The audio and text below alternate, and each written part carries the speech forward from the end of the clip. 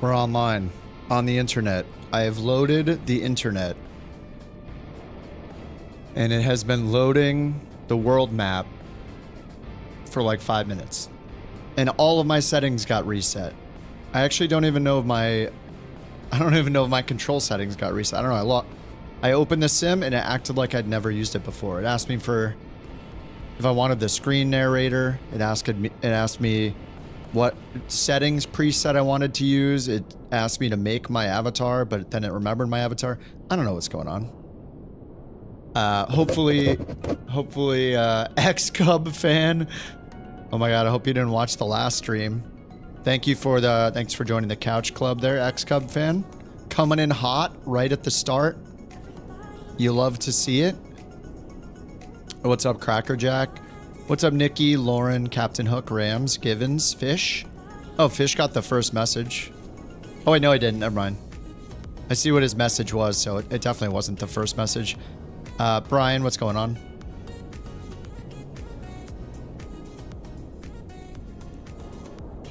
You does that after it crashes sometime? Yeah, I don't think I finished with a crash, but I'm not sure. X-Cub fan, thanks so much.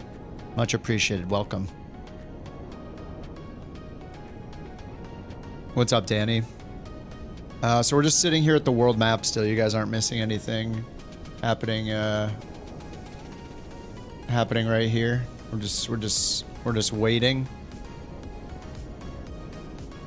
Let me turn that music down a little bit.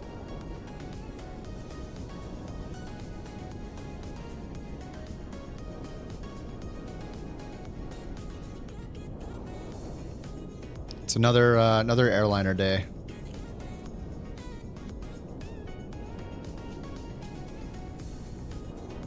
Someday I'll get in. Well, I mean, maybe. We'll see. See what happens. I think it's downloading the world. I have a 17 petabyte storage. It extends all the way across the room here. And up onto the ceiling, actually. I had to paste a bunch of hard drives on the ceiling. It's about 13 hard drives thick in the ceiling alone. It kind of acts as insulation at the same time, but yeah, I'm downloading the entire thing. Why is the chat off center? What is happening here? Did I break something? Looks like I broke something. Alright, let's move that up there. There we go. The heck? What is going on with the chat? Let me fix this. There we go. Alright, there we go. Saved.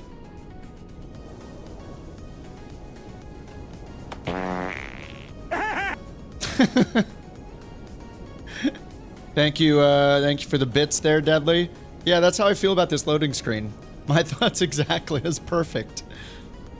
GTA loading screen? It almost looks like it, doesn't it? Yeah. We're loading into Monterey in Mexico to continue the schedule for a pilot's life. So this is what's left on the schedule. Probably do maybe at least three of these today, I'd say. Mexico City. This is Santa Lucia, MMSM, then back to Monterey again, and then to, is that Oaxaca? Is that how you say that? MMOX? I think it's Oaxaca. I think I've been there before. So hour 30, hour 35, hour 55. But holy crap, what's going on? Need to escape and see if it does anything? Okay, it does back off. Whoa, kinda. Let me change the bandwidth setting back to unlimited and see if that helps. Maybe that's why it's taking so much longer. All right, MMMY. Oh, I chose the 321 by accident. I don't really want to fly the 321. There is a Sharklets with the Viva variation though. That's why I picked it. I replaced a couple deliveries. There was one that was really cool. It had a black tail section on a Viva livery, and now it doesn't show up though. So I think I just have the plain one. Maybe it was a 319. Maybe I should try to do the 319. 321. Let me just see if the other livery's in here. Back out and go back. Okay, well, hopefully that'll help. We'll see. Okay, no 319 Viva. They probably don't even have a 319 that they use. Okay, so we're going 320. It could have also been a fly-by-wire livery I downloaded, but I want to use the Fenix today. So I'm just going to go with the plain one. All the liveries are the plain ones.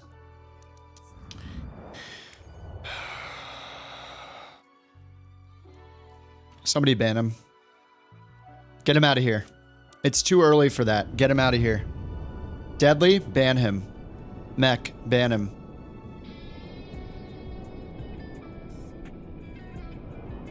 All right, the Fenix app is loading. It is signing in, it's flashing. Starting Fenix, and that is done.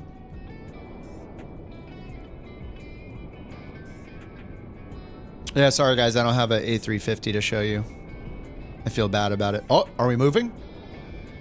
I can't be trusted to promote any products because they know I'll talk crap about the camera views on an indie builds plane. Dug myself into that hole. It'll never happen. What's up, Blah? Oh. Sorry, Brian. You need to get the bleep out.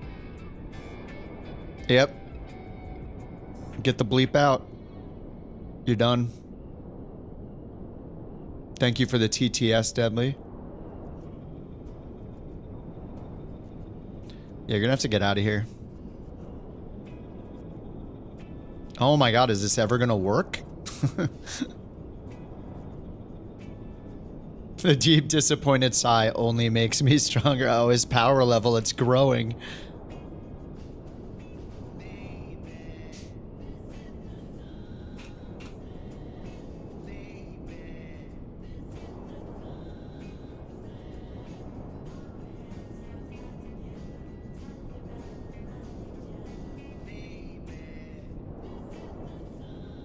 Well, well, well. I thought I was going to play the online video game here. I don't know if that's going to be happening. I hope you guys weren't planning on watching anything other than loading screen today. What's up, Hamil? Underdog, what's up? AK, Givens. VPN. No, I don't even have that running. No VPN for me. You know what it's probably doing is going through FSUIPC. That's probably what's happening. I'm going to blame that. But no,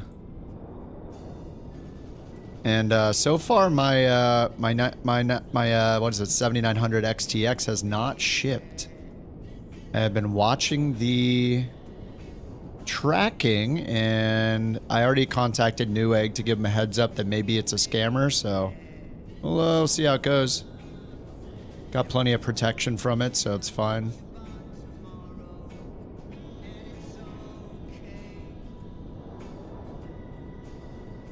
Oh, it's in transit. Ooh, it updated. It's in transit. I've been messaging them like every 3 hours because of how weird they sounded. I also talked to Newegg and I said, this is kind of sketchy. They told me about the $600 restocking fee after I placed the order. And so I brought it to Newegg's attention. They said, okay, we're looking into it. Yeah, 7900 XTX. Just copying V1, like we all should, honestly. And yeah, I just gave the Newegg customer service is super good. So I hit them up and they're like, yeah, we'll forward it to our marketplace team, blah, blah, blah. They're like, we have everything logged. We took a look at the messages. They're like, yeah, they're like, no, there's no restocking fee. They can't hold you to a restocking fee. They have to ship it right away. It has to be new. You know, I had all these requirements, so yeah, we'll see how it goes. AMD's top GPU. Yeah, I was really, with all of the issues that have happened with NVIDIA lately and their crappy rollout and all their AI dependency stuff, that I just don't care about that stuff. I was actually thinking like maybe it's time to go to an AMD next gen when they make one, but from everything I know, the new AMDs, they're going to be no flagship products. Like they're going to be 16 gigs of VRAM. So we'll see how it goes with the 7900. V1 switched to 1 a few weeks back, and I watched him as he was like kind of breaking it in, and it seems to be working really, really well for him. He has all the exact same problems that I had. So he was like the guinea pig, I guess, unknowingly. But yeah, his is running a lot better. And yeah, the 4080, exactly. 4080, you know, if you're not like streaming, it might not be a huge deal. I mean, it probably still running into similar problems, but yeah, the same thing happened. Frame gen, all that stuff. We'll see how it goes. I'm just hoping that they send me a new one. I am going to literally record myself receiving, unboxing, opening it. I'm starting a brand new pilot's life. Yeah, I had uninstalled it a while back, so I'm just starting over. It's fine. I mean, we're flying, so, well, you know, AMD fanboy. I'm definitely, I mean, I've loved my 7800X 3D. I think I had like a 5900X or something, or 5800X before that when I first built this PC. So I've been AMD all the way on my CPUs. Yes, 24 gigs of DDR6, yeah. But I mean, we'll see. I hope it's not a scam. I hope they're not sending me a used car. So, or a used car. If they sent me a used car, that'd be awesome. Actually, it'd be maybe well, it probably wouldn't be as worth as much as the. What is happening? I think maybe I'll just restart the sim. Is this happening to anybody else? But yeah, I'm hoping they're not like scamming with a used card. So I'm going to inspect the crap out of that thing.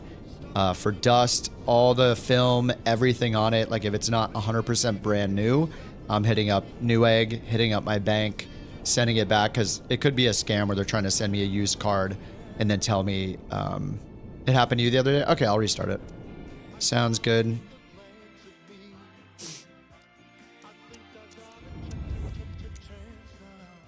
Thanks for letting me know. Got that going real quick. Look at that. That's mech in the top right. Up there on the wall. Beautiful. Compared to an unboxing video for all the plastic covers. Yeah, that's a good call, actually. Yeah, Fox.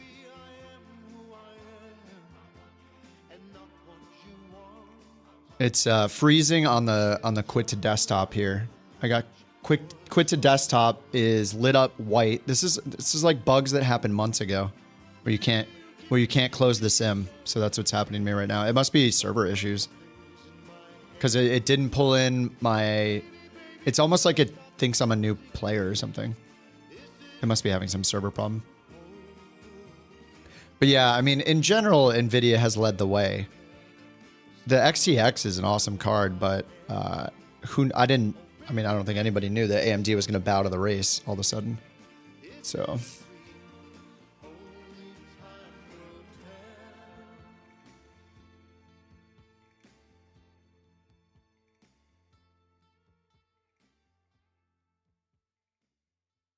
Well, now it's not closing. All right, I'm going to close it with Task Manager, I guess. So this is like back to a couple months ago when we had to do this every time. 7800X from AMD, more power, more RAM, more refurbished order. Now on Newegg. Yeah, I think I grabbed one of like 3 that some marketplace seller on Newegg was selling.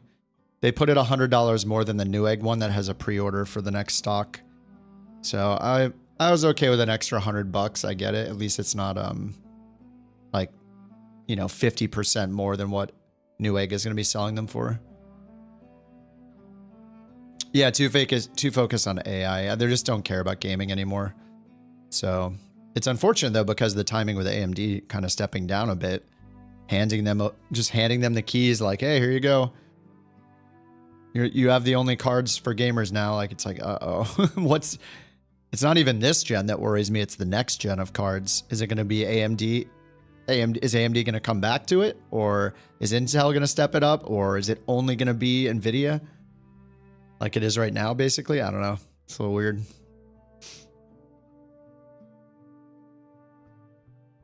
$7,800X. All new used. Yeah, I'm hoping not to get scammed. We'll see how it goes. Apple should get in the game. Man, that would be awesome.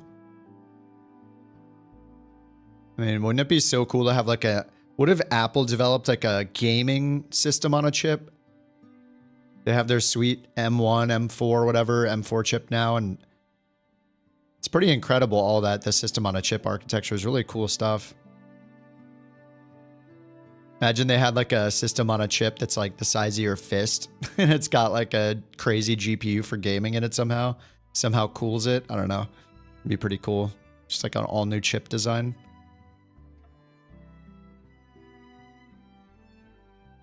I would love to be able to just unplug one chip and plug another one in for an upgrade.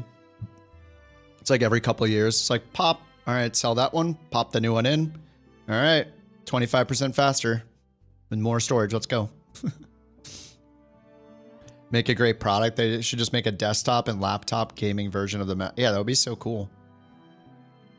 I mean, nobody will want to pay. Like, if people, like PC gamers are not going to use a Mac unless they can easily upgrade it and upgrade it at a normal cost.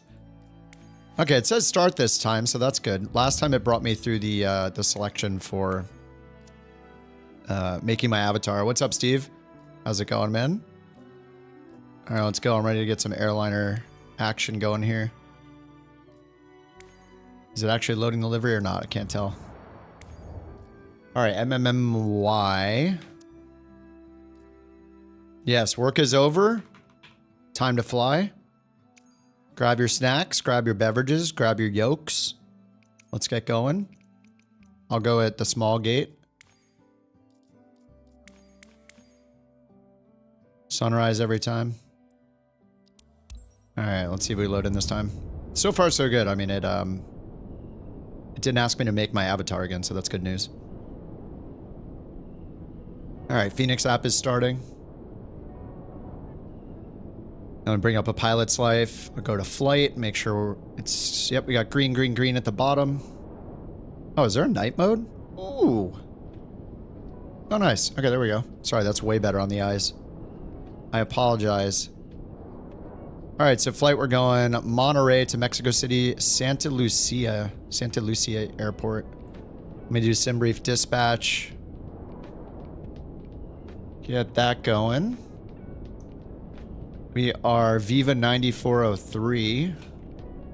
9403 in the notes.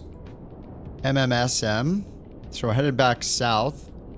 Is this Mexico City is MMMX, right?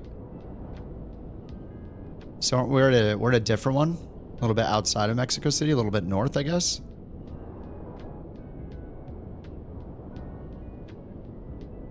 A320, and I want to put it in pounds. We'll save default in pounds again. All right, generate the flight. Still not loading in though. Well, let's see what happens.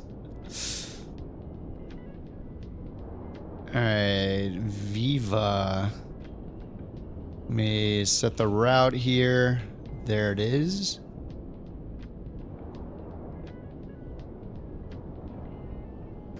We getting a Beyond ATC update anytime soon? I need it. I need one. And let me set the plane.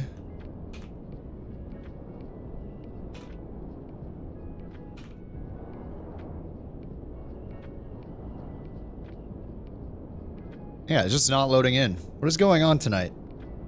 Microsoft, please. You guys got in just fine? Did they ban me finally?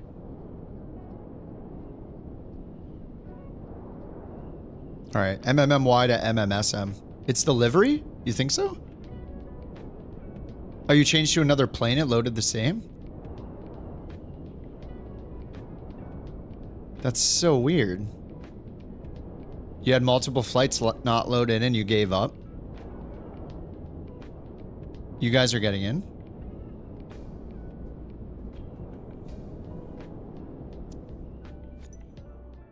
All right, should I fly the 321? I think that's the only other Viva livery I've seen. Oh, what happened to you today? So the 321 IAE SL. So I'll move to the medium gate. I'll go to gate 4. Hopefully nobody's there. Maybe I need to re-download the other liveries I had. I thought I would update the liveries for some that said they were 2024 compatible.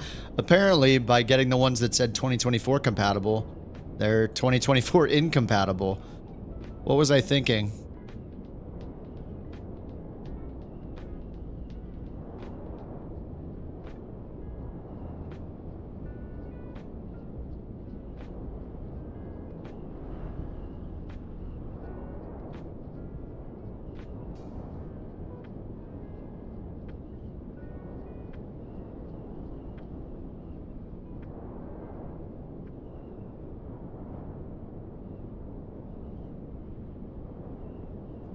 I don't know. How does pilot life work? It gives you you basically choose which airline you want to start at. You start at like a lesser known airline somewhere in the world. You can like choose your continent beforehand if you want to limit it to like North America or something. And then it gives you a schedule. You fly all the flights in the schedule. It's all based off real world airlines and routes. And then you can decide after doing a bunch of flights, it'll give you job offers from other airlines and you can decide to move to them. And so you just hop around to different airlines around the world, flying their routes. No seaplane tonight? Oh my god. No Cub tonight. But I'm down. I can't wait to start we're going to start the Bird route when it's ready. Bird said he was working on it yesterday. It was like up late working on it. I don't know. At the end of the stream, he was still working on it. Said it was like 110 legs or something absolutely insane. So yeah, I'm down. I think we'll do it maybe like twice a week or something. If it's 110 legs, we're going to need to, man, I'm going to need to figure out how to deal with having just tons and tons of horrible landings over and over again. Mentally, I'm going to have to prep myself for that. Yeah, it's, I'm not quite sure how to approach it. All right, well, maybe this isn't working. No, it didn't arrive yet, but it's shipped. It says it'll be here tomorrow. I'm not on it right now. I'm on the 4080. But tomorrow, if it comes... I don't know if I'll be on it tomorrow night if I have time to install it before the stream, but at least Thursday. When will they fix the bugs? All the time. Downloaded Streamlabs. Download OBS. You don't need Streamlabs OBS. Unless you want to be like several versions behind and have all the Streamlabs stuff thrown at you constantly. Just get regular OBS. Try loading in another random plane. Do you think if I load into any plane, it'll kind of wake it up?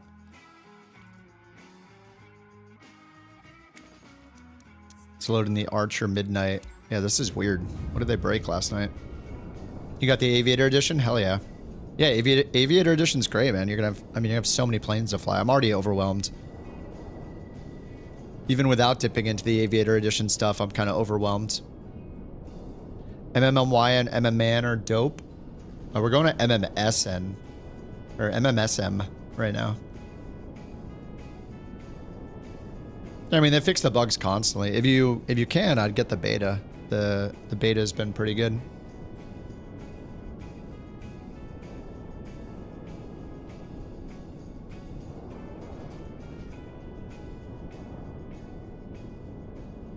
When loading in, you go back, try another airport. Oh, okay, okay. Let me try that.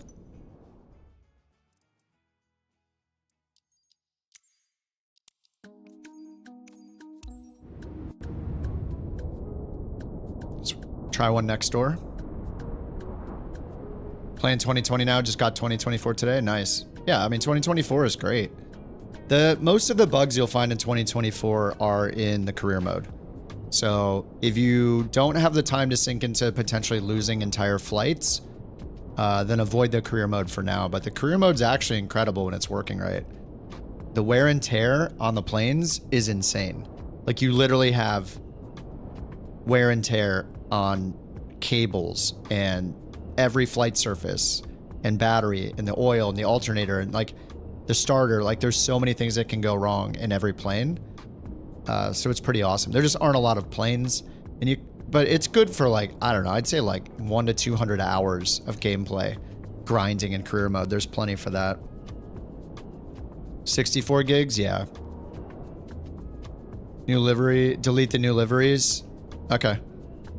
Yeah, maybe they're just messing everything up. All right, let me delete those liveries and then I'll reinstall the ones I had last time.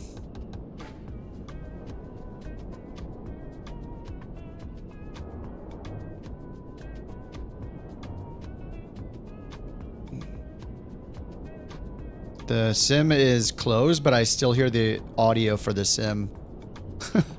Dude, come on, man. This is what I get for trying to install better liveries. I was like, okay. It's like I'm gonna go ahead and install me install the 2024 compatible liveries according to flightsim.to. I'm just going to install one more that's almost done downloading. Then we'll try it again.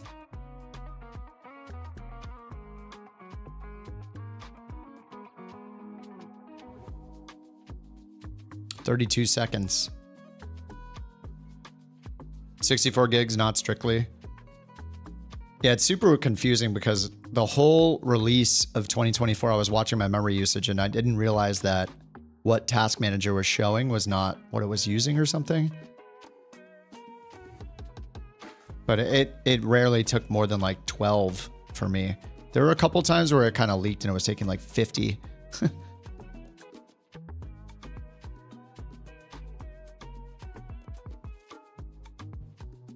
Okay, the next livery is opening. These are, I'm just reinstalling the ones I had yesterday that worked. Yeah, there was just some kind of memory leak. I mean, it's fine.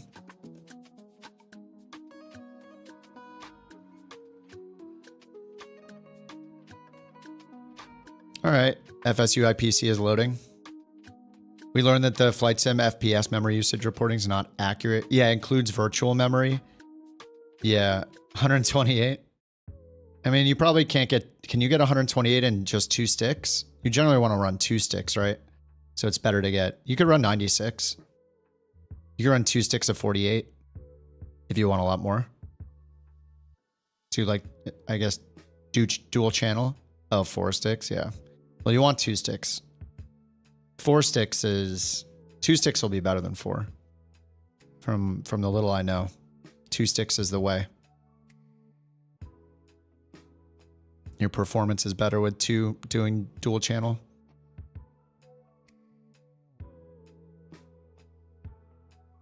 $64 gig is how 64 rolling cache. Yeah, I remember when we found out my cache was turned off randomly. My rolling cache was just disabled.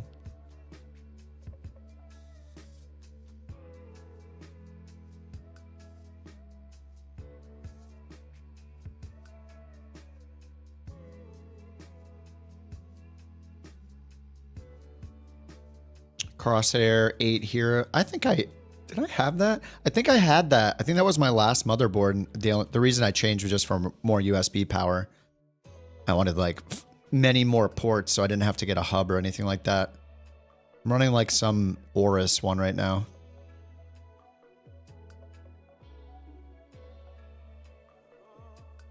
All right, we're 28 minutes in, no flight yet. Yeah, I had the Crosshair one too. On my last build, I think.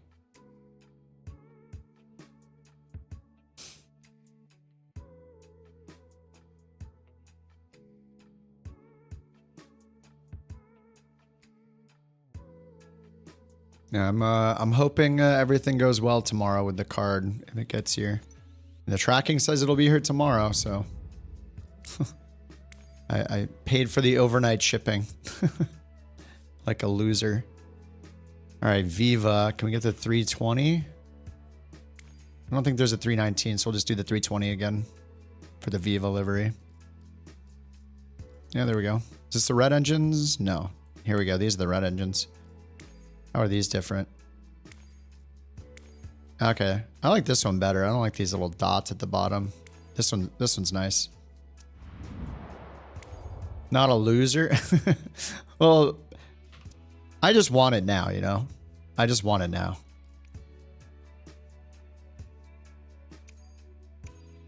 All right, let me go to gate 4 again. Sunrise. All right, let's go. Tomorrow at 11:59 p.m. Yeah, totally. I hope not. What's up, Chris? How you doing, man? Game has good graphics, but it still seems buggy. Investing in the company. I mean, I've been maining this game since the launch day. I've not felt compelled to reinstall 2020 again. It's just too good when it's working. There's enough good that the good outweighs the bad in Flight Sim 2024. A card? Yeah. I have a 4080. But for streaming, especially for streaming, it's not enough VRAM for this game. 16 isn't enough. Some other people have had a lot of luck switching to the 24 gig AMD 7900 XTX, so I ordered one of those. It's supposed to get here tomorrow. We'll see. I still have to install it and install the new PSU for it, so if I have time, I'll look at the bottom. It's got the HUD. It did reset my settings. I bet all the assistances are on. Yeah, these are on again. I mean, I don't care about those, but yeah, all this stuff is on. Icing effect. Okay, that's fine. Turbulence. Realistic. G effect. Civil aviation. Good. And then I bet I need all the flight interface stuff. Yeah, what is... I didn't... Yeah, I just forgot all my settings. Traffic nameplates on. Hide HUD. We're going to go legacy. Tooltips off. HUD off. CFD is off. White dot cursor? I don't think I had that on either. All right, there we go. What's up, Sandman? 5,000 NVIDIA series? Well, they're already out, but good luck. XTX, way too expensive. It was like $1,600. I think you could get them for like $1,100. Oh my god, all my bindings are gone. Look, all my control bindings are gone. I'm gonna have to wait for them to be restored. There's too many. Look, yep, they're gone. Oh, wait, they're there. I just have to switch to them. Okay, good. Constellation, okay. Oh my god, it like reset everything. Verpal rudder.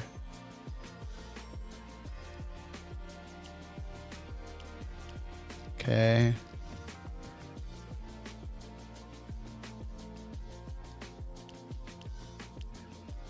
Is that mine? Is it called what? Kip General and what? Maybe? 50, 70 for $5.99. It's not really about the price. It's about if you can actually get one, which you probably can't. My thumb button doesn't work. My stick doesn't work. Okay. Or a bird.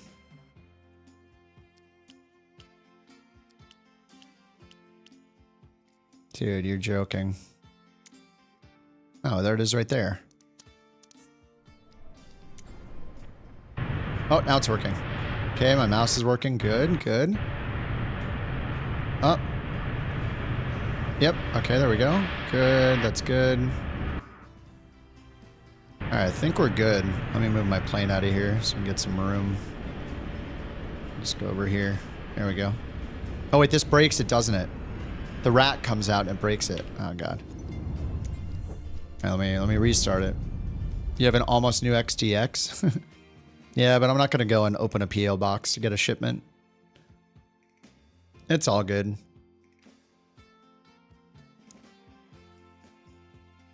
Why would you not use the XTX? Did you get a 5080 or 5090 or something?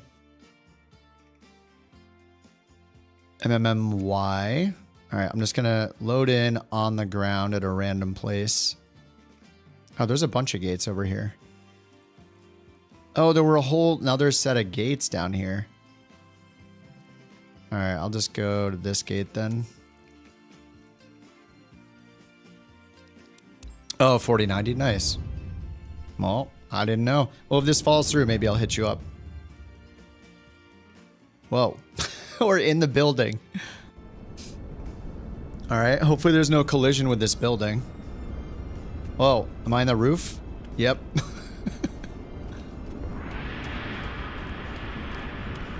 Oh, my camera settings got changed too.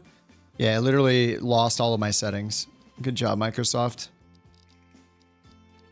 Free look speed, I think it was this. Momentum, I don't want it. Flashlight mode. Huh?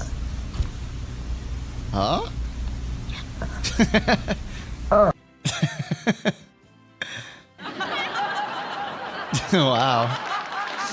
With and Deadly, thanks for the bits. What the heck? Bork it. Bork. Okay, that's a little better. All right, let's get inside the plane. Finally. Holy crap. We're in the plane.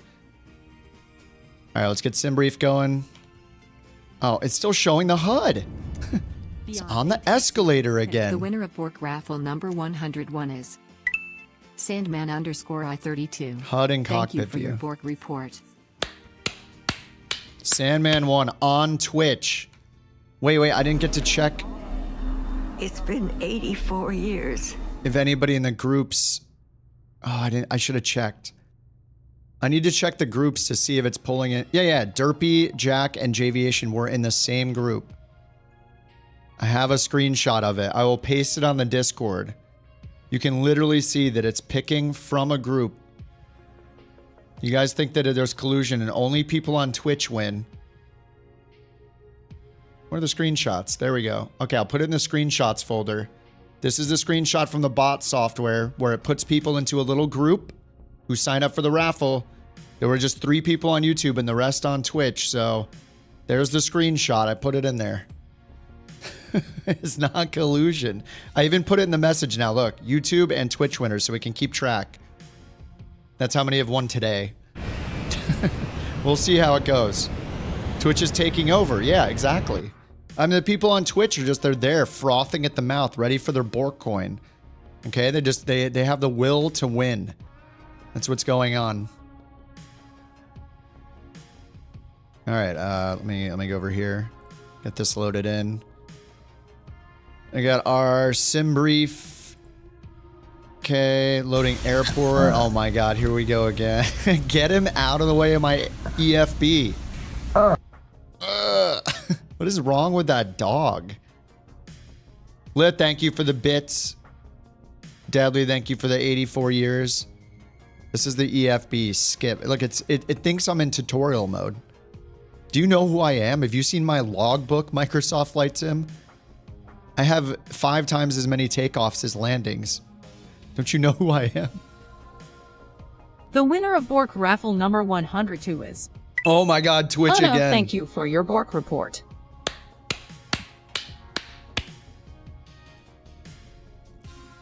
Collusion?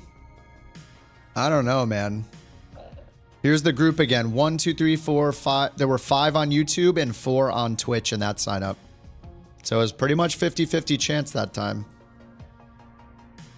Another one. Another one? Another one. Really? Another Get one. out of my EFB. Another one. You're gonna do another one? Give it a rest, okay? There's no... How many is it gonna take to get a YouTube winner? I don't know. Oh my god, the scroll wheel speed is wrong. It literally unset all my settings. Zoom and zoom speed. Oh, wait. Wait, I didn't change the zoom speed? What the heck? I only changed the free look speed. No, it's not my fault. What are you making fun of the Fenix for? It's kind of rude, Deadly. Just leave the Fenix alone. Fenix is a good boy. All right, we got that loaded. All right, let's get the GPU on. Let's get up here. Battery 1. Battery 2. There it is. External power. Aiders. Get the crab off of the overhead panel now. Attention! It appears we had Get a out. false Bork report. It's on top of my mouse cursor. Shame on DW and the scoring post from Twitch. You will be banished for 11 minutes. Wait, what happened? Shame. What happened to DW? Uh-oh. Why'd DW get banned? Wait, was there a bark? What happened? He got banned for 11 minutes. Well, he got timed out. Looks like we had a false Bork report. All right, emergency exit lights, arms, terrain fault. That's fine for now. With the beacon, or strobes to auto. Huh? What? What's happening? Smoke detect. Does that always happen? I don't know. It probably always happens. Oh no, the free look speed. Oh my god.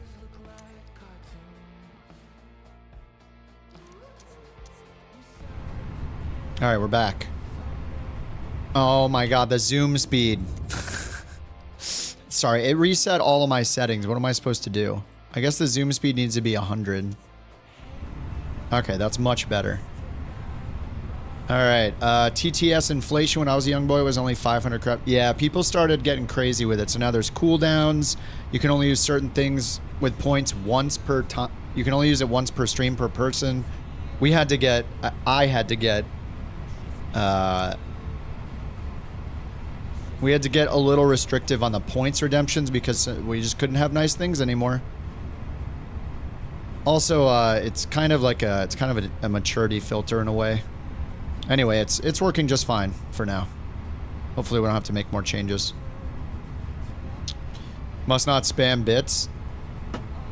I mean, I'm not gonna, what am I gonna do? Stop you? I mean, you'll run out of bits eventually, so that's also, you know, it's also a natural stop to things. All right, Atsu. Thank you for the crab, though. I actually love the crab. Thanks for the crab, Lith. AOC. And flight init. Okay, and a data request. And Beyond ATC doesn't want to start right now. I'm gonna just chilling. Go ahead and restart that. And get the flight plan back in Volanta, because it always forgets it when you leave the sim. Kind of makes sense. You're gonna always share your crabs. Is that generosity or the opposite of generosity? All right, let's go to a knit request. We are Viva 9403. Leaving from Monterey, we're going to the outskirts of Mexico City. All right, we are VIV 9403. 9403. Cost index 5. That's the lowest one so far. Cruise at 35,000. 350. Winds request. No. Oh my god, I thought that was actually my sticky keys. Deadly. Thank you for the bits. All right, WinLink. Uplink is good. And let's go to init page 2. Go over here and send that in automatically. 0 fuel weight, 58.2. Oh, this is in kilograms. Going back to pounds. This is why we can't have nice things. Sheesh, this TTS inflation is killing me. I have no crabs left to boil at the family reunion.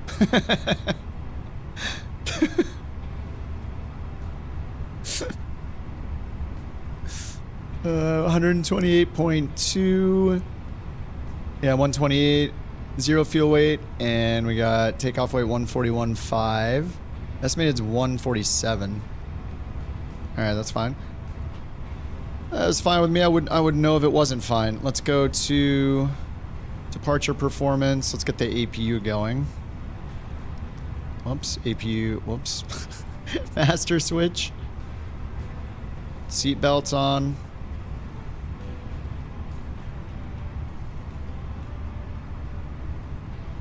And start the APU. Let's give it a call for clearance. I gotta load it up. There we go. Beyond ATC. Ooh, is that a couch livery? Oh no, it's not. It almost looked like one. Valaris. Alright, let's see if Beyond ATC loads up the airport this time.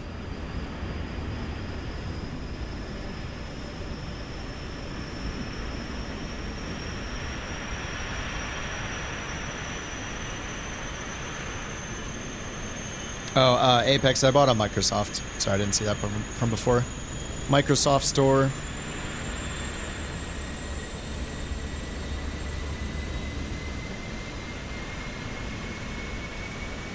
Yeah, it's not loading this airport. It doesn't like it? Let's hit comma. Alright, APU's all started up. APU available. APU bleed is on. And let's get the external power off, and we'll remove it over here. Fenix. Ground services. GPU. Chalks. And let's go to departure performance. Sync the load sheet. Try surface runway. Let's double check that. Beyond ATC does not want to load right now. Not sure what's going on with it. It doesn't like MMSM, apparently. So we can always try to start it en route or just do it on the next flight. Runway 12. Let me just grab the weather from here. Okay, search the weather. VFR transition is 18.5. And then the METAR is 090 at 6. We got that down here. And 12 miles of visibility, 29 or 88. That matches. Sync the load sheet. Did the loading not work? Aircraft loaded. Yeah, it's all loaded. Are we out of limits? What the? How are we out of limits? Well, let me reset it. Maybe it's because I switched from kilograms. Okay, let's try again. Whoa. MMSM or MMSW? Pilot's Life says MMSM, Mexico City, Santa Lucia. Mike, Sierra Mike. And Mike, Yankee to Mike, Sierra Mike. And that's here in the schedule too. MMSM. And it's putting me out of balance. What's going on?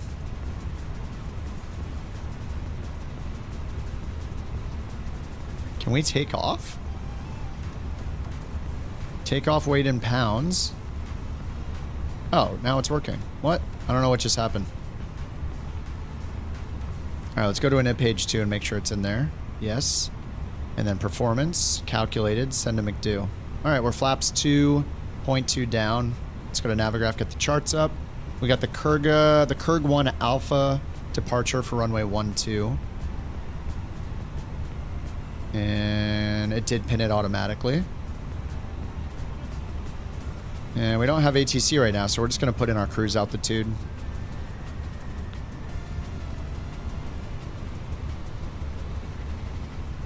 $35,000. I'm going to put that in over here. 35,000 on a pilot's life. Okay, let's get constraints. Airport. Plan. Nav. And we'll leave that on for flaps too. Alright, we got the APU on already. Whoops. Let's get a beacon on. Taxi off. And do the pushback. Alright, ground services. Connect the tug. Start the pushback. Control space. Parking brake off. Cabin crew, arm door. And we're going to runway 12.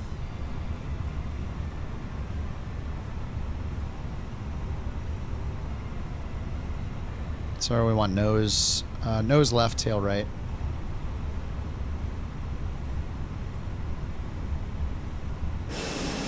Alright, let's get the engines going.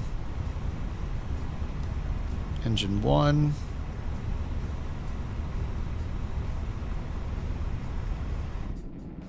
Hey, why is it turning me the other way again? Tail right. Ladies and gentlemen.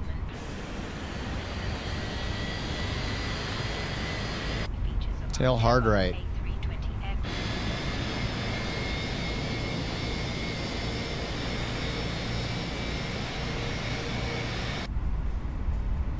Alright, that's gonna be good enough, I guess.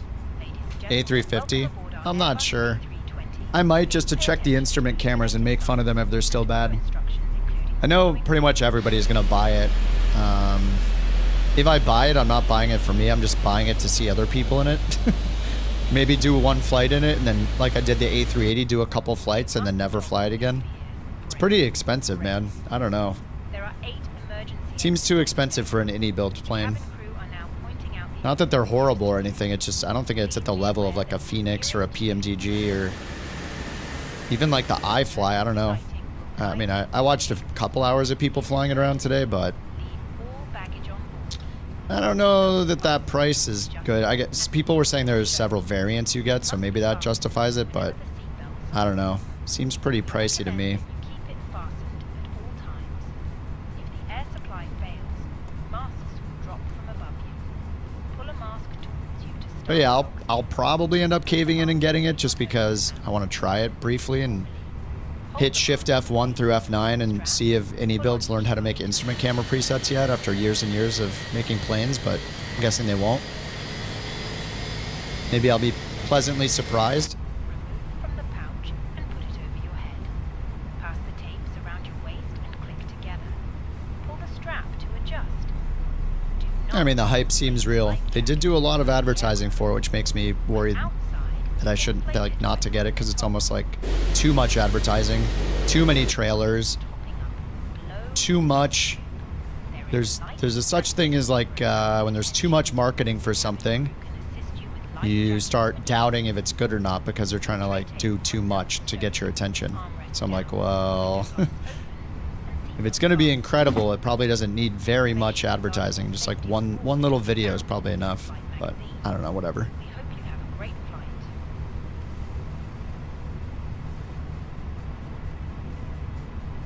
Yeah, I'll probably end up caving and trying it just because, you know, I turn the stream on every day, so I might as well take a look at it.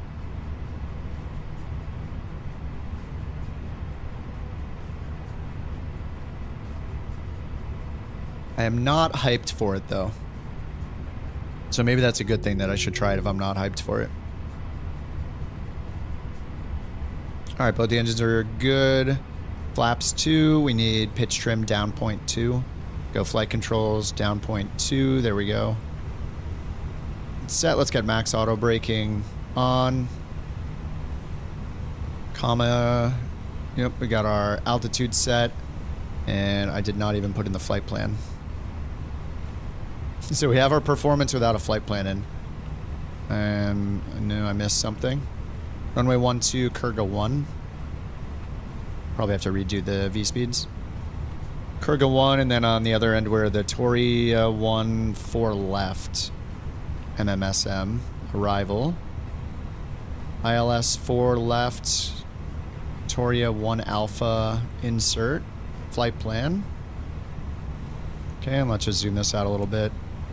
That's enough waypoints for now.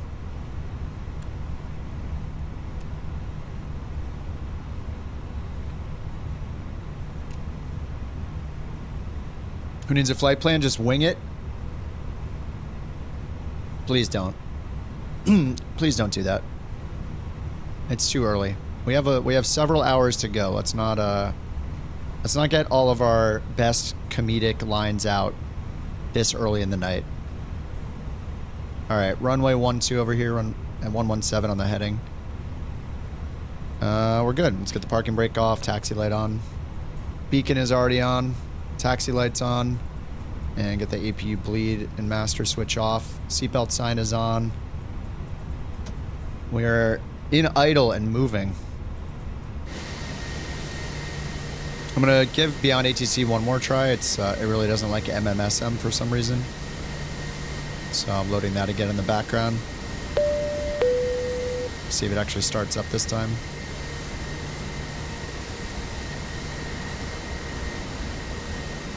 Alright, it is loading again. Loading MMMY. Good. Loading MMSM. Hanging. Yeah, just hanging there again. Alright, maybe no ATCA for this first one. Takeoff config test. Normal. TCAS is on standby. We got a company message. APU is cooling off.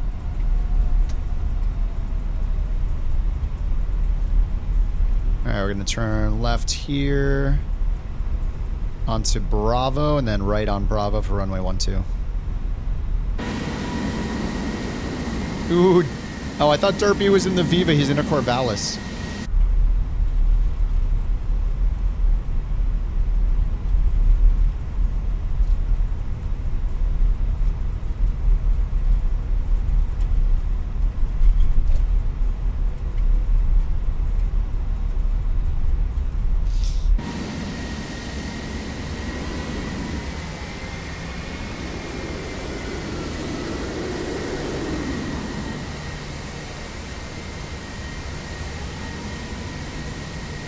Viva Mexico City.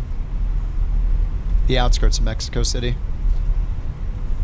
Oh, it was acting up for you too? When you say intentions, I'm sorry.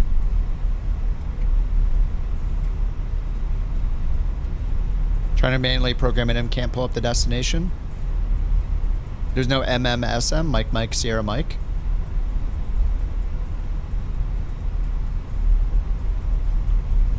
Alright, we're our own ATC right now. Landing lights on. Runway turn off lights on. Not on your comp?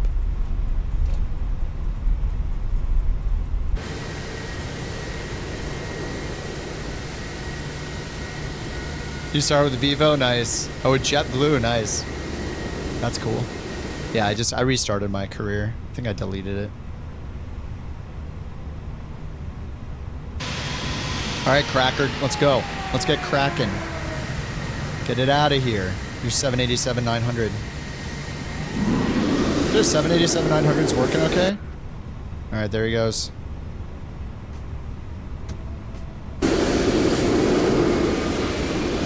Steve's following behind. Maybe not. Alright, I will go next. We got flaps 2. Not visually. Yeah, it says it's using a 788, it says. FSLTL 787-8. It looks like we got IAE engines again.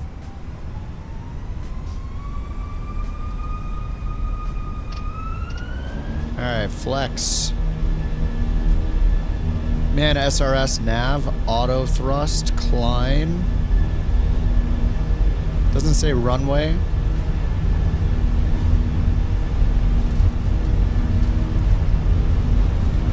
$80 knots. 100 knots.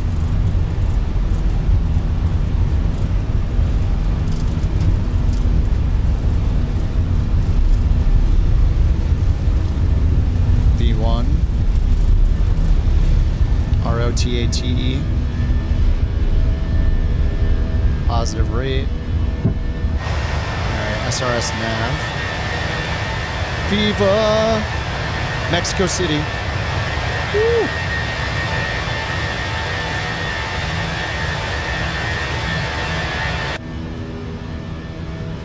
God, auto trim is so awesome, man. Alright, flaps 1. 1000 AGL.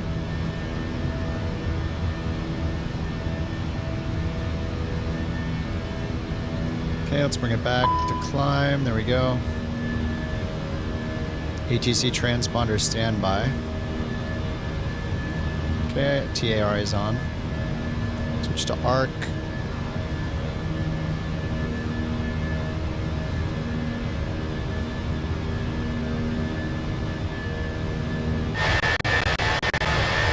Oh.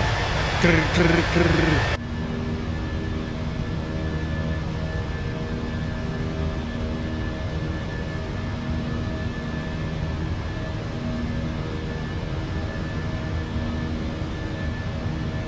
Alright, we are trending towards our S speed. We're ready for it. We're going to be making a right turn. Alright, flaps and slats coming up. Let's get autopilot on so I can look at the wing. No sound either. What's up, TJ? A350? I'll probably cave in and get it, even though I think I'm kind of not super excited about it. I'll check it out. I mean, it's a big release, so yeah. I will check it out. I'm not... I don't know. We'll see. The problem is if I say that I'm probably never going to fly it, I feel like I'm going to fly it one day and then never fly it again. But if I do say that, which I kind of just said, then I'll probably end up flying it forever. I don't know. You know, I'm not the hugest airliner guy, but yeah, I've just been learning the airliner since like last summer. Nav ATC's transponder standby. What? Oh, I have it on. I didn't have it on auto mode. Anyway, yeah, I'll probably cave and get it tomorrow.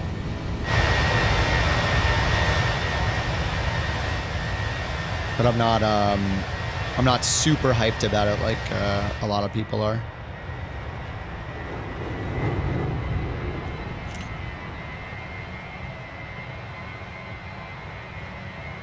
I'm not saying it's going to be bad or anything. I'm just not a huge, super hype airliner person, you know? Hey, what's up, Caleb? How's it going? What's up, Jay?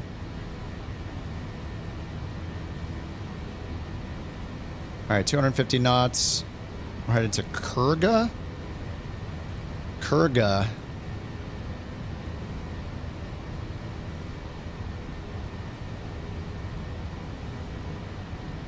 You know what I could do is go in and re-import. Oh, we need the star here. I could go re-import, load in a different flight in SimBrief now that I have everything imported in the plane, and then load beyond ATC just because it seems to have a problem with the MMSM. But then we're not going to get like a tower or anything. Not sure what's going on. I'm going to try to load it again. Beyond ATC connected. It seems to not like MMSM, so. In-flight meal is going to be tacos. Nice. Fair play. You know, the king of GA. I wouldn't say I'm the king, but I definitely spent the most time in GA. But, man, I'm bad at bush flying at the same time. GA, maybe the king of autopilot G1000, only landing on hard surface runways. Maybe I can claim that. But that's probably most people. But yeah, I mean, I'll try it. I really like flying the airliners. It's really nice to be able to do both, you know? And bush is probably the thing I'm the worst at this point. I haven't taken time to learn how to land in soft fields or anything at all. Friend of the channel, Bird, has been working on a new kind of around the world. I didn't know the V1 was doing the same thing. I don't think he knew either, but he wanted to go from Alaska to South America in bush planes. But I think we're not gonna do hard surface only. We're gonna do grass and floats all the way down, which is totally out of my wheelhouse. I have no idea how to fly those things properly, so it could be really fun. I mean, it's gonna be really fun. I'm gonna be raging probably half the time too, but it'll be a nice change. We just finished an around the world in 80 legs using all sorts of planes. No airliners, but just the highest we did was business jets for the longer legs, but. Yeah, it was really fun. We just finished that a couple days ago on Sunday. All right, seatbelts can come off. I got landing lights. What are we at? 12,000?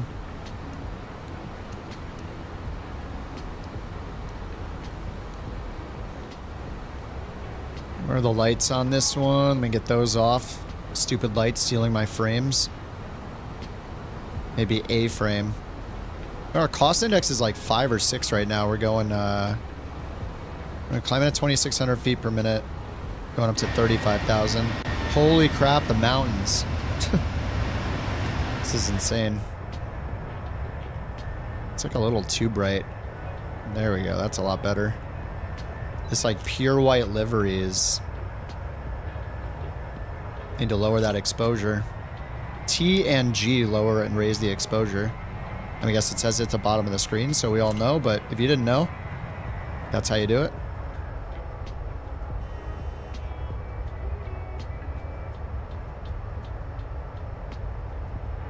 Oh, am I on active pause? Oh, yeah. It was an active pause because it, again, reset my settings for some reason. You just hit P to get out of active pause in the camera mode. Do I recommend purchasing from the sim market or Contrail? I have never used Contrail. I have no reason for never using Contrail, so I don't have a recommendation. I'm guessing Contrail is probably easier. I would go check. If you've used Contrail before, then use Contrail. Sim Market, you have to download an app to install it, and all the app does is make you sign in and then click the button to download a downloader. Kind of weird. I wish I just downloaded it from the website. I've never used Contrail, so if Contrail just lets you download it from their website when you purchase it, it sounds like one less step to me. And then you still have to make a Simbit World account, which is the people that made Pilot's Life. Pilot's Life is cool because it's just very directed. You get a schedule. It's all based on real world stuff. You just follow your schedule, do as best you can on the flights. You know exactly where you're going for the week, basically, and then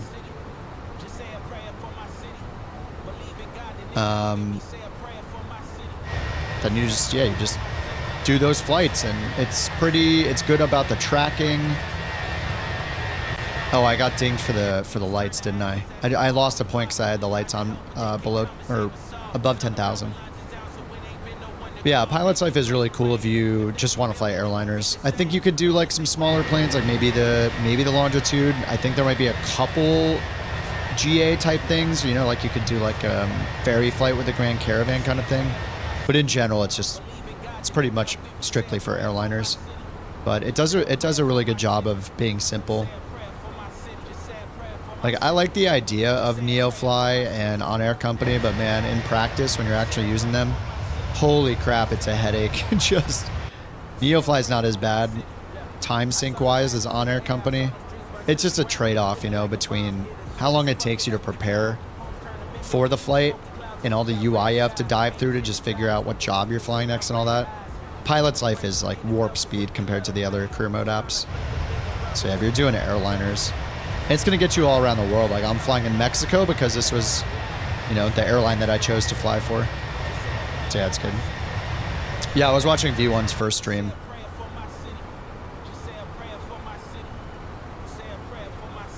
All right, standard.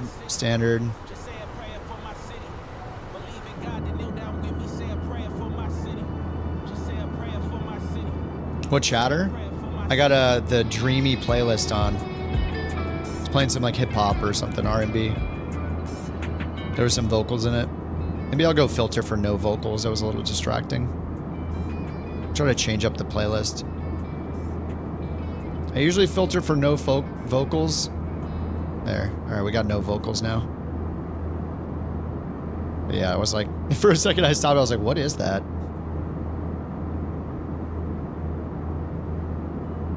There we go. We're back to no vocals.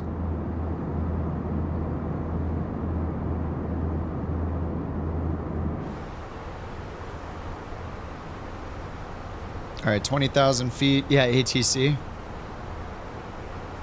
Yeah, I guess what I could do is I could do this. I could go cancel this flight for beyond ATC, but then just go. Like, we're flying to MMSM, so it might be a little weird. Yeah, the problem is that it can't find our destination airport. So if I go in and I change my Simbri flight plan to just pick any other random nearby airport as the destination, we'll get the on-route traffic, which is nice. But towards the end of it, they'll just be like, we can't help you. Well, they're gonna try to vector us and direct us to another airport, so not sure that it's worth it. The near miss, yeah, with the business jet, that go around, yeah, that was pretty insane.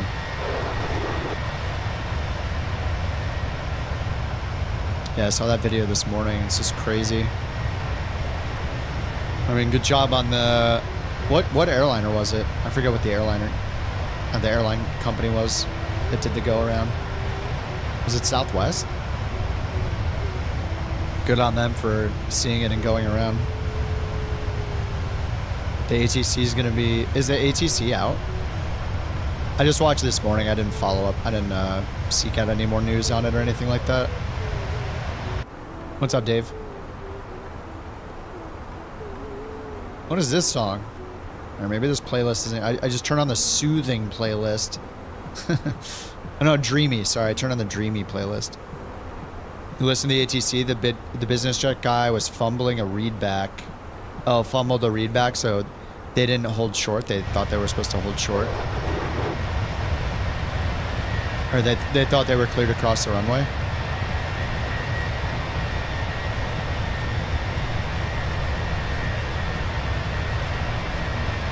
Thanks for the escorts, boys. Yeah, that like Grim Reaper on the back is awesome.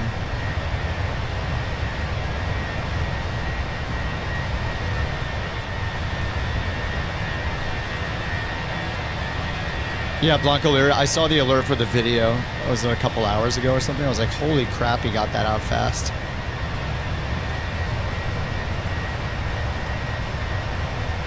It's pretty insane how fast that was.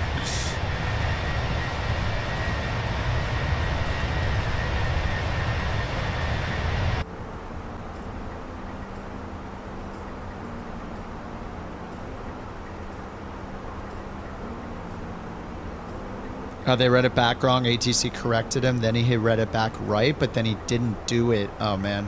What's up, Bobby? What career program, Jay? It's a pilot's life. A pilot's life, too.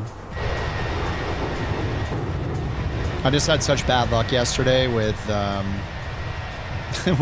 with first on-air company and the X-Cub, and maybe those were related, and then NeoFly wasn't tracking my flight. It was just so annoying. Everything all at once was a problem, one after the other. And it took me like an hour to get a pilot's life installed and going. Yeah, it was a lot yesterday. No excuse, but Midway is kind of confusing. I wonder if he thought it was another taxiway we was crossing and not a runway or something.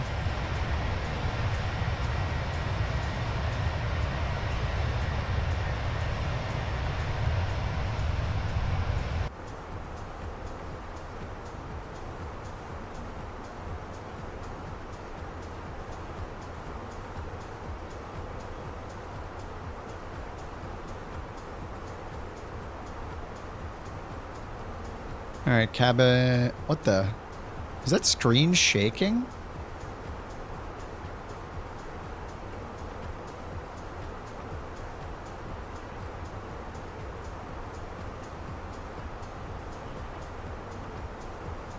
Wait, that's totally shaking, isn't it? I swear the screen is wobbling, right? Is it just me or is it vibrating? Dude, it's totally vibrating, right? I don't know if it's coming across on the stream, but this looks like it's vibrating. It is? What the? Yeah, it's like shaking. Holy crap. Zoom closer. I don't know if I can. That's as close as I can zoom. Actually, maybe if I go to this camera. There we go.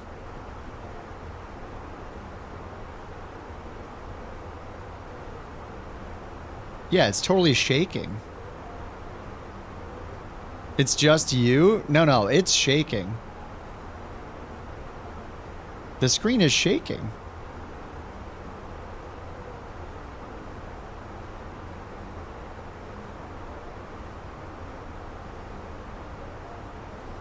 Nothing else is shaking, just the screen. Is this the screen shake in Flight Sim 24?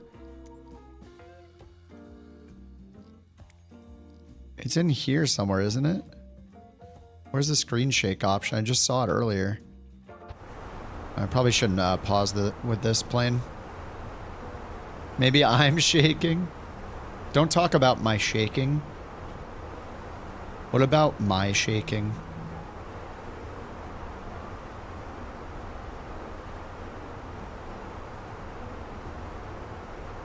I mean, it could also be because I'm using a 4K monitor running it in 1440p because of how bad the sim's been performing. That could be it. It could be flickering. I'm wondering why the heck I'm running it at 2K instead of 4K on a 4K monitor.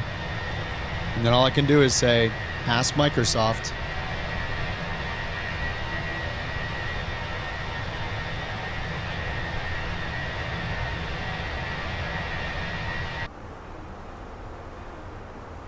I swear the screen is shaking. Look, it's so noticeable right here. It's noticeable on this screen right here. If I zoom in too far, you won't notice the shaking because you don't have anything relative. See, this is still. This is all shaking. It is totally shaking. Look like right here. And then look here. Look back and forth between these two spots. Anyway. Oh no. If you put it full screen, you can see some shaking. It's totally shaking. I'm not crazy. Stop making me think that I'm crazy. Everything's fine. I think with my eyes, maybe.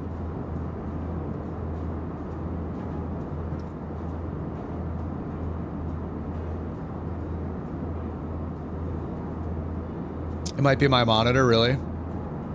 Went full screen on the Zoom, saw not. It's possible. I need a dude. I would love a Snickers. I would eat a Snickers. Okay. This might be controversial. This could be the new Chicago versus New York hot dog. Could be the new Krispy Kreme versus Dunkin' Donuts, but in my opinion, 100% of chocolate and primarily chocolate or chocolate covered snacks should be put in the freezer. They should be stored in the freezer and then eaten. Even a Snickers. At the very least, it should be in a very cold refrigerator, but it should not be eaten at room temperature ever. If a chocolate bar, it needs to be in the fridge or the freezer, preferably the freezer. When you take it out and eat it and it's cold and it snaps super hard when you take a bite out of it, it's the best. Chocolate belongs in the freezer. Not semi-true, it's 100% true. This isn't even a conversation. I'm just telling you guys. Right next to Doritos. What? Why only Thin Mint cookies? That makes no sense. Why would only Thin Mint cookies be better in the freezer? It's not true. You need it with all of all chocolate. A Snickers, a Hershey chocolate bar, a peppermint patty, whatever you got that's chocolate, it's got to be in the freezer. 100%. At least the fridge. Anything but room temperature. Oreos? No, not Oreos. No, that's not like a... No, Oreos is different. That's a cookie. I'm talking about like a candy bar. Chocolate bar. Yeah, not Oreos. Oreos are like a wafer cookie. Pretzel, peanut butter, M&M. Yeah, M&Ms. M&Ms in the freezer. Absolutely. Okay, I can understand. They have to be chilled. Yeah, I can understand maybe you haven't graduated to putting them in the freezer yet. You know, you're scared. You don't want to have to gnaw with your molars on a Snickers bar. But I enjoy that. I think it's good. It's just the snap. It's too good, man. Pop-Tarts are better out of the freezer? Wait, what? You put them in the freezer, then you put them in the toaster? I have never put a Pop-Tart in the freezer. Pop-Tart's not chocolate. Well, I mean, they make chocolate Pop-Tarts, but it's like a pastry. We're talking about chocolate. Talking about candy bars. Freezer's cray-cray. The fridge is reasonable. Yeah. Designed for the freezer? What? Oh, Snickers ice cream? No. I want a Snickers frozen. Yeah, Snickers. But it's not a conversation to say that ice cream should be in the freezer. There's nothing to talk about. Pop-Tarts in the freezer? Yeah, I've never put Pop-Tarts in the freezer. It's not chocolate, but I guess it's conversation adjacent. What's our top of descent here? 136 miles. Hot fudge sundae Pop-Tarts with chalky milk. You don't toast yours? Yeah, I've never done the Pop-Tarts in the freezer myself, no. What's up, Spider? Frozen Pop-Tarts, melted ice cream. You dip your frozen Pop-Tarts in melted ice cream? Reese's and Kit Kats in the freezer. Yeah, and Derpy Dad knows what he's doing. Clearly. Frozen chocolate sandwiches. Higher level of intelligence behind my comprehension. Hershey syrup in the no, you don't. Because then it would be a solid. No, of course not. Because I don't take Hershey's syrup and unpeel it and take a bite out of it. What? It doesn't make any sense. Ice cream shouldn't be in the freezer. You should eat it before it gets there. Yeah. It doesn't make it to the freezer. That's fair. Cold Heath bar. There you go. Yep.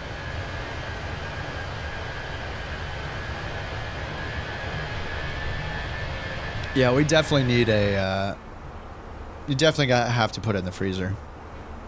If you're not ready for the terrifying frozen chocolate yet, and you need to work up to it, at least start by putting it in the fridge like a normal human. And then when you ascend to the next level of humanity, you'll move up, put your chocolate in the fridge. It's just, you know, you got to start somewhere.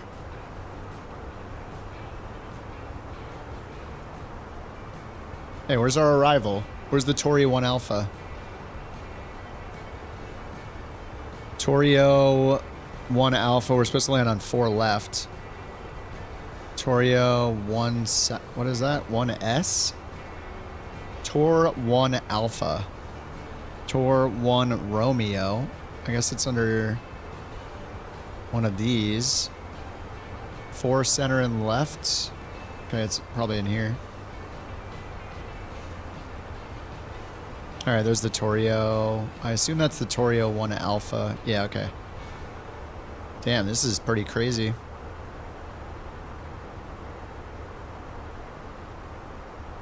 Alright, down to here. Then down this way. Then down this way to Naden. To Nadun. Let's double check the Torio, Amuto, and then Vinri and Nadun. Torio, Amuto, a bunch of those around.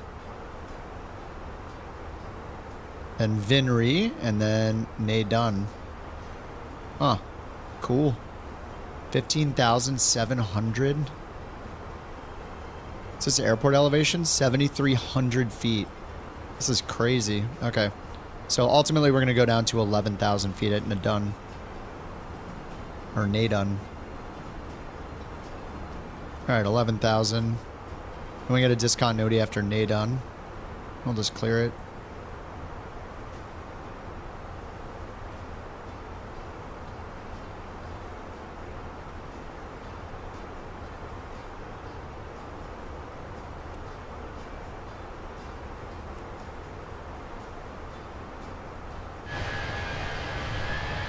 Why do they need so many approaches? I know, it's kind of crazy. What's up, Evan? Trucking and logistics simulator? Nice. Wait, effects of freezing chocolate? What? Realistic frozen chocolate texture background, horizontal... Wait. Freezing chocolate can affect its texture, taste, and appearance. Yes, can make it harder and more brittle. Yeah, exactly. Can be beneficial. It prevents melting. Taste can be affected. It generally remains good. Yeah. Hey, that all sounds good. You're trying to convince me. Jules eating 7,800 crabs? Think of all the TTS that could have been. Donuts in the freezer? Your wife is the fridge and you are room temp on the chocolate, Matt? Yeah, my girlfriend does not like her chocolate in the fridge or freezer. She wants it room temp, and I want mine in the freezer. 22.7 Celsius? What does that mean? Why does everyone outside the... Oh, yeah, I read that, sorry. Donuts are from Krispy Kreme, must be heated in the microwave if they're not being eaten hot and ready. Sounds like too much work. I just want a day 3 Dunkin' Donut where it's all hard and gross. All the bacteria's gotten to it. Delicious.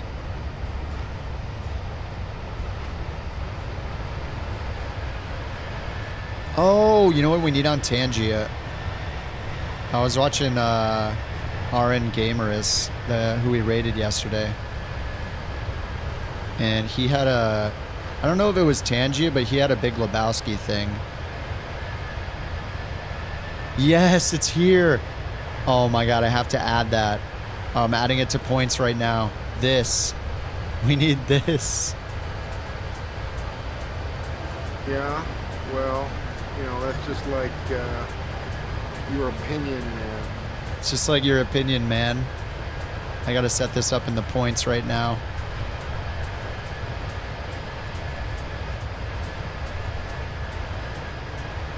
Can I have that with no cooldown? That's just like your opinion, man. I'm in danger. Far out, man. Waving the gun around. I'm trying to set up the points right now. Well, it's already in there. I just have to put the limitations on it, man.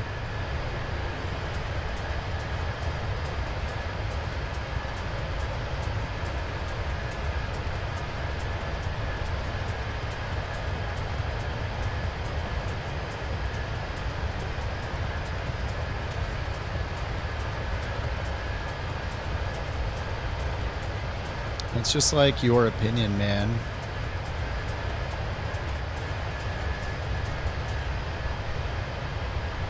Okay, now I need an image for Lebowski.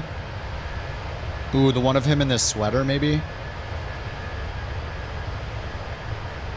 That's a JPEG.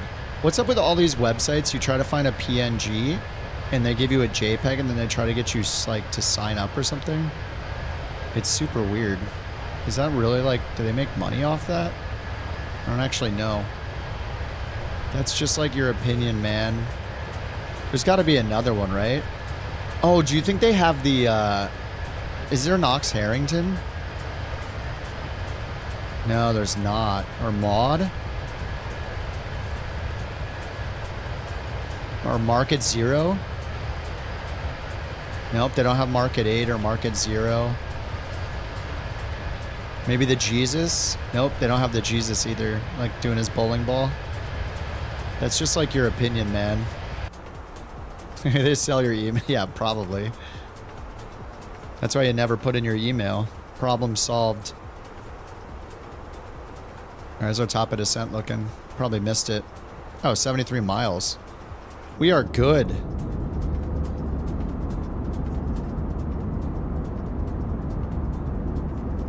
Alright, I gotta find the perfect Lebowski image.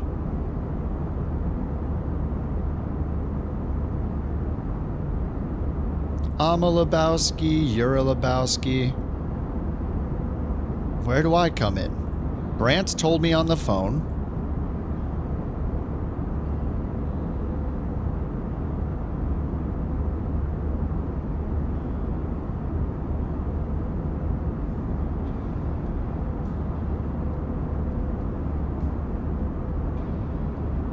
You just look for the person that'll, you know, benefit, you know, man. And you find who will... What are you blathering about? Oh my god, none of these are transparent. This is horrible. The runway incursion at Chicago. Yeah, briefly. I saw the video. I haven't heard the ATC yet, though. But you guys were saying that, or was it Jewel was saying that, I forget who said it, sorry. Yeah, that the person got the instructions, repeated them, but that didn't follow them.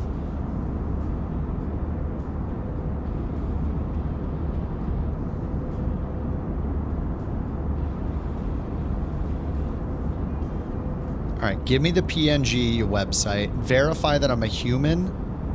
No. Watch a short ad? Horrible. Oh my god, there's like ad on ad on ad for me to download a Lebowski PNG.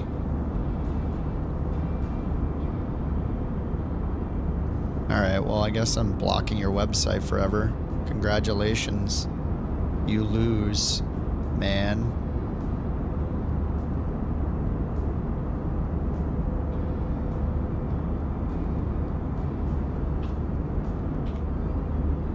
The other pilots were good to do the quick go. Yeah, yeah. Look, but it seemed like they reacted so fast. It was awesome. Good on them.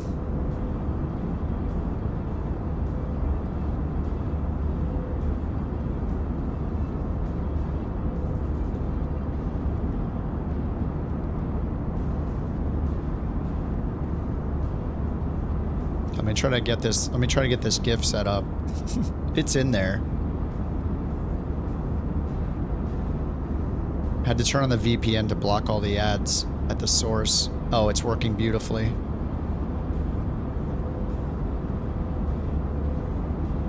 And these captchas are getting insane. There's this one that shows like a squiggly and like all these letters everywhere. You have to click the letters in the correct order.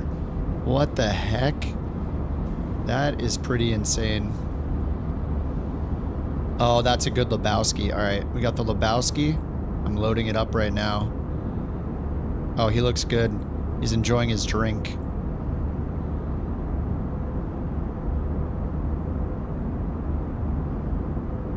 He's in his sweater, of course.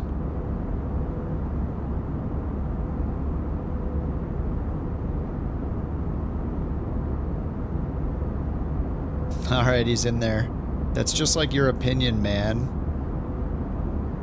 So good.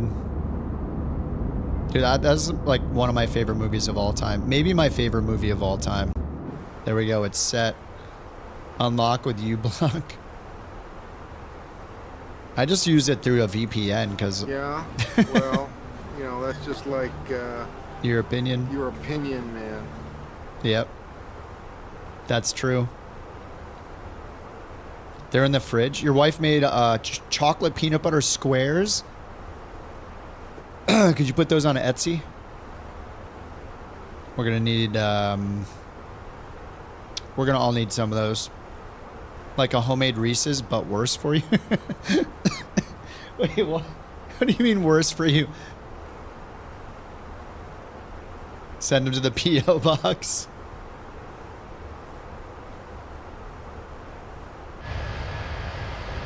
Yeah, I've not opened a P.O. box. If you saw the recipe. No, you just don't look at the recipe. Problem solved. Don't know the ingredients? Then when I eat it, those things aren't in it. That's how it works. If I never go to the doctor, I'm never sick. And do I have live weather on? Pretty sure I do. Yep. Live weather and clearly live time, as I always do. Probably less than real ones. Yeah, the real ones also like are like, I don't know, what's the threshold for homemade versus processed in mass, you know? Like, could you take the same exact ingredients that are in a Reese's and make it yourself and it would be healthier because you made it homemade? And it didn't go through like storage, packaging, transport over a month or, you know, weeks or however long that stuff's been made. I don't know.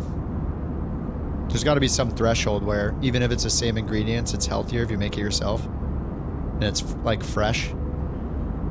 Maybe not. Maybe I'm just making stuff up. Yes, probably not. Homemade always wins. At least it feels better.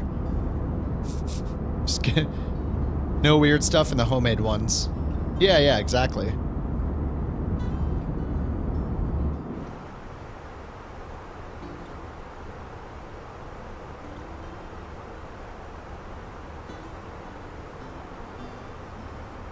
Yeah, the satisfaction knowing you made it.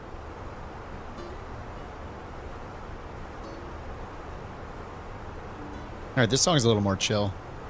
Oh, I should find a like flamenco or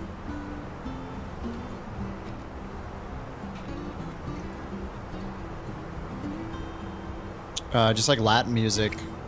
Pop. Can we find some like Central America pop music? Mexican pop music?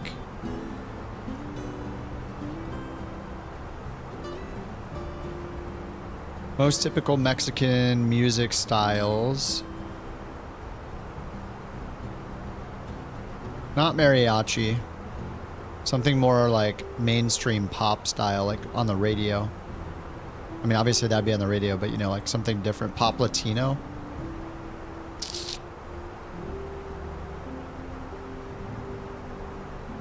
I could go for some chill, like nylon string guitar stuff too. I mean, that's why this is reminding me of that. I mean, this is steel string, but Pitbull.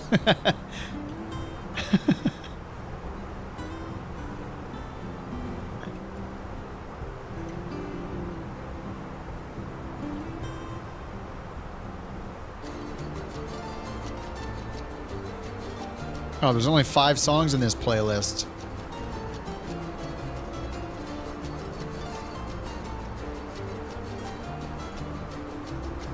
And we can go Latin pop, Latin jazz, Latin essentials.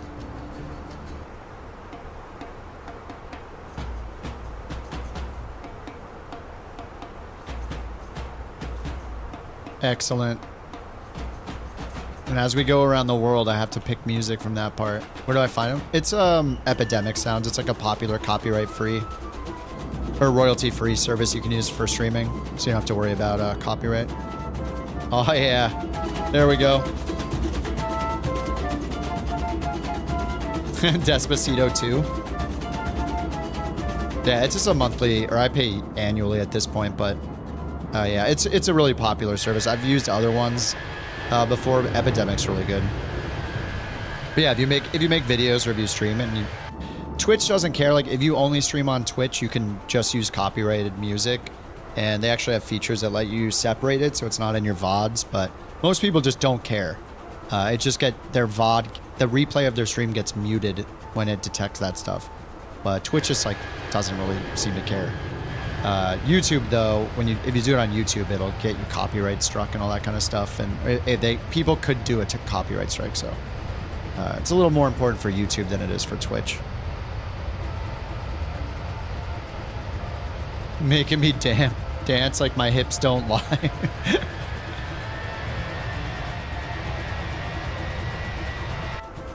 All right, we should have our top of descent soon. Ooh, -1. It's right now. All right, down to 11,000 on the star. All right, so we're headed to Torrio soon. Torrio. Let's go ahead and just check the METAR flight planner route. Oh, I didn't put it in here. Well, we can just go up here and type in the destination MMSM. I could go get on the EFB, but I can just look at it side by side over here. So I kind of like doing it this way. MMSMW. The heck?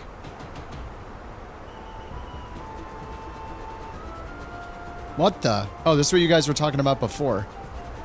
Wait, what airport does it think we're going to? Wasn't it Santa Lucia? This is what you guys were talking about before. Let me see what it pulled in over here. We tried to tell you. All right, there it is. 080 at 419 3025.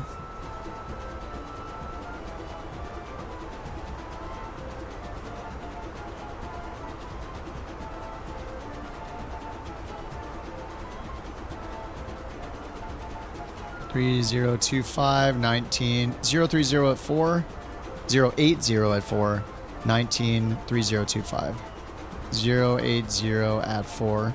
But that is true heading, so let's go ahead and translate it. If I can find information about the runway, which we can't here. I don't know what the magnetic variation is.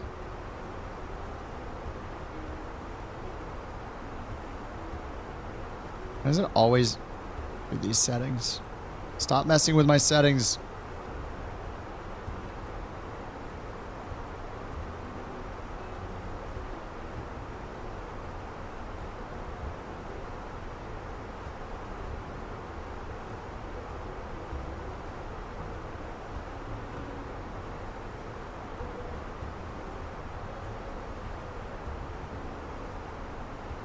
All right, well, I'm just going to look at any of these airports, get the info on the runways, and then we'll know the variation, the magnetic variation. MMJC, more info, runways. So it's 47 to 43, so -4. So it'll be 076 at 4. Translate it to magnetic wind. Okay. Then we got ILS X-ray 04. Go back to Navigraph.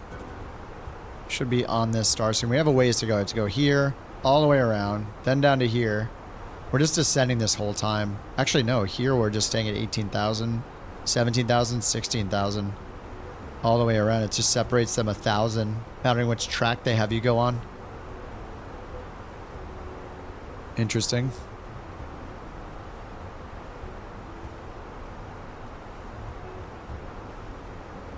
How do you get on this track right here? So it goes like that? Is that from over here? Interesting. And they all end up in Nadun over here. Nadun? Nadun.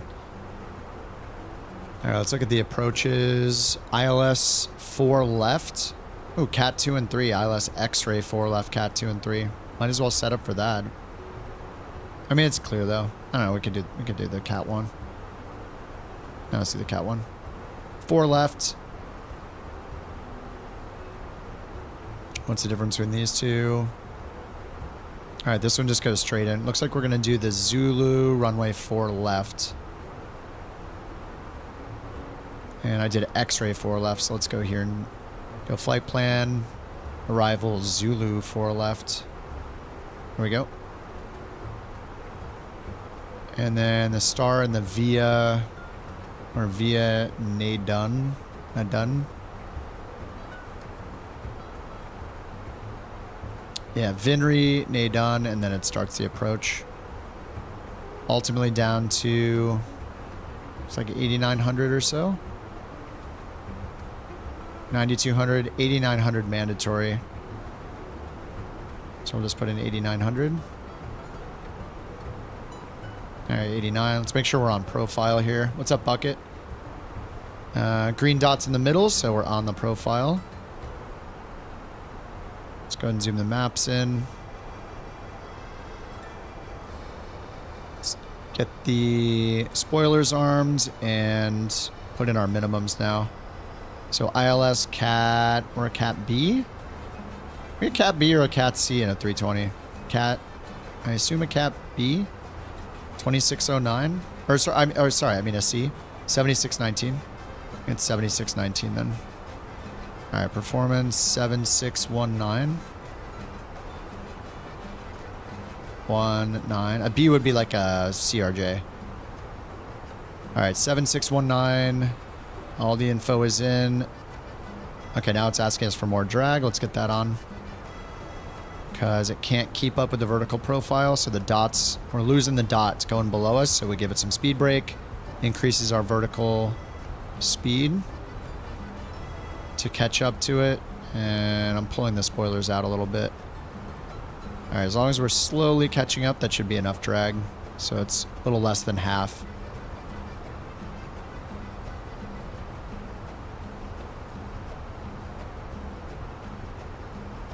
Fully immersed in flying in Mexico with this music. Me too. We're gonna land and get a pina colada. Because we're sim pilots, we can do whatever we want. We're gonna land. We'll hit up the lounge. Time for our next flight. Alright, looks like we're good on the profile now. This is a crazy looking star. Look at this going around. It's like left, right, left, right. Could just probably go direct there if we wanted to. Save ourselves like 20 minutes. This is going to hold us at 18,000 for this entire curve around here. But, you know, it's going to be avoiding terrain, I guess. Maybe, you know, maybe a little important. So we're gonna do the Zulu. So let me unpin these two, and then we got the airport diagram. So we're gonna land on 4 left. It was what, 080. We're gonna have a little bit of wind from the right side. Land on 4 left. We got a major approach lighting. Yeah, all the runways have approach lighting systems. 14,000 feet. Holy.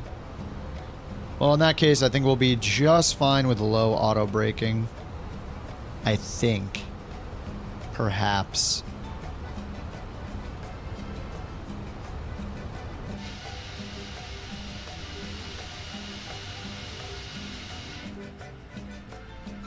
This music is awesome. Let's go fly for like a Finnish airline or something so we can listen to death metal. Whenever I think of death metal, I think of Finland for some reason.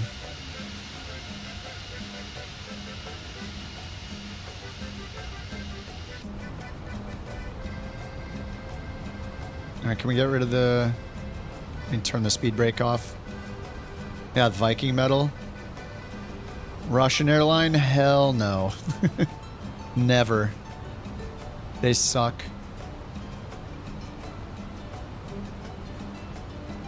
Never.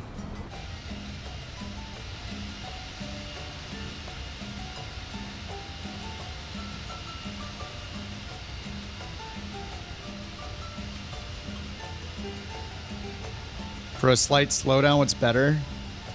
Air brakes or slowing down the engine? I mean, I just use the air brakes because I'm in auto throttle. So for me to slow the engine down, I'd have to turn off auto throttle and take manual control, and I just want to leave it.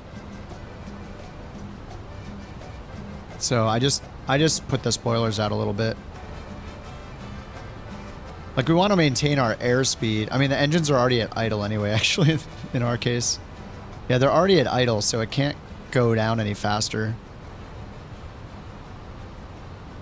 So I guess in the case that you still had engine power that wasn't at idle, you would reduce it. But the auto throttle is going to already reduce it for us. So yeah, I guess your only option would be to use the spoilers, since it's already going to reduce the throttle as much as possible to try to meet that that rate of descent. You know, without overspeeding. Let's go ahead and get our Aero N3025. Oh yeah. Dude, this song. Alright, 3025. Heck yeah.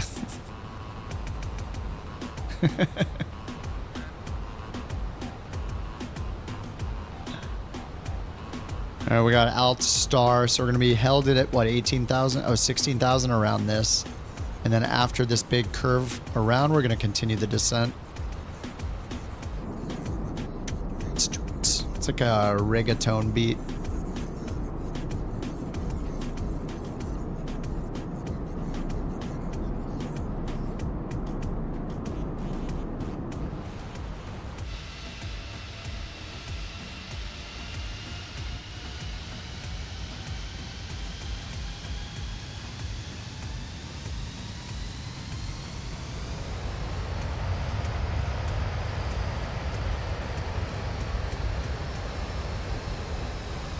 GTA radio.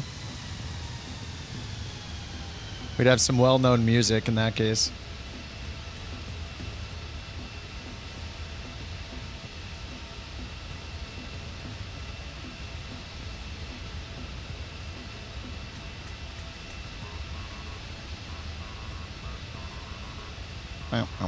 His song is silly, dude. I love it. We're out of our element. I'm not in the United States. We're not listening to like electronic music.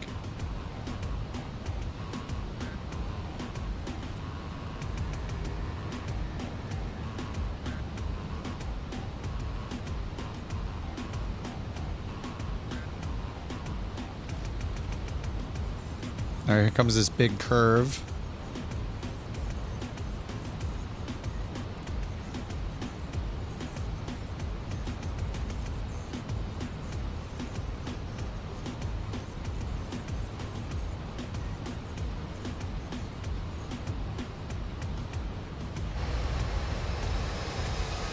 This is such a huge runway. We have a 16,000 foot runway. It's insane. We are good.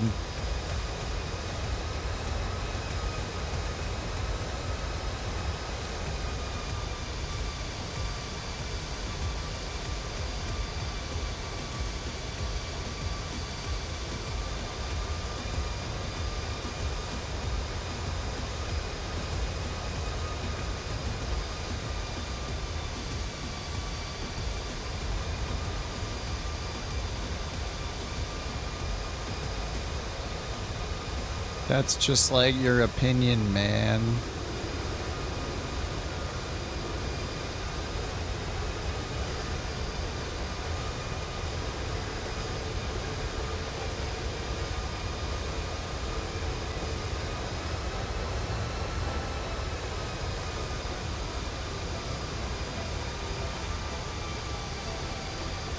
Hey, you guys that have used your points, can you tell me, do you know, does the Twitch doesn't explain this. If I put an hour cooldown on one of the things, is that for everyone or for each individual person? Like, can everybody use the same one within the hour? Or is it if one person uses it, it locks everybody else out from using it? It is global.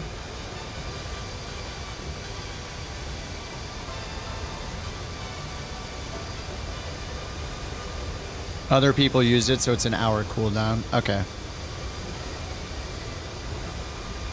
Let me define the balance. I can also put like each person that...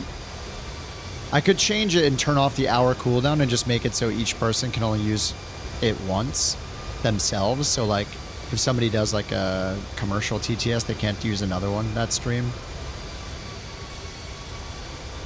Anyway, there's some tweaking to do. But I mean, considering each flight is like 1 to 2 hours, it means every flight, every single redemption could be used, so it is for everyone? Okay.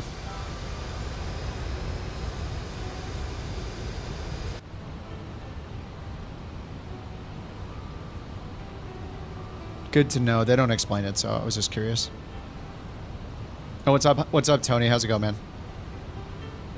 Flight plan today? I am flying, Ryan, I'm flying my pilot's life, new career. I'm flying for Viva in Mexico to start. And we're flying towards Mexico City. It's an airport north of the Mexico City airport. Twitch makes it hard to play with the numbers. Yeah, I have to edit each one individually, but we're figuring it out.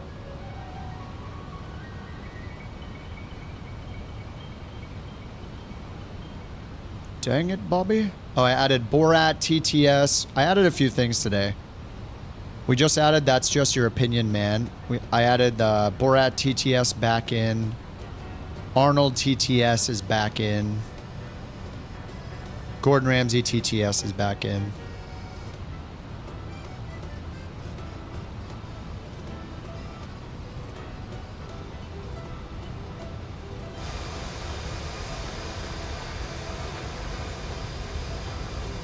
I'm here. What did I do? Damn it, Bobby.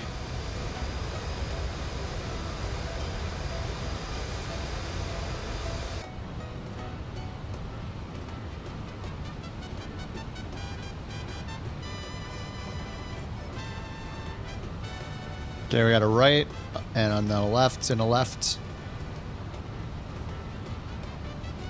And I keep wanting to go over here.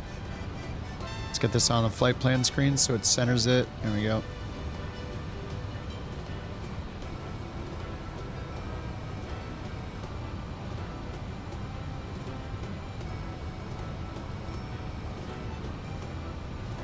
All right, big right turn. Let's look over here at the star. We are right over here. We're going to SM408, it looks like. Maybe it's 412.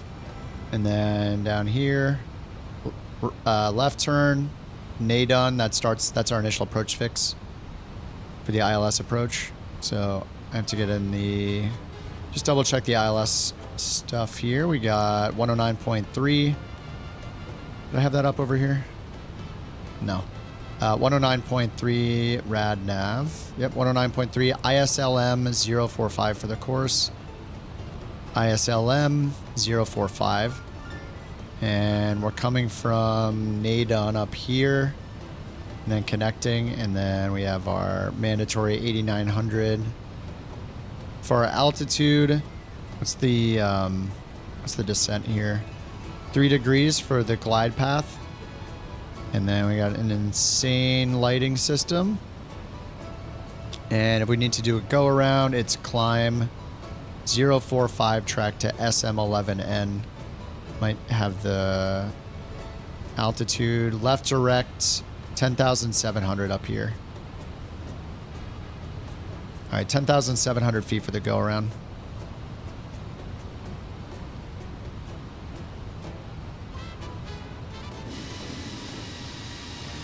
Bahama Air? No, I've just, for the real world ones, I've really only flown the ones I've done in a pilot's life. Maybe I've thrown on like a random Delta livery or something at some point, but, you know, I fly couch most of the time, you know? You got to represent the couch captains. It is in there. You have to work your way up. Yeah, yeah. Apply or get an offer. That's cool. Yeah, that's just the really cool thing about a pilot's life is getting to different places in the world, getting familiar with different airports, different airlines. Like, I didn't know anything about Viva, so now I'm flying around Mexico for a bit. It's really cool. It's a lot more guided than other career mode apps, where most career mode apps are just a series of just a grab bag of missions. You pick whichever one from the list that looks good, and you're just going randomly. This is all based on real world routes and, you know, which planes they fly, and, you know, it's fun to go to flightsim.to and grab the livery for it. Oh, what's up, Sawyer? How long you stay is based on the Starlink launch. Could be a few minutes or a few hours. Nice. You're like on call, ready to go. All right, we're at 14,000. We got the altimeter set. We got auto brakes on. We got our spoilers armed. We had no ATC on this flight, and that means we're going to have no ATC on the way out probably too, because it's going to be the same airport that it can't load, so that is poo-poo.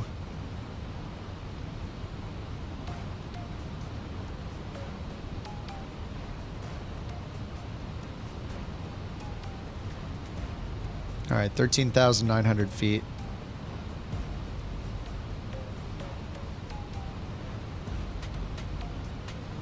And we're already on standard altimeter. Airport elevation is 7362.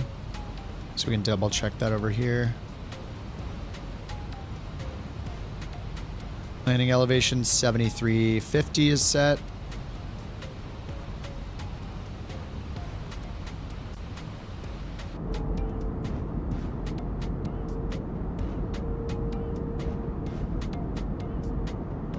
A C5 doing patterns over your house? The Lockheed C5 Galaxy? Whoa.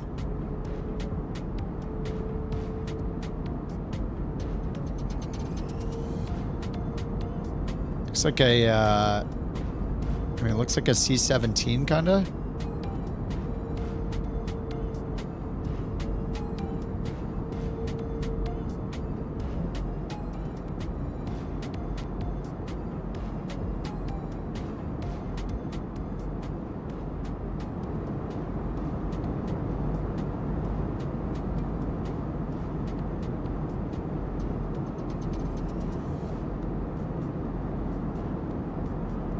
This is looking good.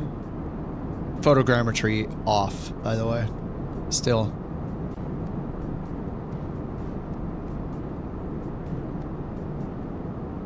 You'll be on the moon mission broadcast tomorrow. Countdown to launch Thursday. Stakeout stream Friday.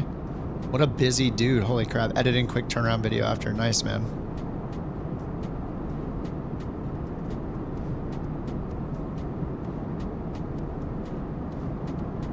Yeah, the C5 looks absolutely gigantic. The landing gear?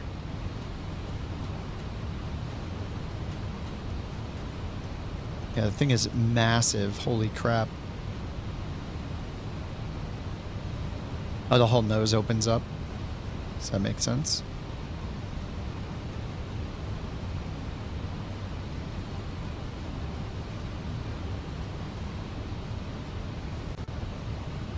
All right, we're coming around the air. Whoa, holy crap.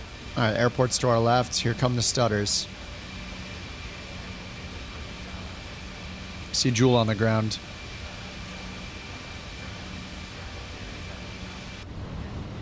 Now let's go initiate or activate the approach. Okay, it's already activated.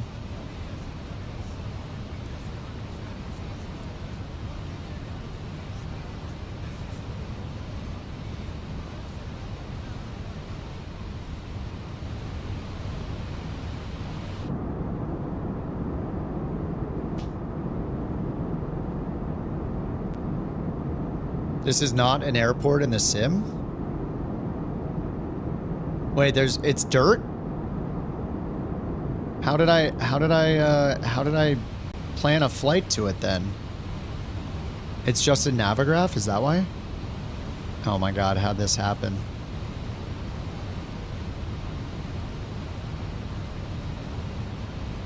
Wait, what are we landing in then?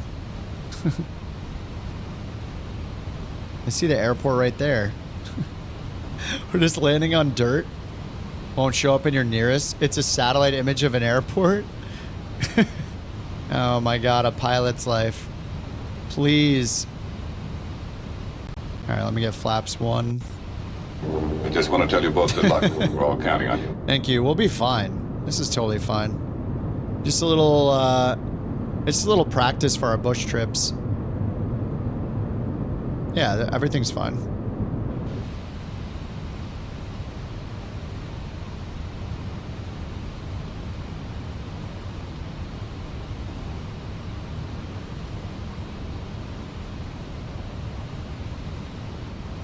All right, another big turnaround to the left.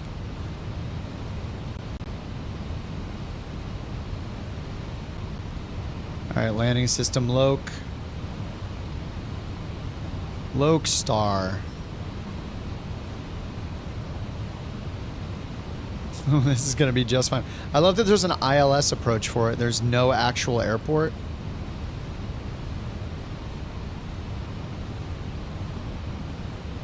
If I crash, I start from the beginning? Yes. Pretty sure. Alright, let's get gear down. 8.7 DME. Get it out early.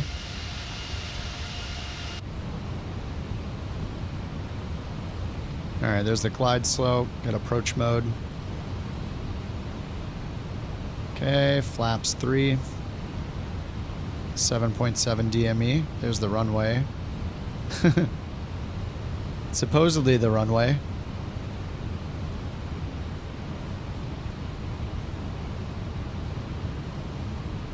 Alright, flaps full. Glide slopes 1 dot above. Runway's clear of trees at least. Nice.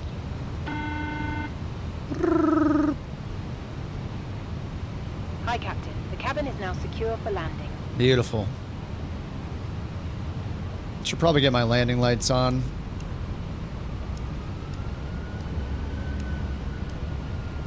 Take your seats. We're about 1 minute from landing, people. Alright, if we need to do a go around. Is it even going to detect that we landed? 10,700 max, 210 knots. 10.7. We're about to capture glide slope. Glide slope star.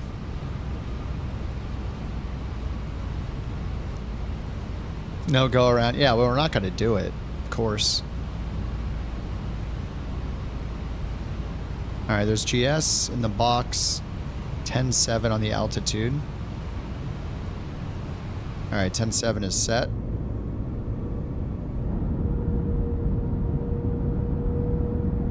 Yeah, it'll base it on the GPS, yeah. It'll be fine. Look at the shadow. Oh, our fuselage just disappeared for a second. Don't look at the shadow. Never mind. Alright, let's get the autopilot off.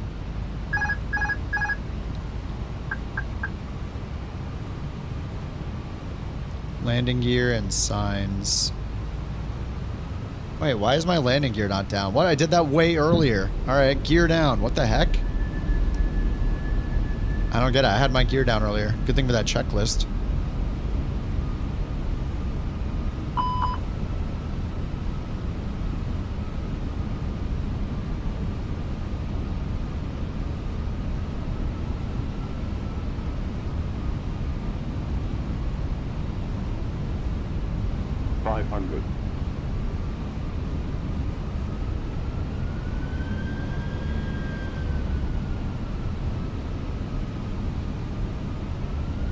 Land. Tonight, on the evening prior to the 1-month anniversary of a terrible tragedy, we remember the victims of January 26th false Bork report. We stand with them, we honor them, and we will come back stronger. Oh, yeah. God bless the victims, and God bless Cotchers everywhere. 100. 50. 40. 30. 20. Retard. 10. 5. Oh my god, there's a giant bump. There's a giant bump. Oh, this is gonna be good. Max braking. Max braking. Oh. Oh, the gear. The gear's being put to the test. Oh my god, it's kind of bumpy.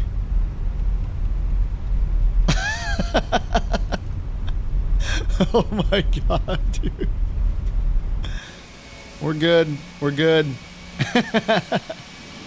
A pilot's life, where have you led us to? Better than the X-Cub? Oh, I'm sure you broke the landing gear. If your wheels touch down on the ground, then the X-Cub, the landing gear is broken. It's a feature. However, we ask that you remain seated until the fasten seat. Let's get the APU on. Portable electronic devices, messaging, calls, Taqueria. may now be used. Please make sure you take all your personal belongings with you. Checking. Oh, we're good. We're good. Wait, why isn't it showing the Magni?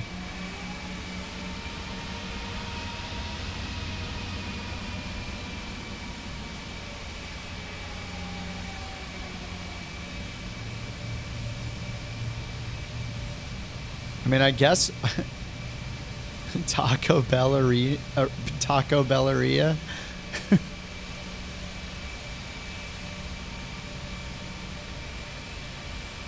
It's available as an add-on. What is it doing in a pilot's life then?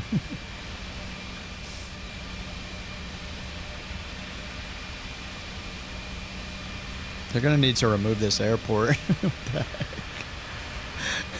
I mean, it's not the worst. We've landed on worse before. I'm just gonna stop right here on the taxiway, I think. We can just form a line on the taxiway and go back around to the runway to take off. Yeah, no trees. It's here's a bunch of rocks here.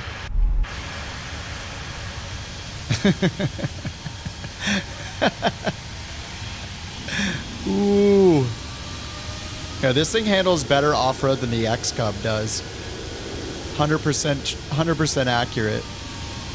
If this was the X-Cub and it touched anywhere near that insane of a little terrain roughage, the gear and all of the wheels would fail and explode.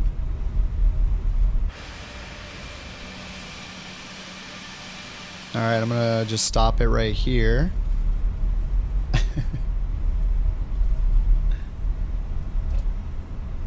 I need to remember to get the taxi light off before we turn the engine off. I mean, that was fine. We're okay with it. All right, I'll get the APU bleed on. Just get the engines shut down here.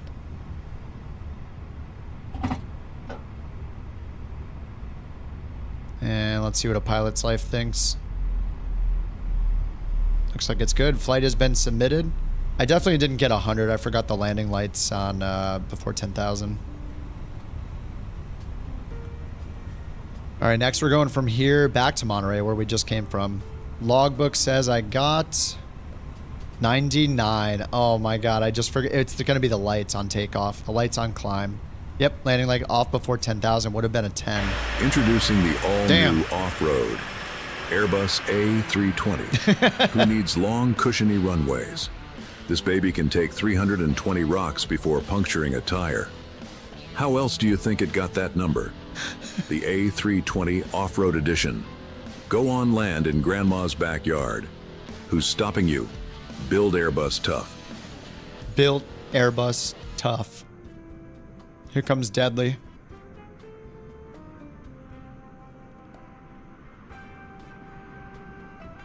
Did I turn my air? I gotta turn my air traffic up. I feel like it's not loading in all the models for you guys. That was a good one. W commercial.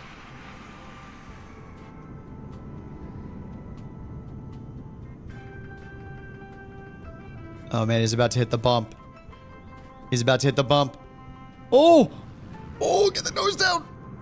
Ooh! Oh God!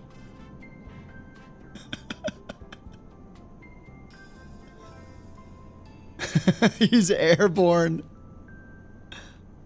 He went back up. Oh my God. Is anybody else coming in? Oh yeah, Agile. Oh no, didn't Agile's in the Magni. Oh, Jules already on the ground. All right. Oh my God, man. Easy peasy. That was no problem. Paid for one flight and got 3. Oh, is that a GPU? Oh man, the GPU's available. Heck yeah. All right, let's get that on. I'll get the APU back off. All right, next we're going back. So we're not gonna we're not gonna have any ATC again. That's fine. Is there gas here? Luckily, we don't have to worry about that with a pilot's life. We don't even have to load the plane up with passengers, I don't think. All right, we're making the new flight plan. We're now Viva 4413, not that it matters without ATC. Okay, auto passengers and freight and payload.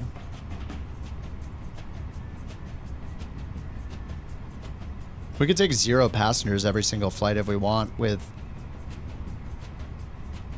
Yeah, we can take 0 passengers, I'm pretty sure, every flight with the pilot's life. It just doesn't care. I mean, it's not even that bad that it doesn't care. I feel like it's just one of those, one more thing that becomes a problem later. Like, you know, On Air Company, I think it was messing with my X-Cub yesterday by loading it incorrectly.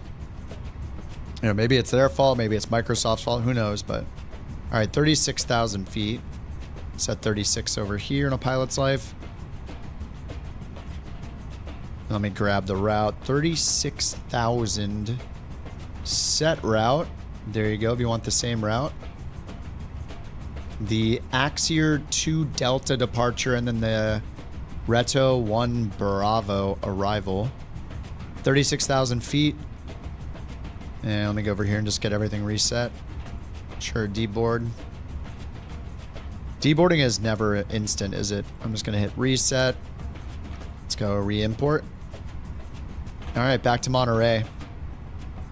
Ground service, GPU, chocks and cones. Load the aircraft. Instant. Done. 175 passengers this time. All right, beacon is off. Strobe is off. Nav light is on. Rest of the lights are off. All right, let's go ahead and get this new one in. Init request. How long is this flight? Let's see. I mean, it's gonna be the same. Well, not exactly the same. We are going south. Probably be very similar. 1 hour, 3 minutes. The last one was 1 hour and 4 minutes. All right, flight number is Viva. I am Viva 4413. Cost index 5. 360 for our cruise. Initialize the wind.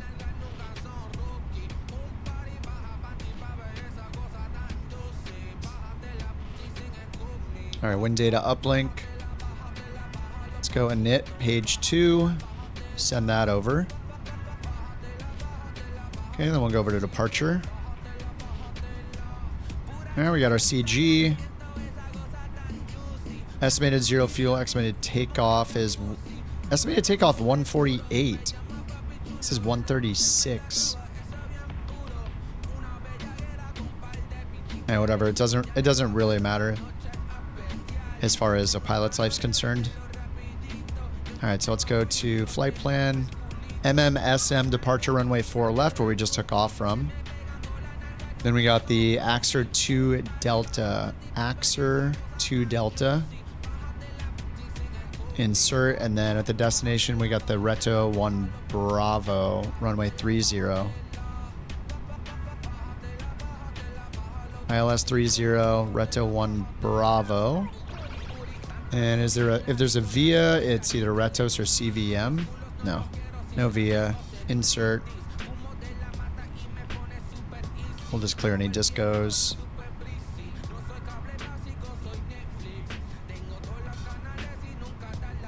All right, performance.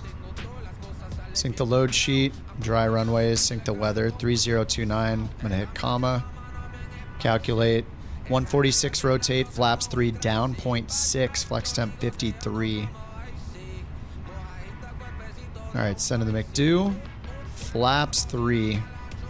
Let's get the APU started.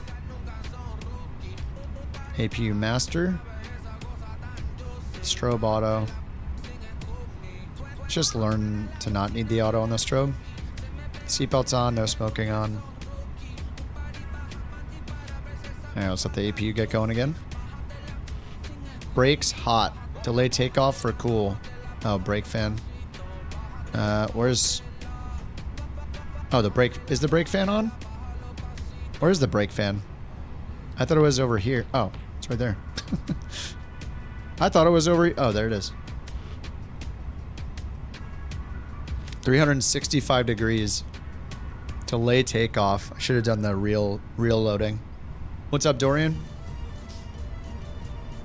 What other airport? It's got a ton of airports it flies to, actually. Let me pull up the list. Let's see here. Can I just look up the entire air... it's under tools, maybe? Random flight generator. Installed add-ons.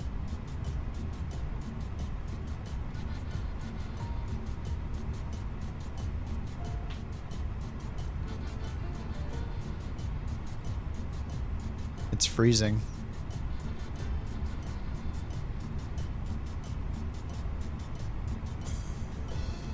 Where is it under community? Oh, they're all right here. All right, Viva. We're Viva Aerobus. 2 rating. 40 jobs available.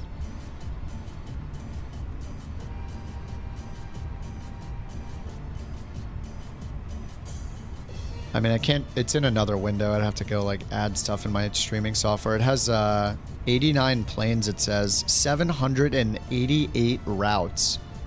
The vast majority of them in Mexico. But it also goes, let's see, it goes to, looks like Houston, Dallas, Chicago, New York. Yeah, does it go to LaGuardia probably? No, JFK.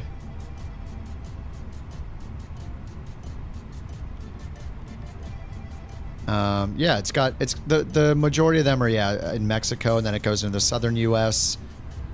Looks like it also might go up to, goes up to Oakland, Denver, Chicago, Cincinnati, and JFK, as well as pretty much everywhere in Texas. The big ones in Texas, Vegas, LAX, San Diego. Oh, sorry, no, Tijuana. Yeah, it goes to a lot. It's pretty cool. My other choices had much fewer. Oh, nice. Looks like the brakes are good. Had much fewer routes, so I chose this one. All right, APU available. APU bleed on. And we'll just get the beacon on. External power off. Get rid of the chocks and GPU. And then we'll get the engine started. We don't have to ask nobody.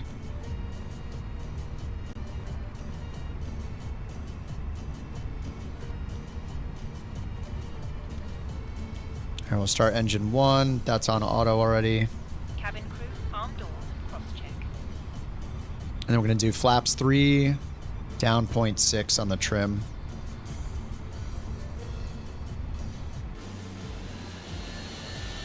All right, starting them up. Multiplayer? No, it's just a single player thing, just kind of like Neofly. Neofly added some interaction, like you can generate a route someone else can take, but On Air is definitely the most complex for multiplayer stuff, running a VA. It just gets really, man, it gets really overwhelming. Like I was very obviously overwhelmed yesterday just trying to pick where to go. I was just like, oh my God. There's just so much you have to do in On Air company to manage it. That's why it's, you know, it's pros and cons. But most of the time it is like getting on and going. So Pilot's Life's really easy to get going on. Brakes hot again.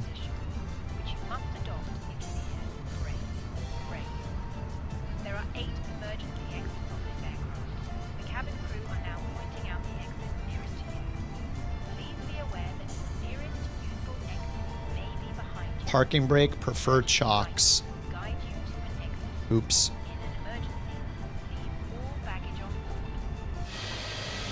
If we had SimFX, we could see the The steam rising, the heat rising from the brakes.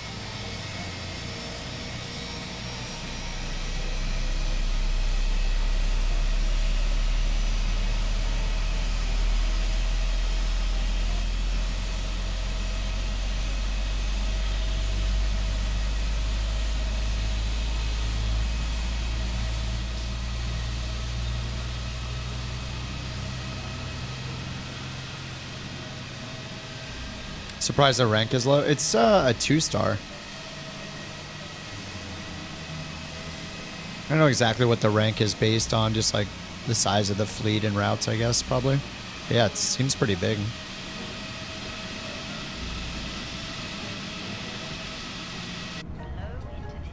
All right, engine 2 available. Ignition off. Flaps 3. And we need to get down 0.6 on the trim. All right, down 0.6. And looks like the brakes are okay right now. All right, takeoff config, auto brakes max, everything is green.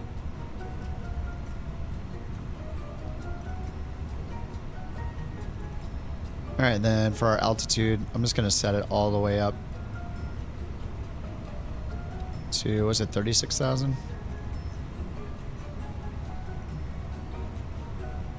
Let's double check. 36,000. Straight south we go. All right, we got takeoff performances in there. Parking brake is off. Beacon was already on. Let's get taxi light on. Strobes on auto. Get the APU off. Seatbelts are on. All right, good luck, everybody. Last time I was on an airline flight, October. I went up to Seattle and back twice in October. Both times up, I took a A321neo, LAX to Seattle, SeaTac. And then both times on the way back, I was in, I think the first time I was in a 737-800. Second time on the way back, I was in a 737-900ER. I took first class up the first time, points. First time I ever took first class in my life. It was nice. That on the Airbus, it was much nicer in the 321neo in first class than the Boeing. Both were on Delta. Yeah, Delta A321neo. Both times on the way up. And then Delta 737-800 and 900ERs on the way back. But yeah, I took coach the second time. The flight, I think it was like 2.5 hours, something like that. 2.5 to 3 hours. Probably like 2.5. It's like 1,000 miles. Pretty far up to Seattle. Are the wings gonna actually collide with that? Let's not find out. Yeah, it's longer than you think.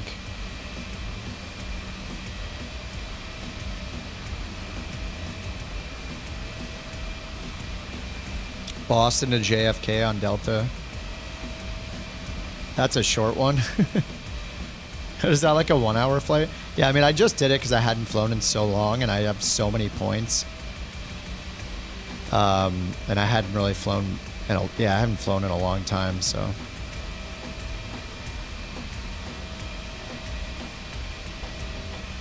"15 minutes? Oh yeah, I guess it is way closer.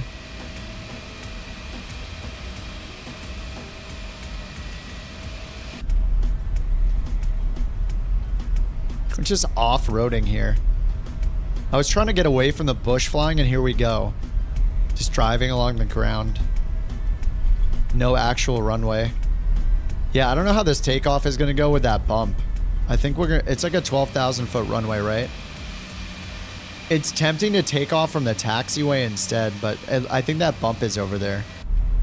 We're going to have to go over to the bump and slowly go over it.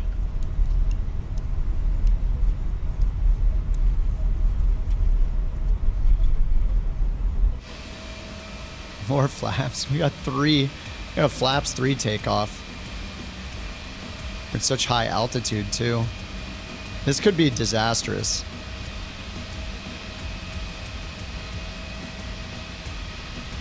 Okay, taxi out it. It's tracking our flight. All the flaps.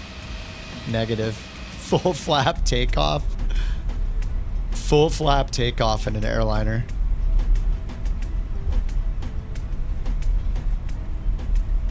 Seven minutes Vancouver in a 737?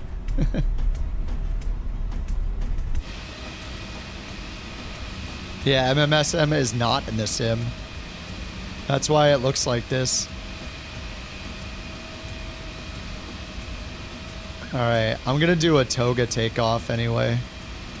I'm just gonna move up here until we pass this next taxiway where the bump is, and then we'll do full takeoff power. Let's go ahead and clear the flex temp down here.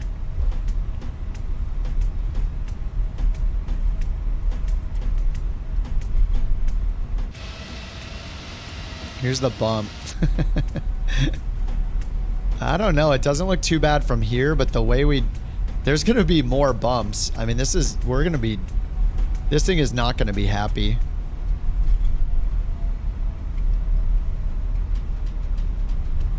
I think I just have to go for it. There's bumps all the way down. Yeah, I think we just have to send it. This is gonna be a wreck. Alright, well, it was nice knowing you guys. We're doing a brake start. Hold the brake start here. Alright, good game.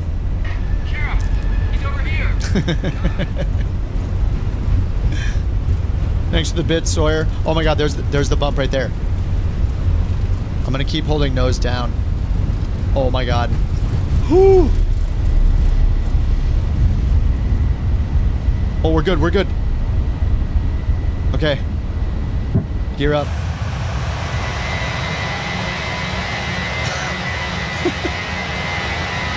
Deadly's up, deadly's up. Flaps 2. 600 AGL.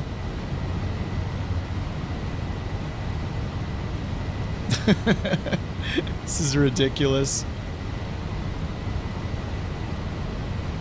Alright, flaps 1.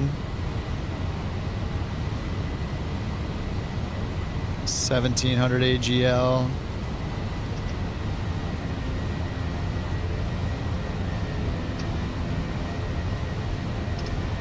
Alright, thrust climb.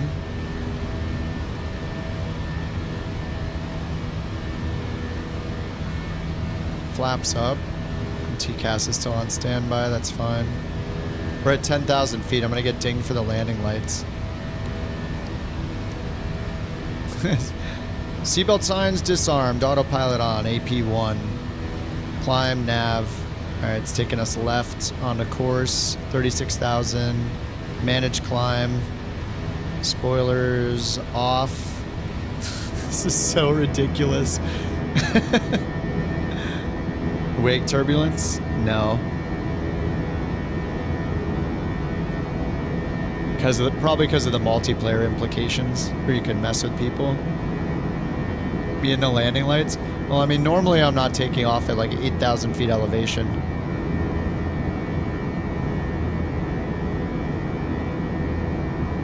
This airport's are like 7,600 feet or whatever this airport is. So I got an excuse ready for everything, okay?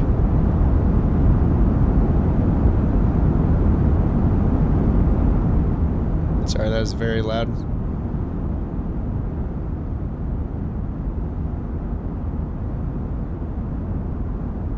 Yeah, the bump kind of helped, yeah. Agreed.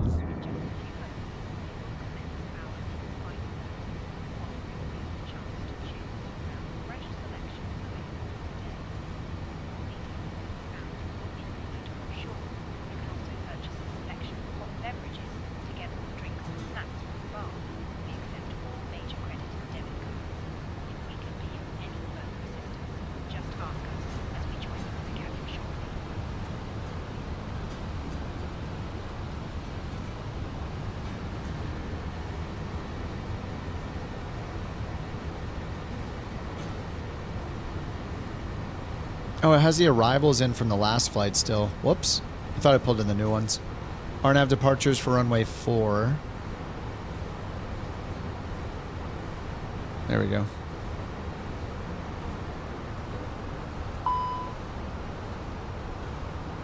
Brakes hot. Max speed 250. Landing gear down to cool. Is this a bug? Is this a bug that'll never go away with the brakes? Do I need to go turn off the failures or something?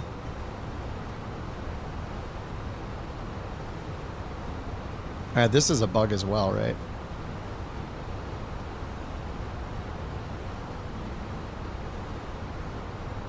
Yeah, I hope we... Actually, if that airport is on the schedule, that's gonna suck. Let me look at the rest of the schedule. No, I don't see it at the rest of the schedule. That's good. MMSM, that's the only time it's in there.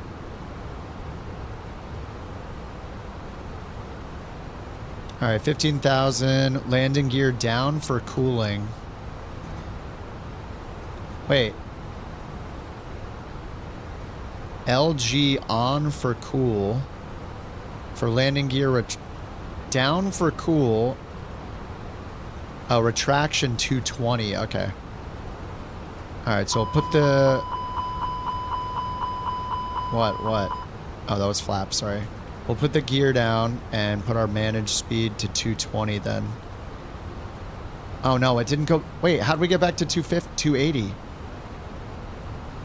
Alright, 220. Cool the gear.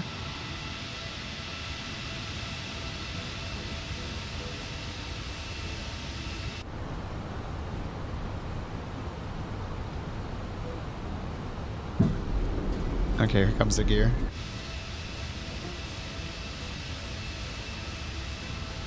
That's good. It didn't let it come down until we were under 250.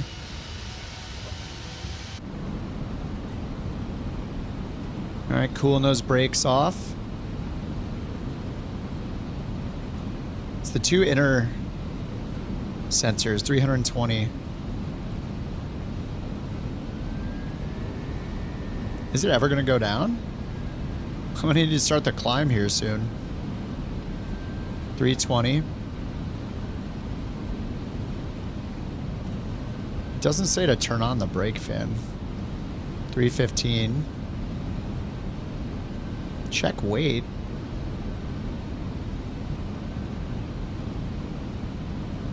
No. Already did all that. 310. Uh-oh, we're gonna have to start this climb here. This is fine. Everything's cool. We've done this before. 310.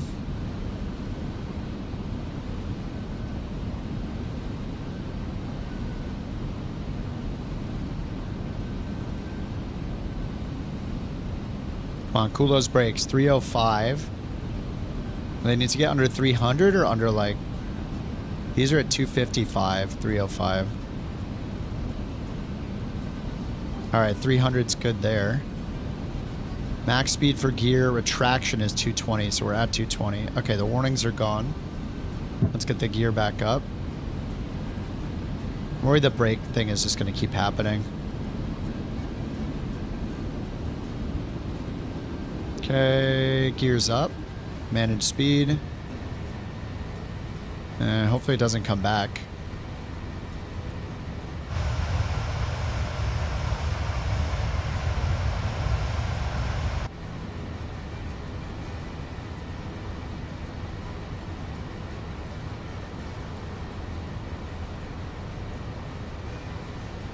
I forgot the chrono as always. I turned this one on.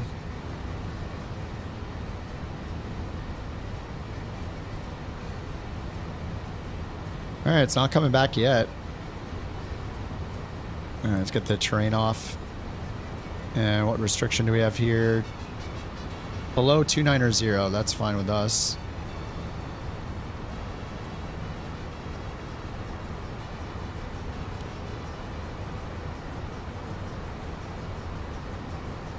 Alright. So the brake warning's gone? Yeah, it seems like it's gone. Well, we'll see. It comes back again. I should have... Well, I did... I used max manual braking on the landing because of how crazy the non-runway was. So they were way hotter than they would normally be if we were using, like, auto braking. And then I kind of turned it around quick, so we're not using ATC, no real-time deboarding or real-time boarding, so accelerated all that so much that we're just back in the air really fast. All right, there's 18,000. 18.5 is transition. That's why it's flashing. I don't know what this is, but it's kind of hot. It's kind of hot. What's up, Oz? Thanks for the bits. It's kind of hot. You were late to a flight at Mexico City once, run to the gate. It's 7,300 feet, almost killed. Oh yeah, that sounds horrible. Holy crap.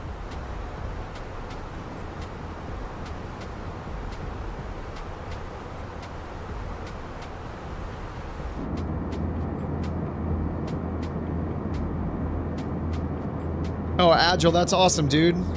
Congratulations, man. Ultrasound of your baby tomorrow. Absolutely beautiful, sir. Let me pour one out here. Celebration. Not pour one out, that's the wrong expression.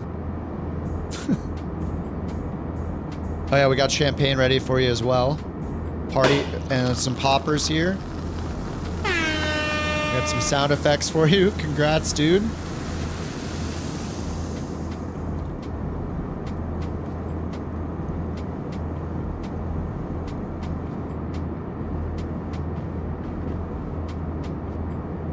Is that going to be your first kid, Agile?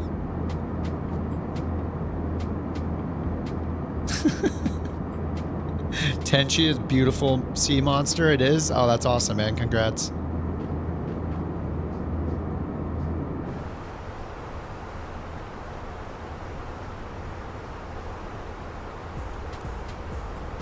Wait, hold on. Wait, we didn't discuss this before, though, right? I don't know if Lith is here. How is this going to impact the virtual airline? Yeah, I think you should have consulted us before. I'm a little concerned, actually. Should we be supporting this kind of behavior? How much sim time is he going to get in? This might be affecting us. Maybe we should not celebrate. Not in the VA. That's what someone who has to care for a child would say. Oh, your wife is too deadly pregnant with your first 18 weeks? Heck yeah, dude. Congratulations, man. Oh, crap. Oh, let me re-cork this. I only got one. So let me put the cork back in real quick.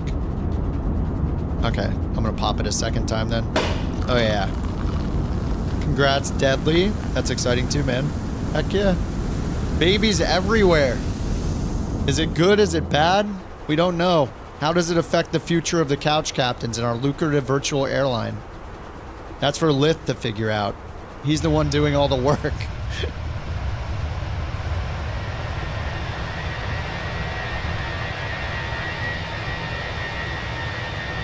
Who's having babies? Agile and Deadly. Future couch captain. Oh, that's a good point. That's a good point. On the long term, thinking long term, this means more money for the VA. Yeah, future couches. That's true. Yeah, it's the long game. Oh my god.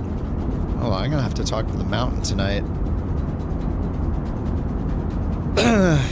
I gotta get to work, boys. Infinite VA employee glitch. Oh no. Wait, this is a great idea. You look on New Sky, it's like, wait a minute, how did couch captains within a 3.5-year period with no advertising, and they went suddenly from having 60 members to having 117 members. What is happening exactly? How did they almost double in size in a couple year period, all on the same day. It's very interesting.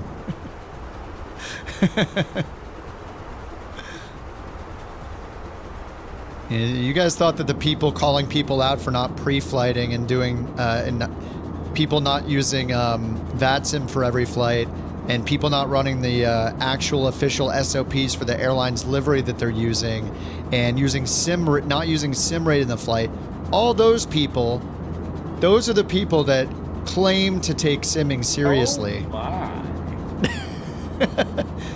And then it turns out we were actually the ones taking it the most seriously all along, from this moment on. Oh my.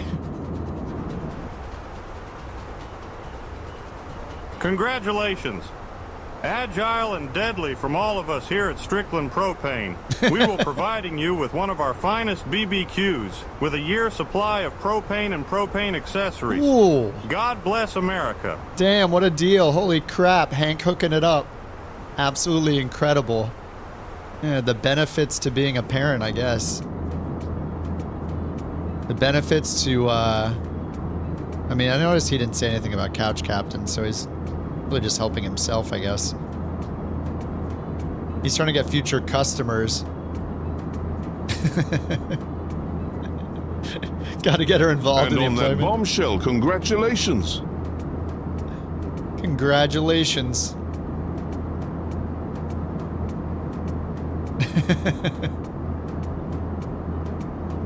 Excellent TTS. Gonna be hard to explain to your wife.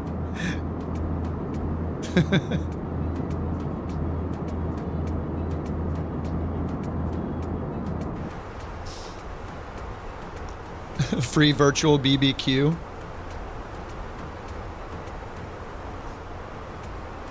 All right, I got 3,000 feet to go.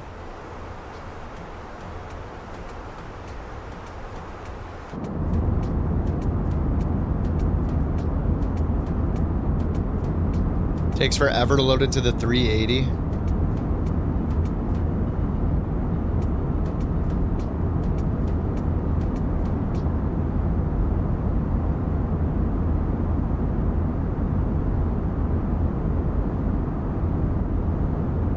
Why is there a barbecue on our front porch filled up with a bunch of crabs?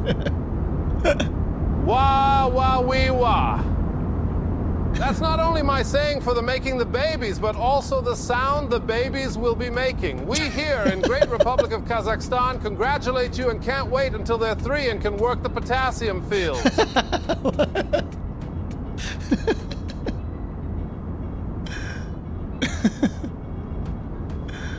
Oh my god, dude.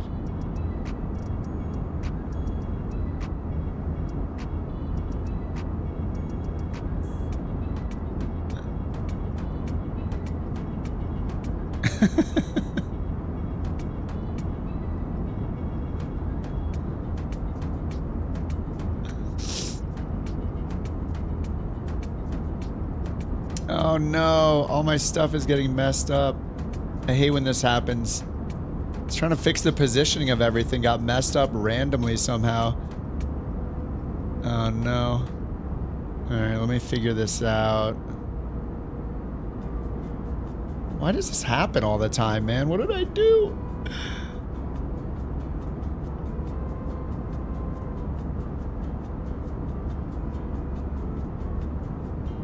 At Couch Captains, virtual airline expansion is key, and some captains are taking matters into their own hands, fueling growth.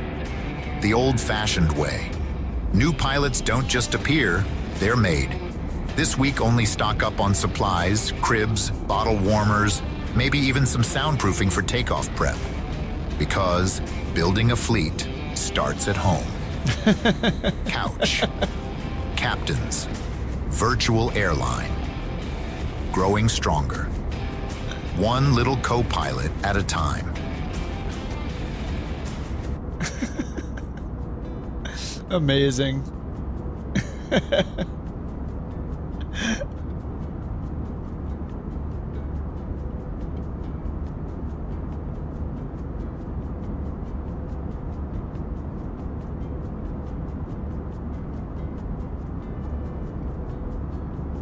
Okay, Volanta's the last one to fix here. Holy crap, it's gigantic.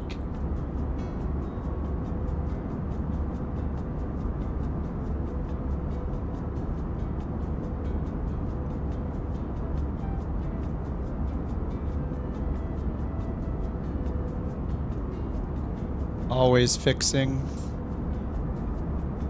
Okay, is that a good size? I think it is.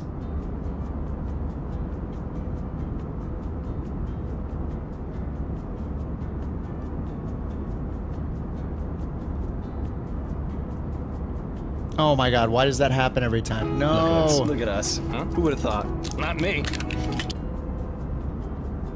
It's breaking it again. Oh my god. Why? Oh, I have to fix it all again. This is such an annoying bug. Oh my god. OBS, please. Okay, that's fixed. That's fixed.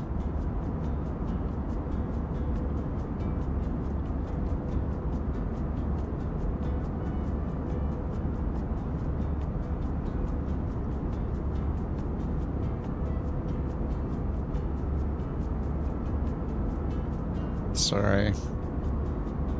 What is that?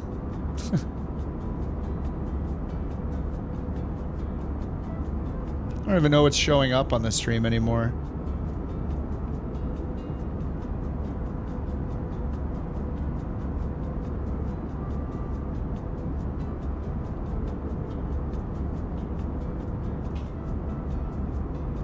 Okay, fixed again, fixed again. Okay, let's try this again.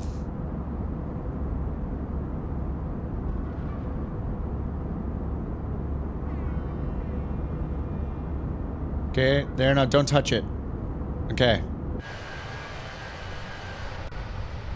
Whew. The bug. It's just like it's like a nested group of items in OBS, so I put in like, you know, the different overlays and all that crap. And if one of them gets moved a little bit or something on the inside, like it can, moving one of them can mess all the other ones up to the group. It's super weird. I don't know why it does it, but I think it's fixed now. Is that chat too small? Maybe I need one more font size up. There we go. Anyway, problem solved. Good to go now. Look at us. Thanks for the bits, Deadly. Deadly's on a bit spending spree.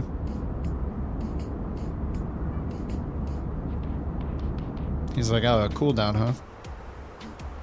Here's your 15 bits. That is the minimum price it'll let me set it to. Alright, top of descent is in. Let's see, performance, TOD 153, alright. So not too far off from planning for the descent. 100 miles out or so. Let's check the METAR. At least we have an airport to land at this time. Let's make sure everything's checked here. Everything is starred. The Reto 1 Bravo. So that's here, so we can get rid of the old one. And then runway 30. Probably just the ILS Zulu. Okay, that's the Cat 1. 250 AGL. What is the difference between these? The X-Ray is also 250. I feel like I just start with the Zulu.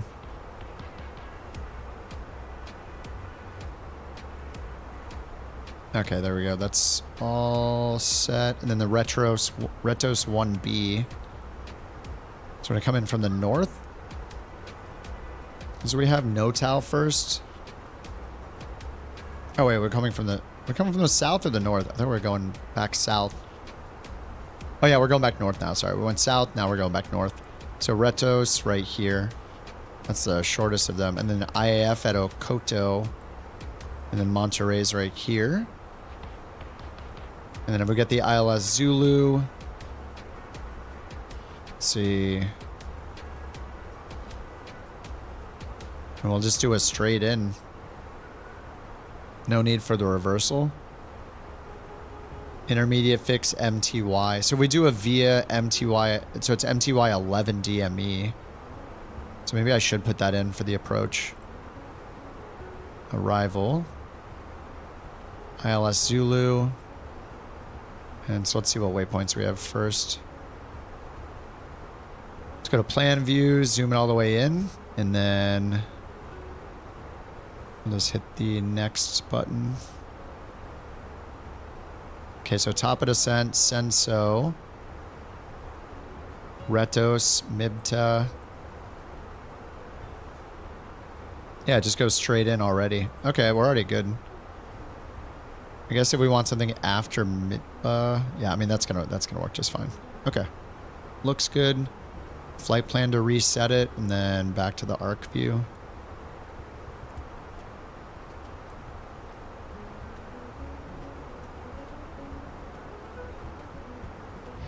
Dog's quiet today. Yeah, she's sleeping.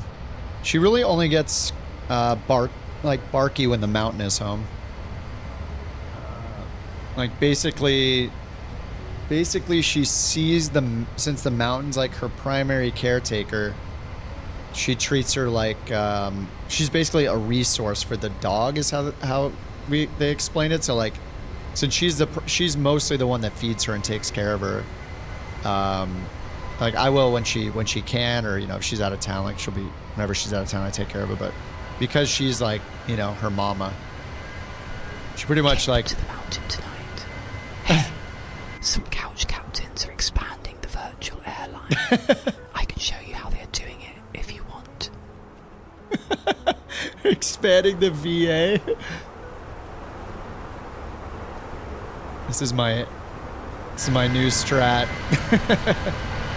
Thanks for the TTS, Deadly.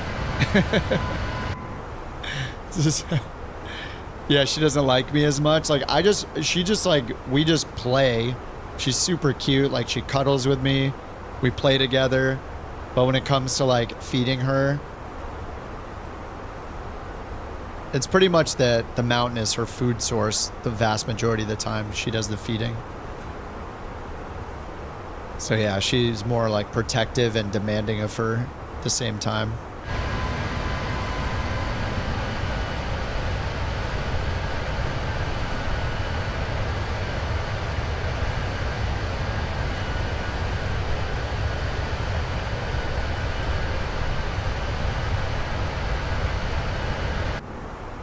Interesting facts. W strats. I really appreciate you guys giving me these strats, you know? It's very nice of you. 119 for the descent. It's an A320 dev. Just the standard one with the wingtip fences. I haven't even flown the Sharklets yet. The Sharklets are only on the 321, right? So I'd rather fly the 319, but the 320 is fine. I forget, are the Sharklets on the 320 or just the 321? I think it's on both, right? But I don't think there's a Sharklets livery, 320 Sharklets livery for Viva.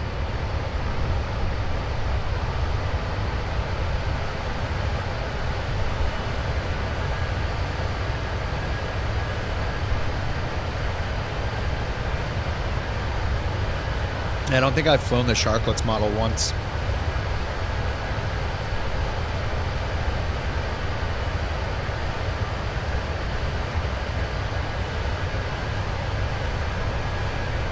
Why it's not showing agile. Let me check my settings here. Did it turn air traffic to low or something? These look like all my settings. Air traffic's on high. I don't know. I'll change it to ultra, see how it goes.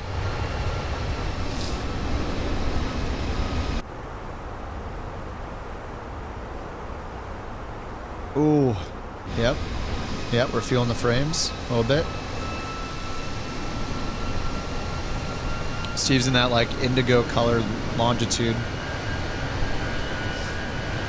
Steve, the longitude runs well for you.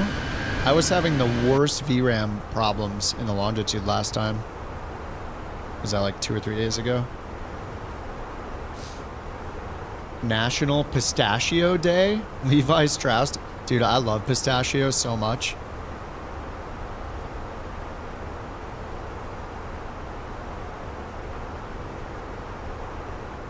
Medium to high settings. Yeah.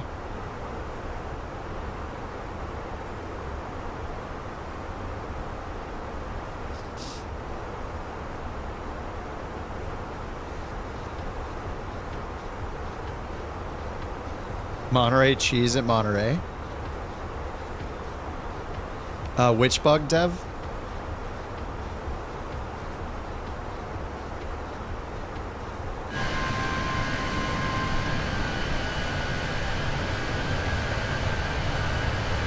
Auto FPS, yeah. Clouds at Ultra, yeah, same.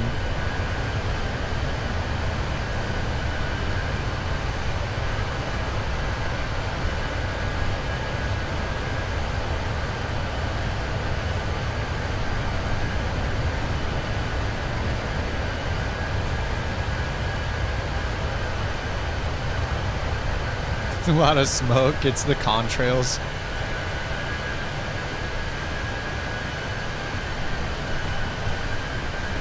Oh, the overlay thing. I think one of the chats is frozen. Got it, got it. The overlay thing? Oh, yeah, sorry. Yeah, that's so weird. The chat, I looked over at my iPad for a second that I have on the side, and I noticed that, and I was like, wait, I don't see that message. So I thought something was wrong. I have my front gear down. I'm glad it's not actually down. We're good.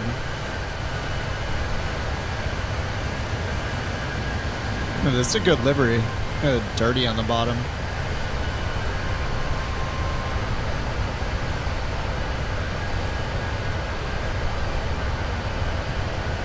Auto FPS, it just makes it so you put in a target FPS, and when you get higher off the ground, like it's based on your altitude and what FPS you're getting. So if it detects that you can, that you have excess FPS, so say you set the target to 60 and you're getting 65, it will raise the terrain level of detail more and more and more, as much as it can to, you can set the maximum, but it'll increase the quality of the terrain you see. So it looks better further out and everything, a bit closer, to just take advantage of the available like overhead on your FPS. And then also as you get towards the ground, it'll lower the terrain level of detail as you get closer to the airport, so you can preserve your performance. And it does the same with the object level of detail too. So like when you get high enough, it just turns the object level of detail to 20. It's like the minimum because you can't see that stuff anyway. It's a good add-on. It's free. It's worth trying. Like you might like it or not. You might as well give it a shot. So rather than me like getting into cruise, yeah, just adjust the settings in Flight Sim. Yep, exactly. And it can adjust them higher than the settings range that's in the UI. So if you go into the settings, the max you can put terrain level detail on is 400. But through the software, it'll change it up to like 800 and make it even more detailed further out.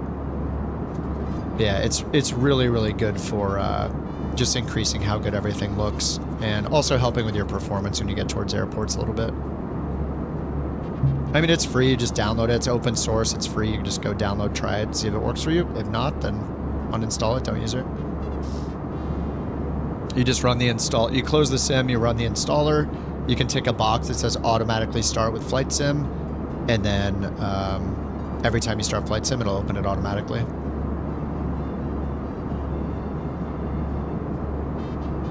DLSS? No, DLSS gives you... DLSS pretends that you're running at a lower resolution. Or it basically runs at a lower resolution and then uses AI to upscale it to the resolution you want. So if you're running in 14, you know, if you're running in 4K, it'll run it at 70% of the 4K resolution and then upscale it with AI. So it's like faking the graphics, essentially. It's just making them sharper. Perception is that it's sharper than it's actually running at.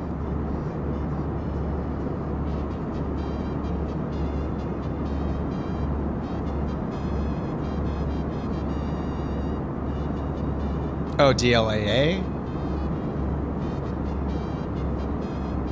Yeah, if you're using, yeah, I don't know. I don't even know about DLA. I mean, I know that it's an option under DLSS settings. The weird numbers, yeah, in the cockpit, yeah. Yeah, I'm not using, I don't really want to use DLSS. I don't want to use frame gen. I just want good, real, raw performance everywhere. And then to adjust my settings accordingly so nothing is faked. I mean, TAA just looks too good. Like when you zoom in on these screens and stuff, it's like, it just, I don't know. Especially like the ND. They just look so sharp.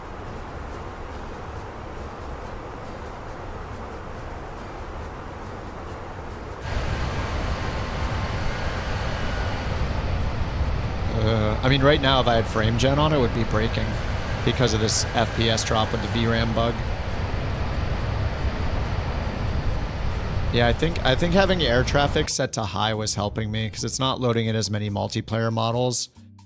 And that is part of the problem, is that the more multiplayer models it brings in, the more LOD issues and then the more VRAM issues that are introduced.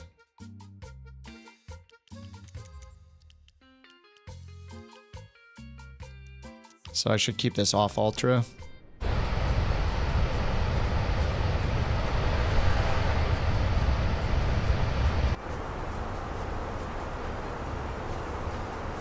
All right, top of descent's in about, what is that, 65, 70 miles? 64 miles. All right, enter destination data. We actually can pull up the METAR here this time. MMMY.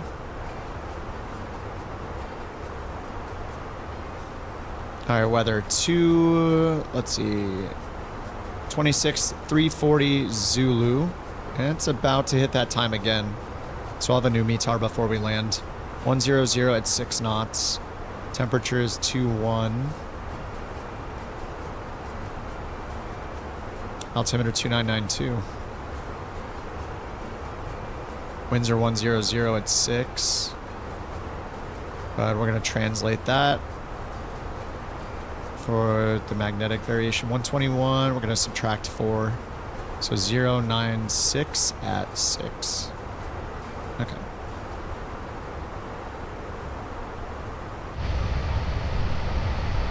All right, the VRAM has cleared. Yeah, I feel like using ultra air traffic is another one of the big problems with VRAM. And I use that so often just so I can see you guys in your cool, like whatever cool planes you're in. Yeah, I'll be experimenting with the new card. It did get shipped.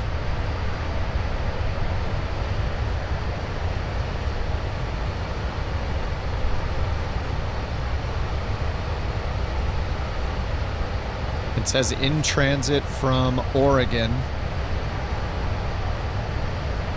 The estimated delivery is tomorrow. So it's getting put on a plane.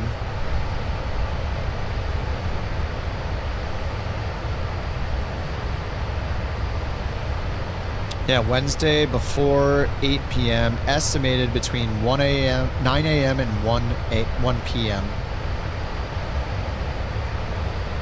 The card, I got the 7900 XTX.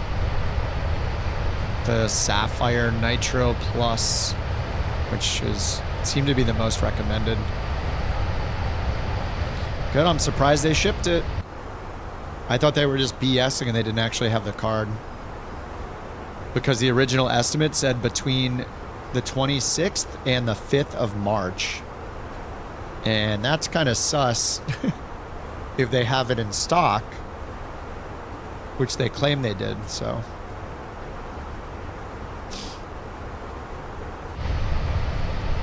PC parts, Core i7, 32 gigs of memory, RTX 4060, 2 terabyte, 1600. Dorian, what you could do is you could go put all the parts into like PC part picker and then look at what they sell used or something. Yeah, use PC part picker to price it out. Yep. I was thinking the same thing. I don't think you have to build it yourself. I think it's okay to get a pre-built for your first time. I think that's actually smart. Not everybody wants to mess with learning how to build a PC.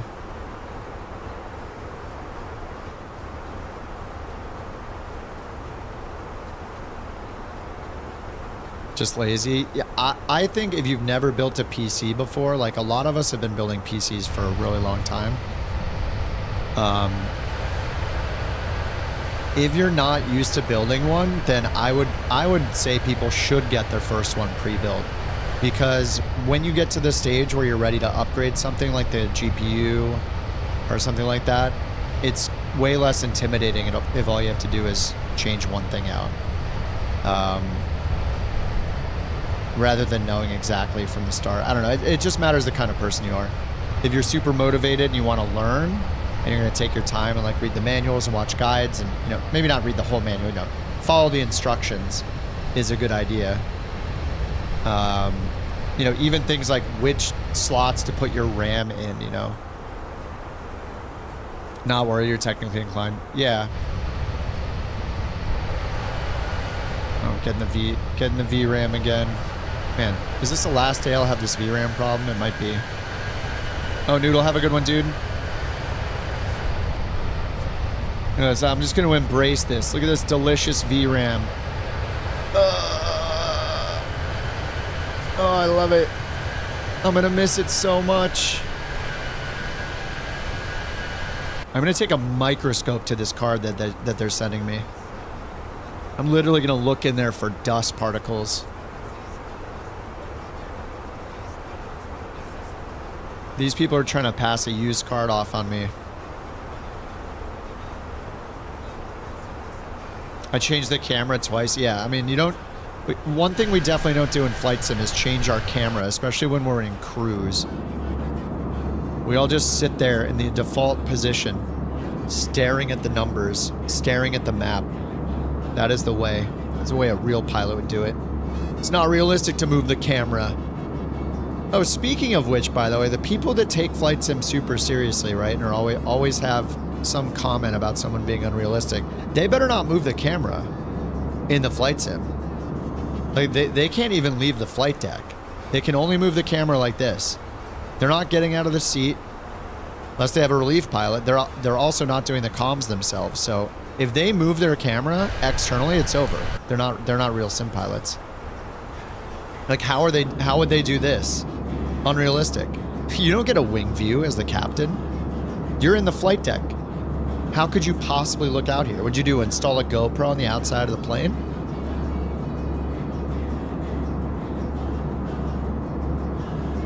I mean, it's realistic until it's not,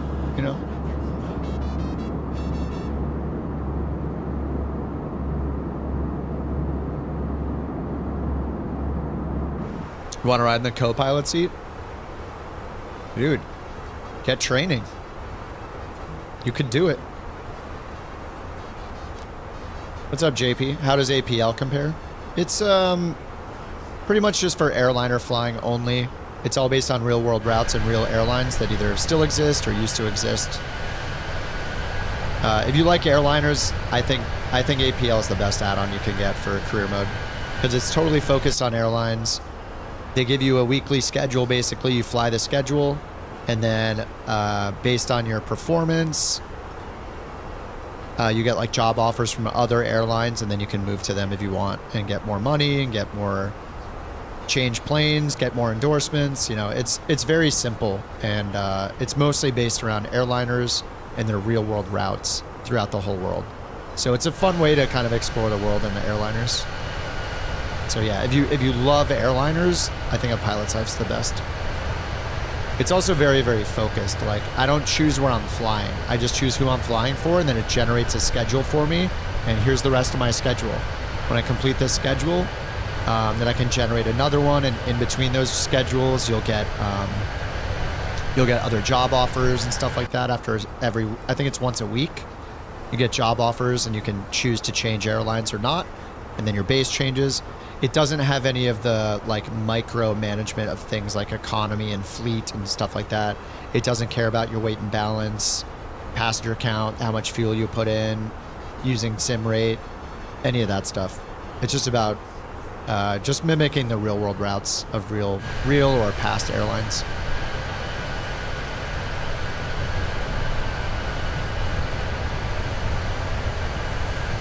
And there's no like multiplayer component to it or anything like that.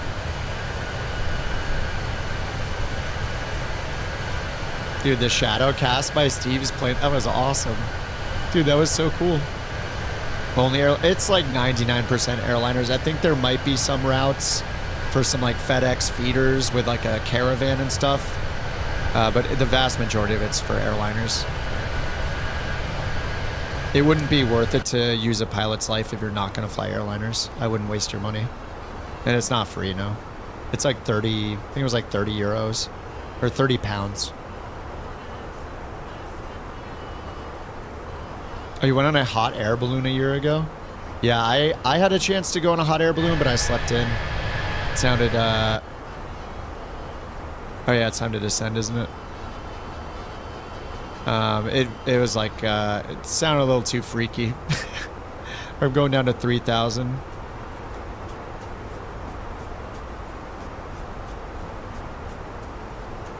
Alright, we're chasing the profile. We're already catching up to it. Yeah, it's the A320 with Fenix, yep. Yeah, if you use a pilot's life, what's fun is you can go to like flightsim.to and find the liveries for whichever airline you're hired by. You start for like a smaller, less known, or budget style or lower rated airline, and then eventually you can work your way up to the big ones.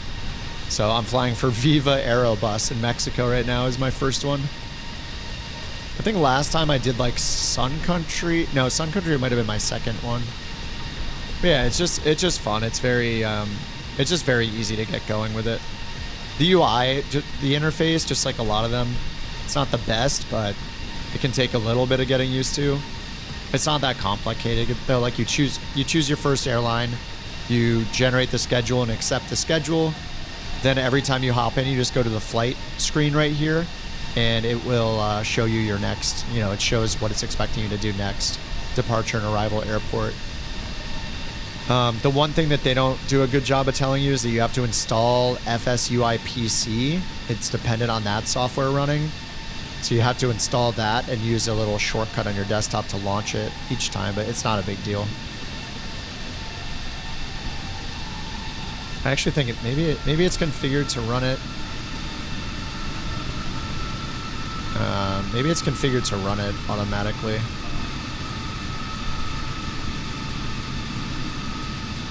There's my EXE. FSUI PC. Oh yeah, it is set to load it automatically, okay.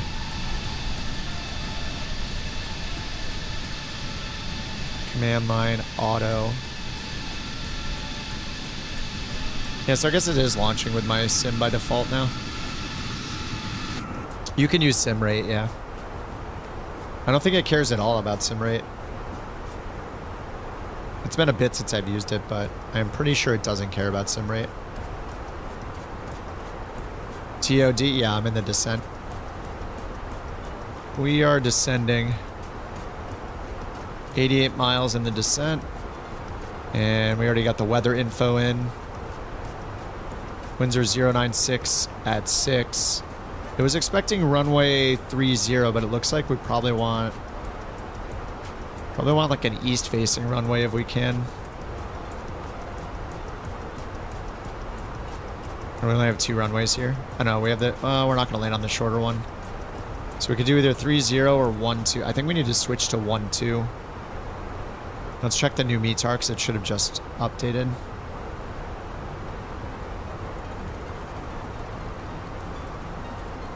Yeah, 100 at 6 knots. So it'd be better to land at 12.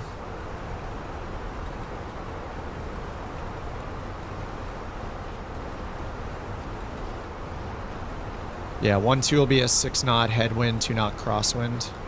Landing distance available almost 10,000 feet.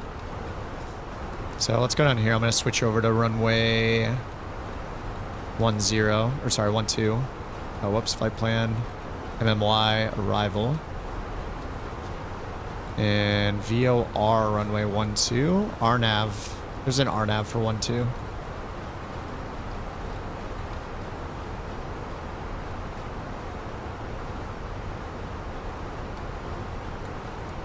All right, let's see what that looks like. Okay, we probably need the VIA then. Let's see where the VIA takes us.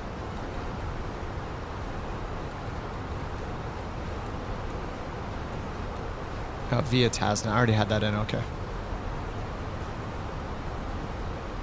Yeah, it looks like it's giving us hopefully it's a reversal.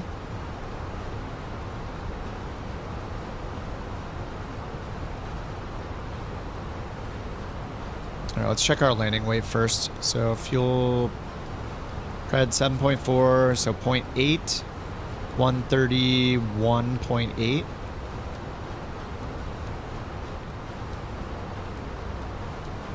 All right, 131.8, low brakes are fine.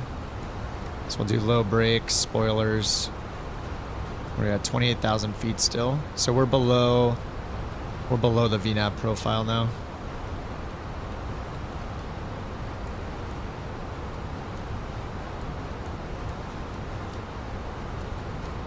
Maybe there's a better approach. This one just has, it's kind of weird, it just has like that one waypoint to turn us around. I think we need some more. Oh, there's an RNP runway 30. Oh, this is it probably, the LNAV approach. Oh, that's 30, sorry. We just have an RNAV for 12. RNP runway 12. Yeah, okay, Tasna's way over here. But it's kind of expecting we're coming from this direction. There's no reversal, there's no other waypoints feeding into Tasna.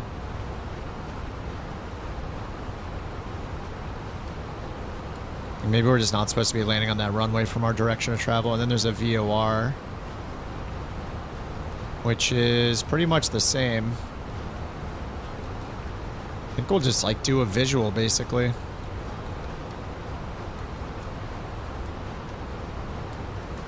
I think we'll just leave this in and then just vector ourselves.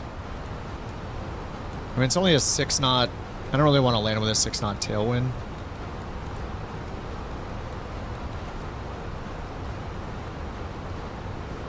Mexican version of Spirit? Probably. I don't know. It's it said it's a 2-star out of 5 stars in a pilot's life ratings. I don't know exactly what that's based on, but they have a pretty big fleet and it flies all over Mexico and into the US a bit. Texas and some major airports like Chicago and JFK. I think my whole schedule for the first schedule is all Mexico though. Yeah, let me check the rest of the schedule. I think it's all Mexico. Yeah, all Mexico. The next one's to Oaxaca and then Monterrey again, Guadalajara, La Paz.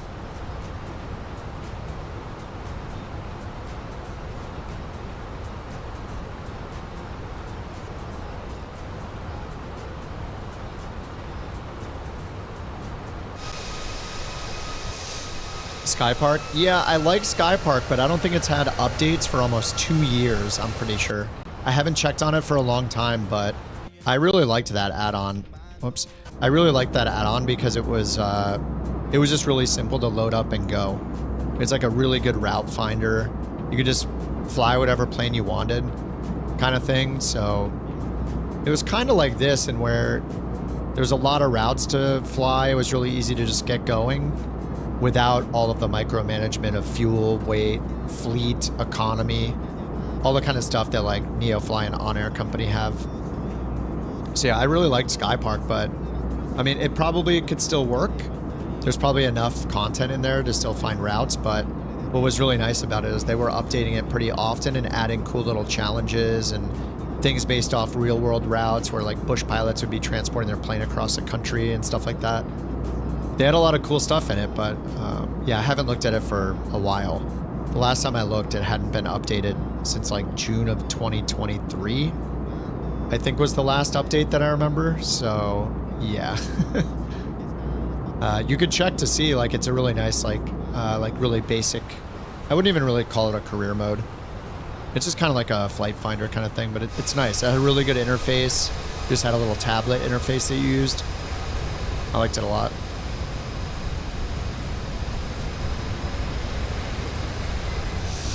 The frames are going to crap again. Man, this could be the last day I have these horrible problems. It's very exciting.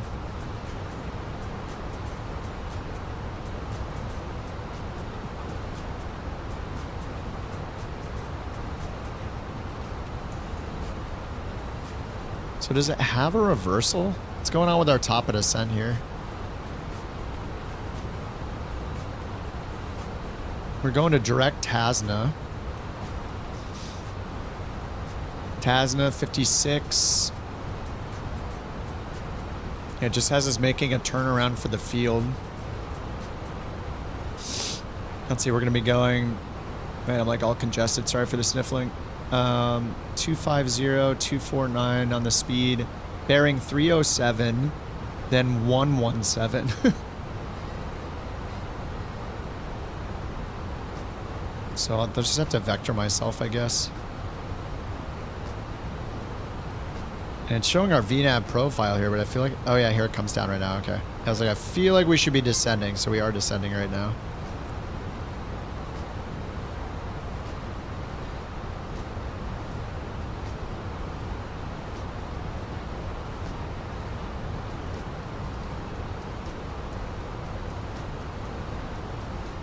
Alright, here's our VNAV profile.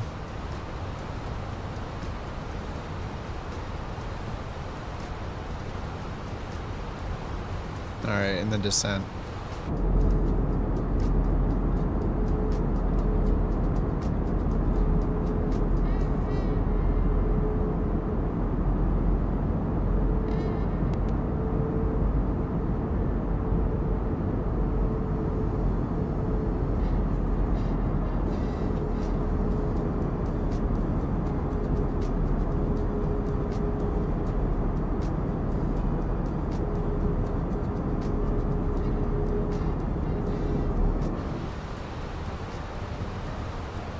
All right, 25,000.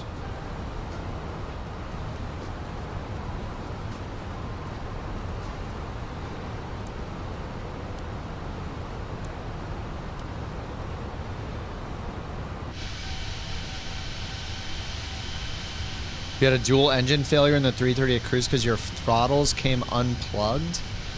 Wait, engine failure? What the heck? Wait, when it detected it was unplugged, what happened? Did it just pull the throttle back to idle? But that wouldn't fail the engines, right?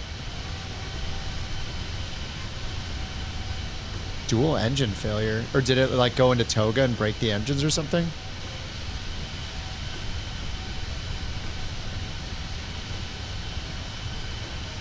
They just shut down? Because your throttle disconnected? Wait, what?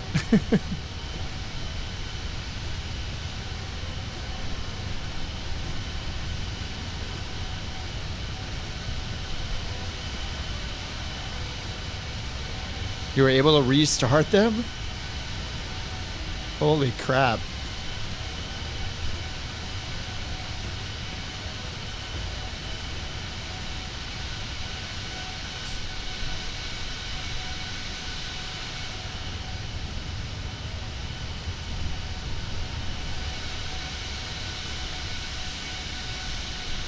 I don't see you on my... Oh, I see you. Oh my god. You're so low. Holy crap. How low did you get? Oh my god.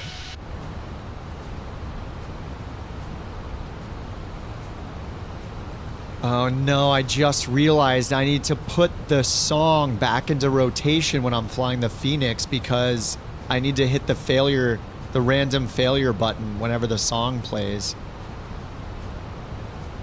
Oh, I forgot that was the rule the last time I was doing this.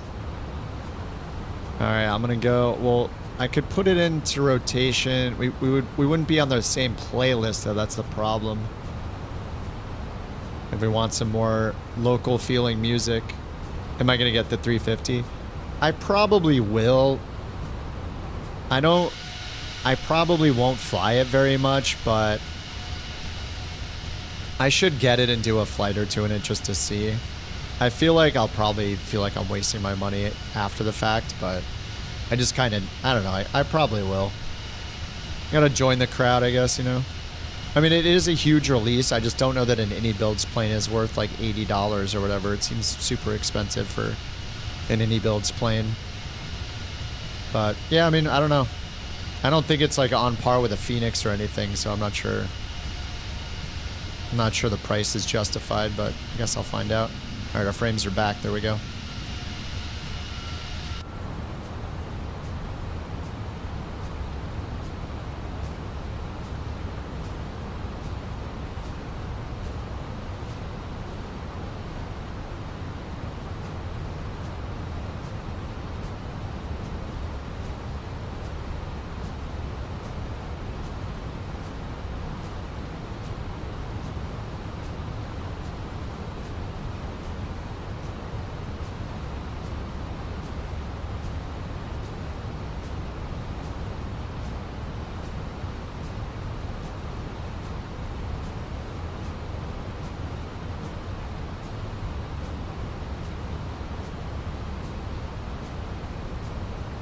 Alright, the Borker is awake.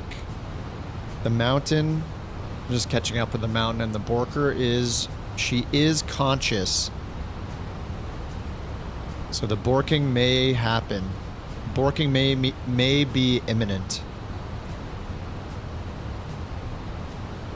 Alright, 2992 on the altimeter, alright. We will do that. 2992.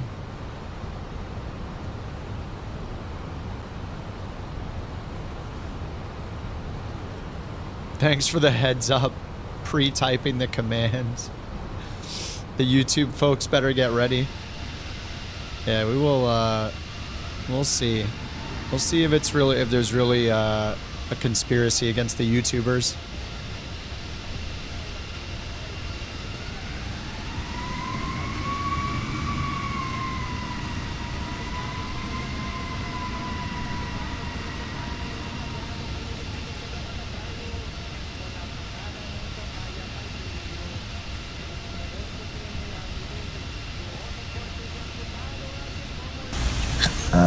Oh god.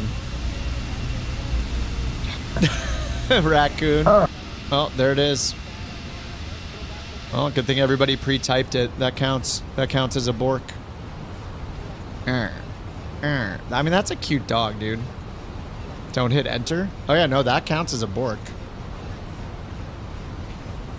Raccoon is using his personal bits to make it happen.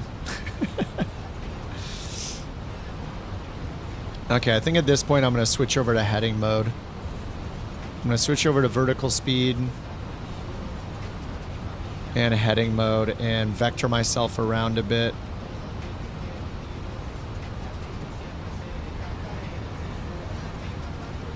The winner of Bork Raffle number 103 is Drink the Thing. Thank you for your Bork report.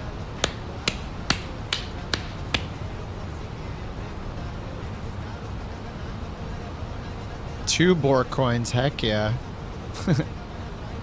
Alright, I need to descend faster than this. I should activate the approach.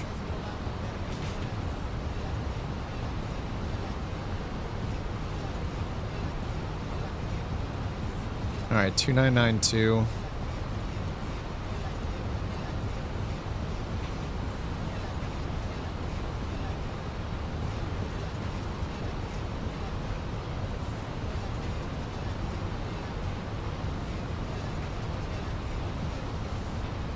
Spoilers arm, low auto brakes. I don't know, the wind is...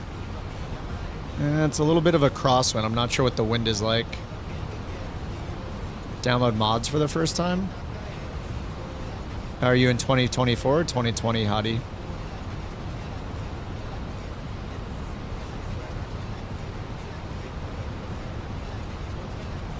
Oh, it's our final approach course.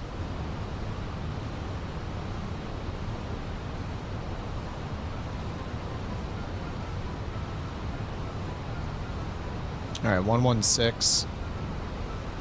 2024. What mods did you find your community folder?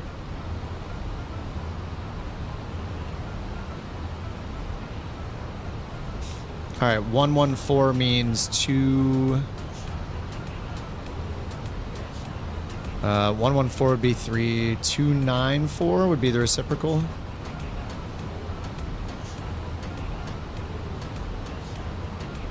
And then adjust for the wind. So we want the green dot right here, our track, to be 294. A little bit to the left to be parallel with the runway.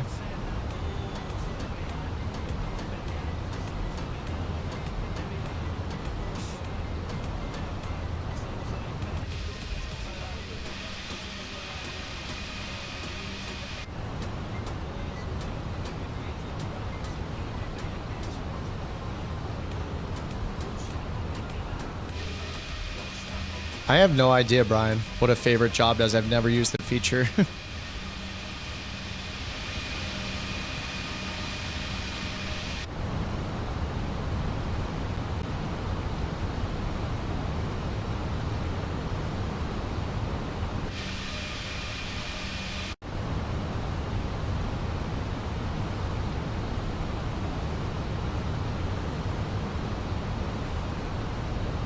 Alright, the vectoring's looking pretty good.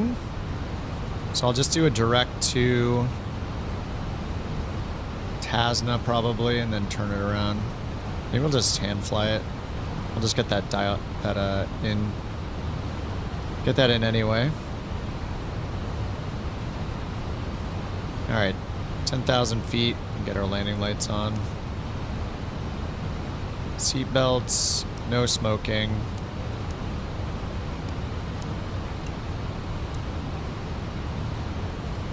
Oh, the frames just came back.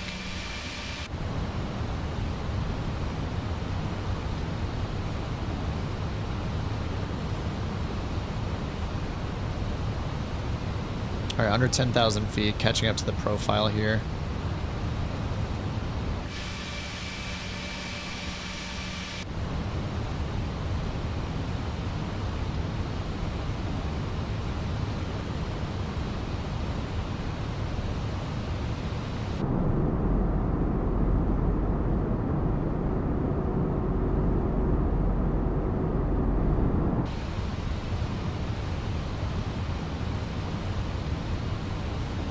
Alright, we'll just maybe watch out for these mountains. Ladies and gentlemen, we will shortly be landing. Please ensure your cabin bag is safely stowed with your laptop inside. Alright, spoilers armed. Armrests down. Auto brake set. Lights on. Seatbelt signs on. Seated with your seatbelt fastened, ready for landing. Please help us by handing in any rubbish, newspapers, or magazines that you do not want to keep. The toilets are no longer in service. Alright, so here, Tasna, we're supposed to be 4,800. We're at 8,400.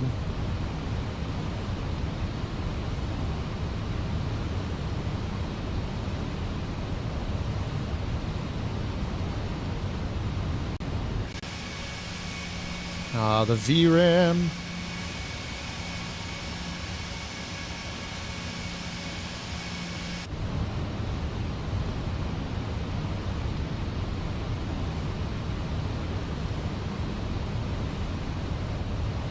Alright, let me get the autopilot off.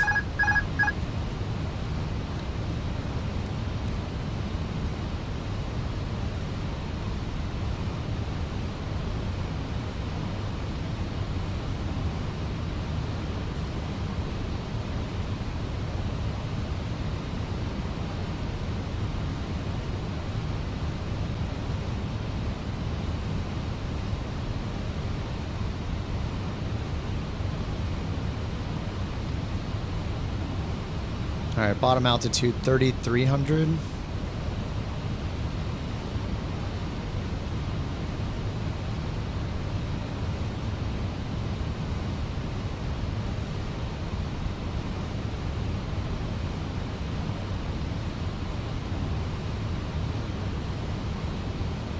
Can have flaps one down. Slow us down. I just want to tell you both good luck. We're all counting on you. Thank you. Thank you. Misty answer, is a pilot's life free? It's not free. It's a one-time cost. It's like $30. Or was it 30? Oh my God, the frames right now.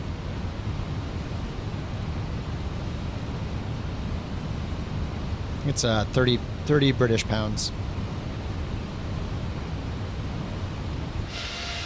Yeah, look at this. Slideshow time.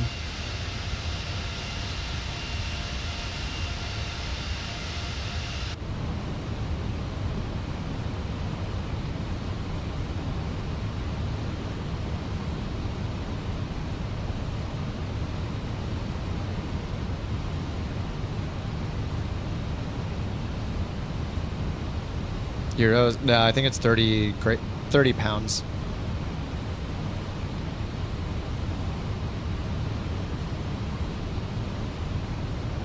Oh, the frames just came back.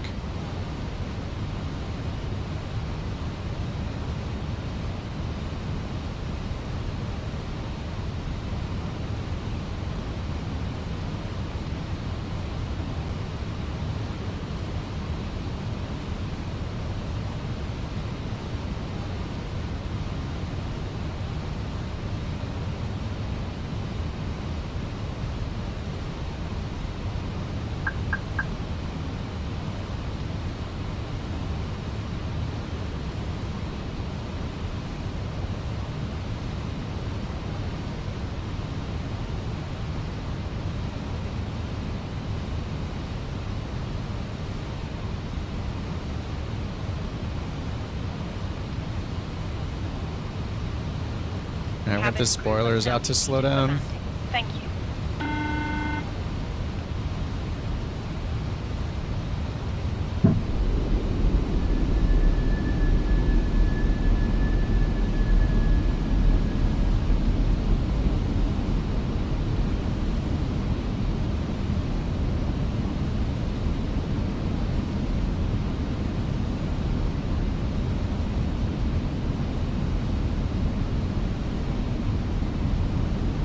Alright, flaps 2.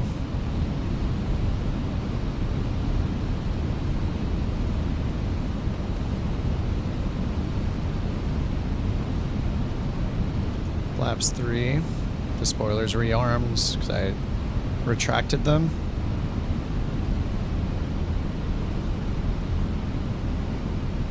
Now we just have a 6-knot headwind right now. It's gusting from the right randomly. Look, it's forward and then it's right, and then it's forward, then it's right. Yeah, the winds are shifting. Alright, flaps full, 3 green, and I'm very high. Yeah, the gusting is getting kind of crazy. Now all of a sudden it's 10, 11 knots, and now it's going a little bit from the left, a little bit from the right.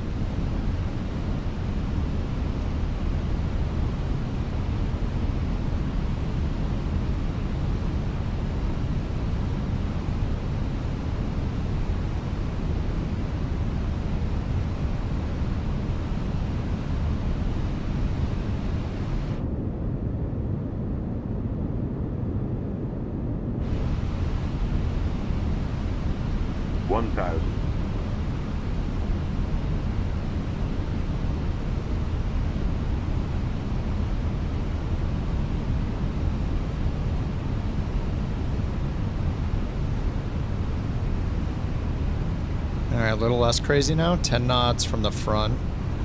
10 knot headwind. Yeah, it keeps shifting a little bit to the right. A little squirrely. 500.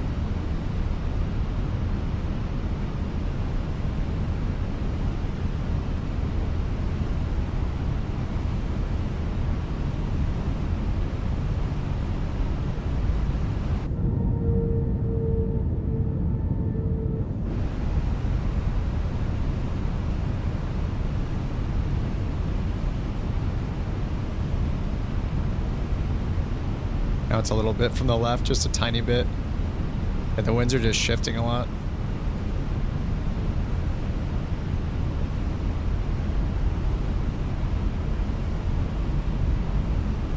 100.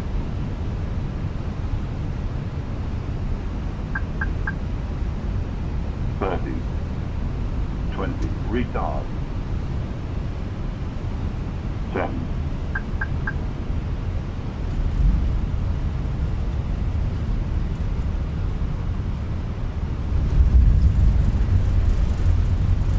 Alright, auto brakes, do your thing.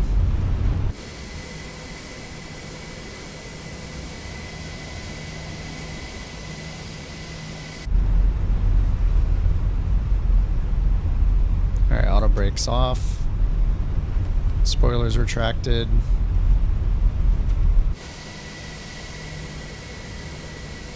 Frames dying.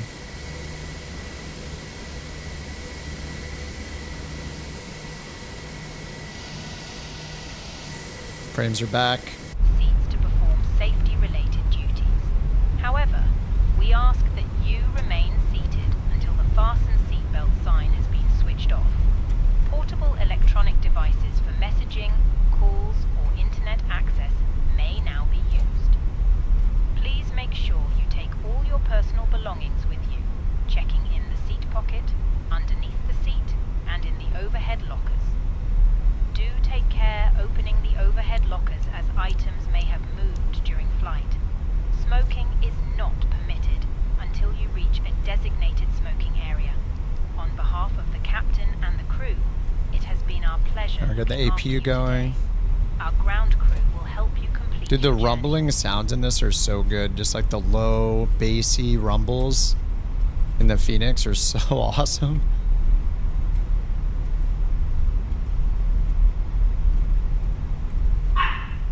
Oh, there she is. There she is.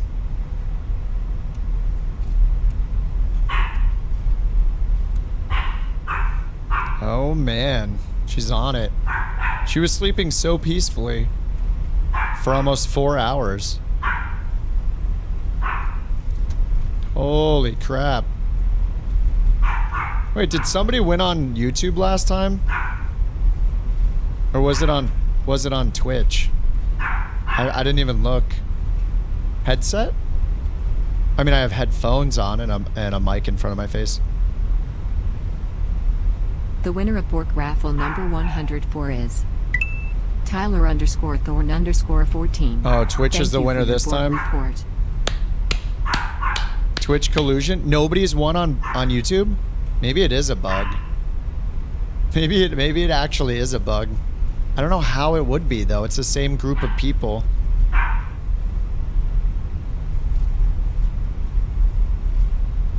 Twitch collusion. Is it really like 4-0 or 5-0 right now? It'll say it when the cooldown hits.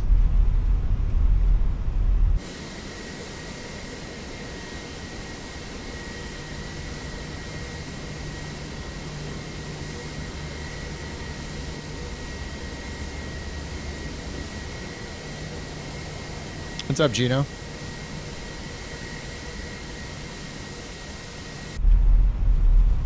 Oh my god, it's 4-0.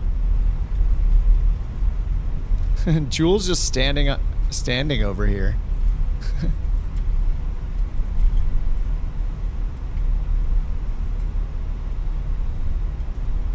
Went on YouTube a few times, yeah.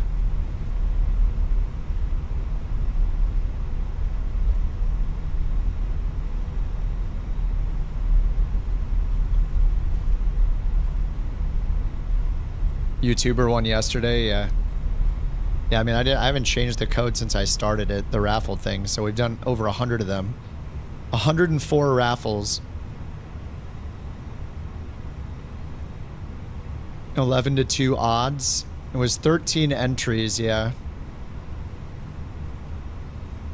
Yeah, I think the odds are just usually in the favor of the people on Twitch. There's just more of them. All right, let's get the lights off. Taxi light is off this time. We'll get the APU bleed on.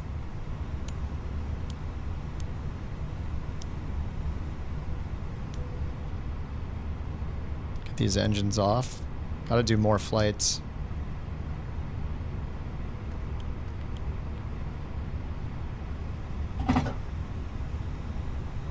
And then we'll get the GPU and the brake fan. Actually, I probably don't need the brake fan this time. It was because I did a really hard landing last time.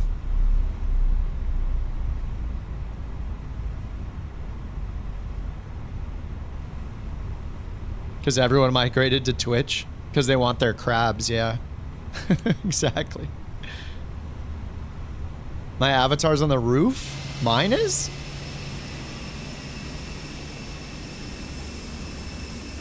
I'm still in the plane. I haven't even got out yet. Avatar's on the roof.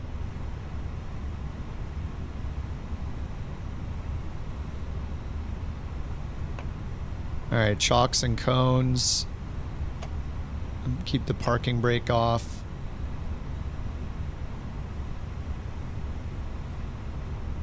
And did it not do the deboarding? Oh, boarded 0. Interesting. Oh, with the AP off. External power's on. What else can we do on the ground? I've never really played around with this stuff. Engine, fan, heating. What's the PCA? Is that like air unit? PCA. What is that? Oh yeah, preconditioned to air. Yeah, okay. I don't think I've ever used that. Where is it? Where's my air that has been conditioned in advance?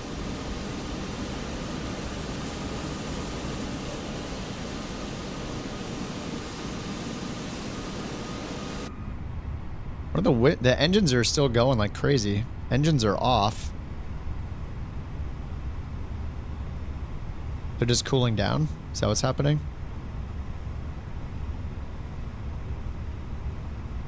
Or is the PCA to start it? Does the PCA provide power to start the engine? Is that what's happening? Or is it for the environment? The cabin environment? Yeah, they're just still spinning.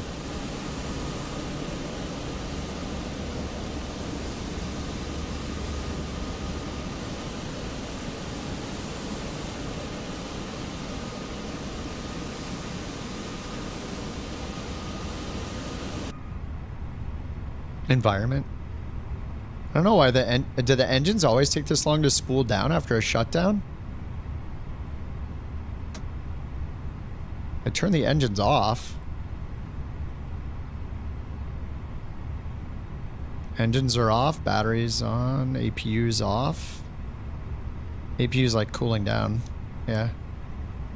Huh. Am I on tomorrow? I'm on pretty much every day nowadays. I don't know why they're still spinning. Alright, let's look up the next flight. Hey, let's look at my current one. Did I get 100? Probably not. Let's find out. Logbook. And this is the next flight is to MMOX. Is that Oaxaca? MMMY to MMOX.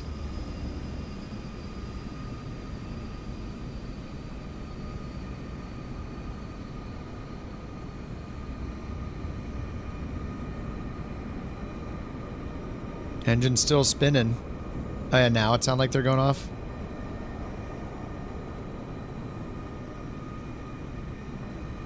Yeah, I shut them both down. They're just going. All right, let's see what I got on that one. Come on. 98. What did I do? 98 out of 100. Max ground speed less than 30 knots. Lost 2 points. That was a couch captain's taxi. 20. It's got to be under 30 knots for taxiing. Crap.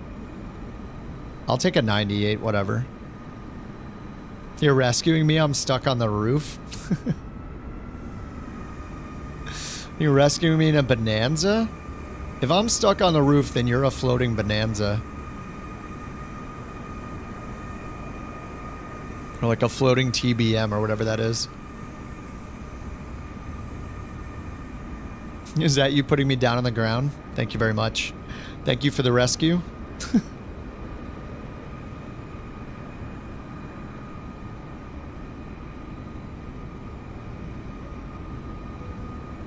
All right, next flight.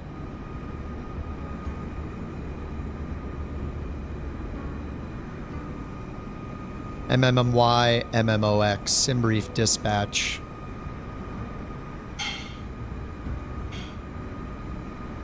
And we should get beyond ATC this time. Viva 4072.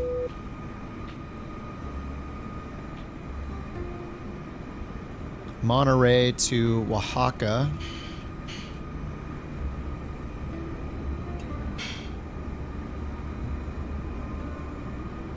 I forget how to say it. Is it Oaxaca? Auto passengers, IFR pounds. Free mods? Yeah, just go to flightsim.to. That's the big one. I mean, the majority of like mods are really, the vast majority of them are like liveries and like little utilities. A lot of the time people think they're going to get like a full airplane, but there are very few free planes. The best free plane you can get is, if you're on PC, I mean you're on PC, is going to be the marketplace. Well, there is no marketplace in 2024. Not yet. But if you mean like the third-party sites, yeah. I mean, if you want to fly an airliner, get the fly-by-wire A320, it's free. So is the fly-by-wire A380. And then just go download whatever liveries you want from flightsim.to. If you're looking to be in an airliner, at least.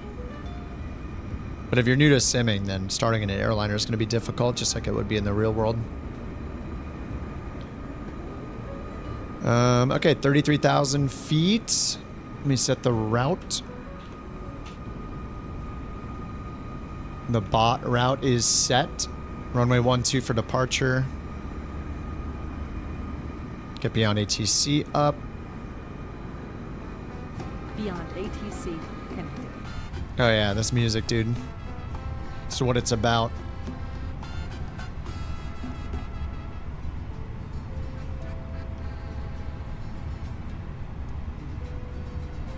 A380 is just fly-by-wire. Just Google fly-by-wire.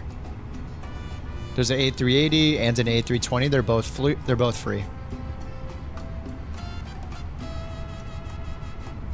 They're great.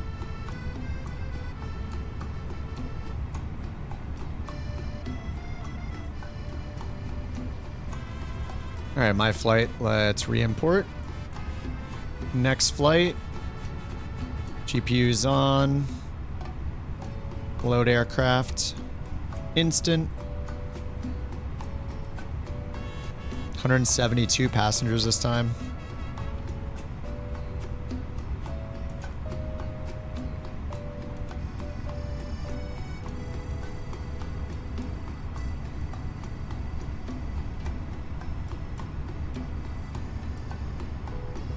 The main mod website, it's more like a liveries website, is flightsim.to.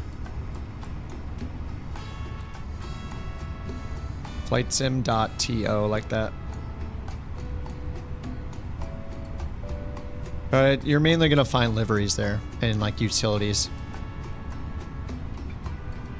777? The only 777 is the one by PMDG. It's like $70 US. It's only working for FlightSim 2020 though. There's a lot of planes that aren't yet working in FlightSim 2024 because of a lot of changes they made between the two sims, so most of the developers don't have their planes ready yet.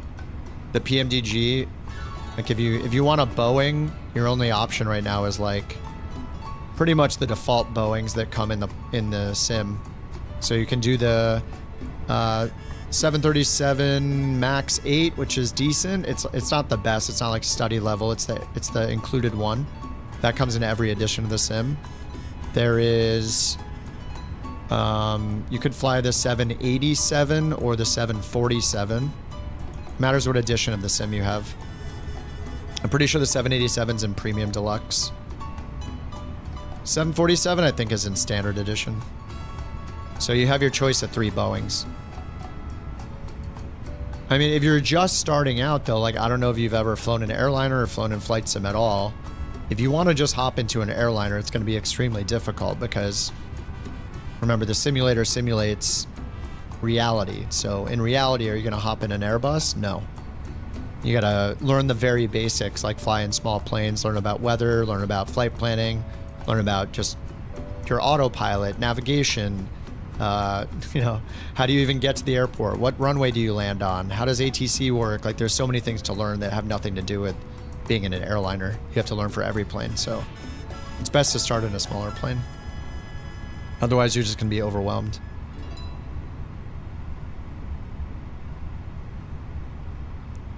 Okay, I'm just going to do import route just so we have the charts in the EFB. Let's go to init.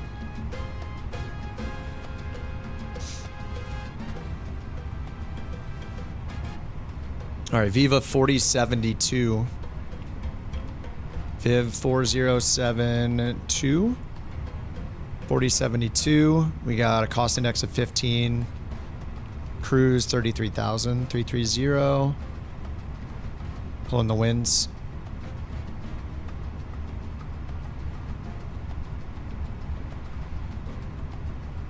What do you mean you'd play on Xbox and start on PC?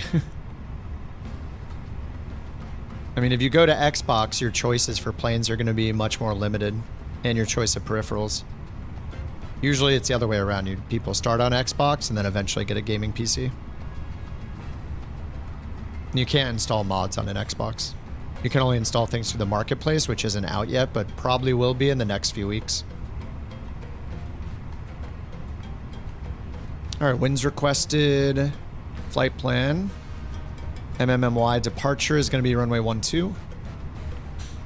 We got the MITI 1 Alpha departure. MITI 1 Alpha.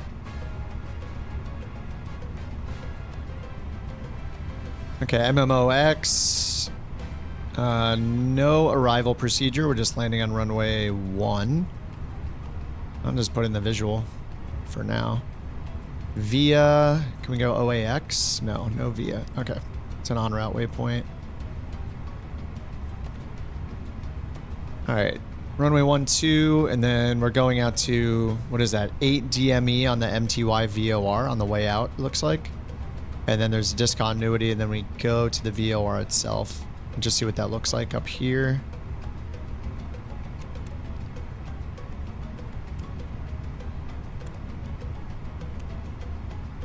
Yeah, MTY 08. And then CVM. Weird. And we'll just go direct CVM after we take off.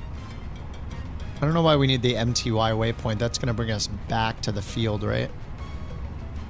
MTY CVN. I'm just going to delete MTY.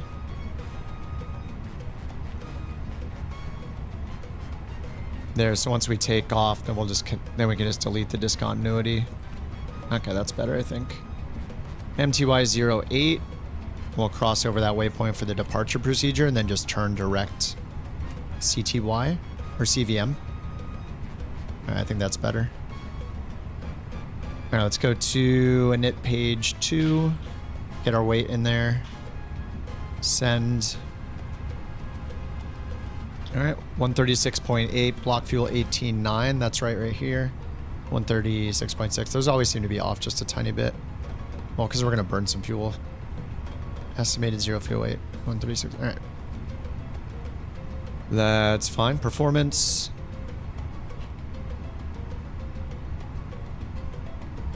Ooh. Takeoff performance. Sync the load sheet. Sync the weather. Temp 172993. Let's get 2993 up here.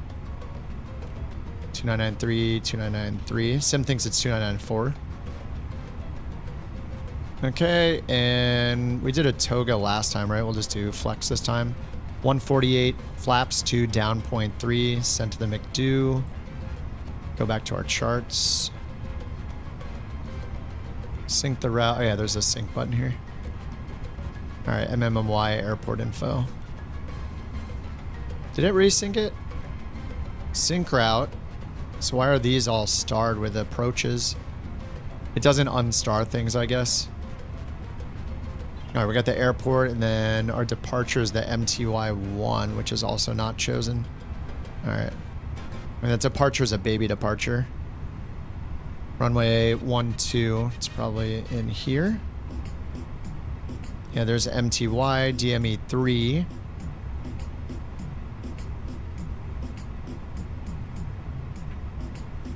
And where is the MTY 1A? Urtan. MTY is here, here. Yeah, it's all just based off radials and distances from the MTY VOR. Is MTY on either one of these? It's not. Where is the MTY? I mean, I guess all of these are the MTY departures. R just does MTY 1A to MTY and then TAM. Urtan. None of these waypoints are in there, right? MTY. Kind of curious how we... CVM, Otoba, Jerez.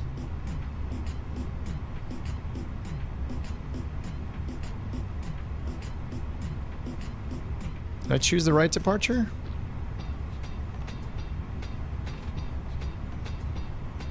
Runway 12. And the MTY 1 Alpha. Yep. And just goes to MTY 08 and then MTY. Maybe it's just one of the departures. Oh, here it is. The Monterey 1 Alpha. So it does go... It takes off and it turns around and goes back over the airport, then en route. So that actually is the departure. So I shouldn't have removed MTY. It's just letting us climb over the airport. Okay, let me put that back in.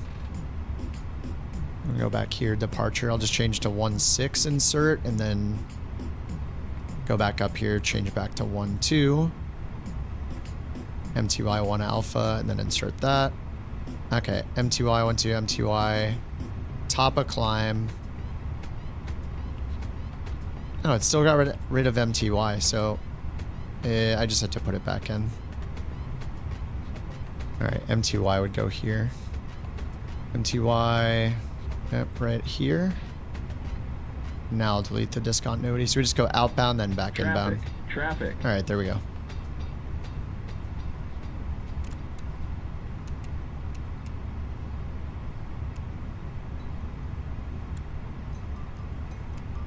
Oh yeah, that's why it's doing it, not connecting it, is because we need to get further out before we turn back inbound. Yeah, it's kind of weird, then we turn back around the other way. Ah, that's why I should have left the disco in there. Okay, I'm failing and recovering.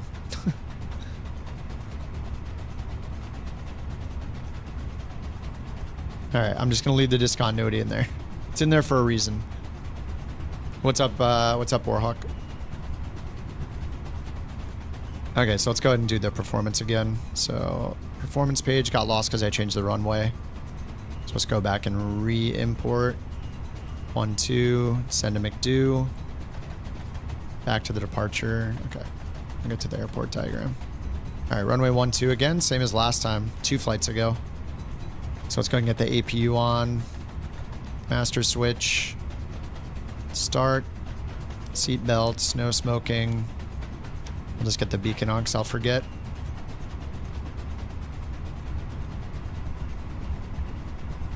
Oh yeah, we have the clearance. Oh crap, we actually have... I didn't even get the clearance because we haven't been able to use Beyond ATC until now. Viva 4072, I've had it up the whole time, looking to sorry. pick up our clearance to Exox-Scotland Airport. Exox-Scotland. Monterey delivery, expect runway 12, Monterey 1 Alpha departure, Monterey transition, initial climb to 7,000 feet, squawk 5314. Alright, 7,000, Monterey 5314. 1 Alpha departure, Monterey transition, squawk 5314, Viva 4072. Viva 4072, read back correct. Contact ground 121.9er when ready for pushback or engine start. Alright, we're gonna go nose right. Ground 121.9er when ready for pushback or engine start, Viva 4072. Alright, APU is available, APU bleed on. External power off. SkyWest 5292, cross runway 16 at Alpha. Continue taxi via Bravo. Cross runway 16 at Alpha. Continue taxi via Bravo. SkyWest 5292.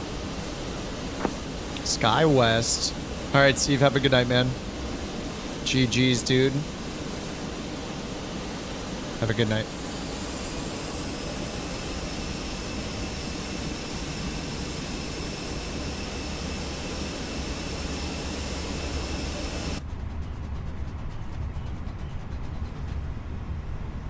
All right, we're on with ground, so let's get push and start. Monterey ground, Viva 4072, ready for push and start. Ready 4, ready 2, push and start. Viva 4072, Monterey ground. Pushback and engine start approved. Face northwest.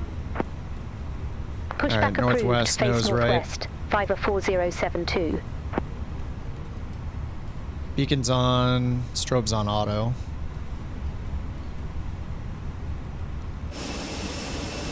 Where'd the tug go? There was a tug and then it went away. Alright. An invisible tug time.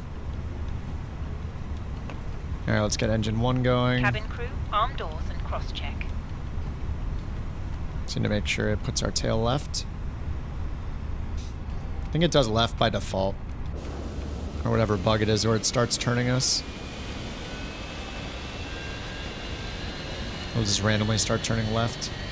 Ladies and gentlemen, please observe the cabin Won't crew it? member closest to you as we are Well, about not to this time, I demonstrate guess. safety features of our Airbus A320 aircraft. Thank you. Alright, engine 1 starting up.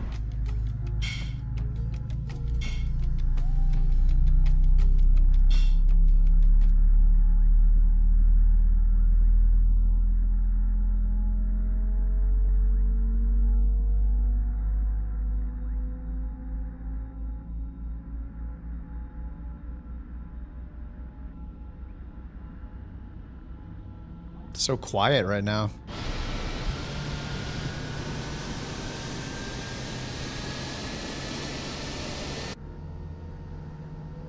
The cabin crew are now pointing out the exits nearest to you. Please be aware that your nearest usable exit... What is the tug doing? How did it even get in that position?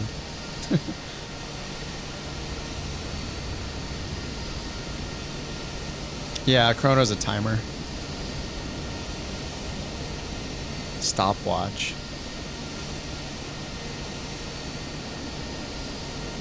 Am I rolling? What the heck? My brake was on. The mask towards you to start the Or maybe I turned it off? Put the mask over your nose and mouth. I swear I hit the brake. Breathe normally. Hold the mask. Alright, engine 1's available. Engine 2 start. On each side to adjust. Put on your own mask before helping others.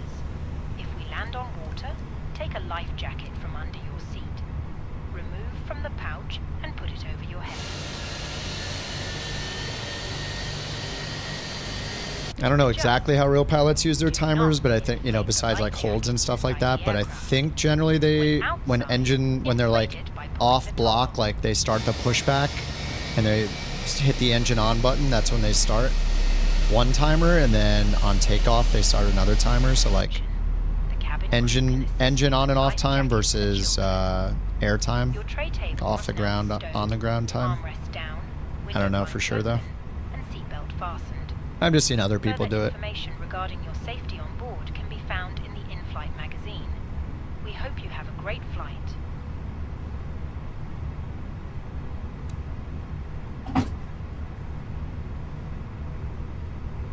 Alright, engine 2 available.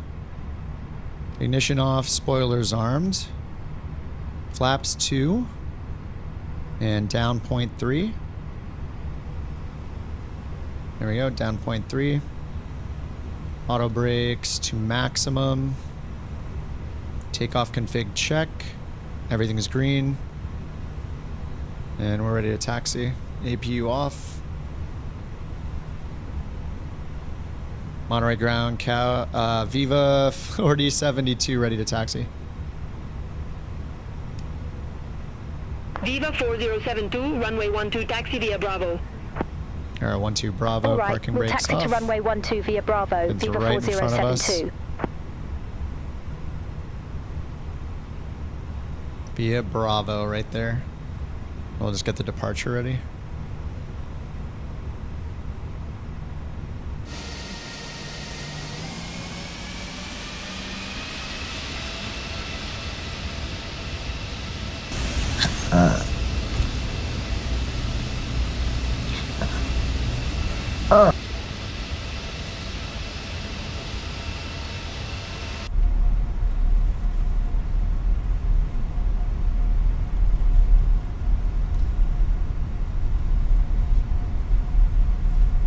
Thanks for the bork, Lith. What's up, Lith? And here it goes. YouTube is not participating at all. It's easy Twitch game. Easy Twitch borks. The winner of Bork Raffle number 100 by this Contact Monterey Tower 118. Tyler _Thorn _14. 118. Thank you for your Bork. He's hacking. Mods, do your thing. He's hacking the code on my computer somehow. Deadly, are you in the Viva as well? Or is your plane underneath the Viva? Hey, what are you doing out here?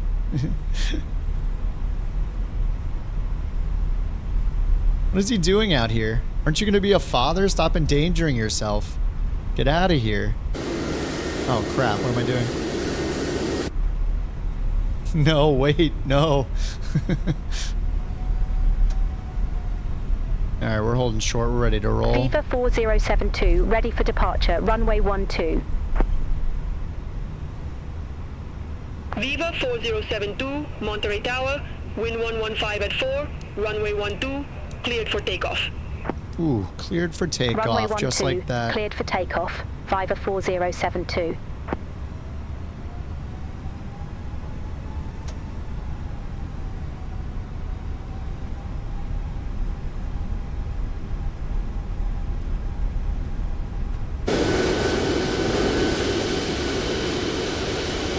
Oh, it's just Cracker in the A310 now, but it says 788 at the same time.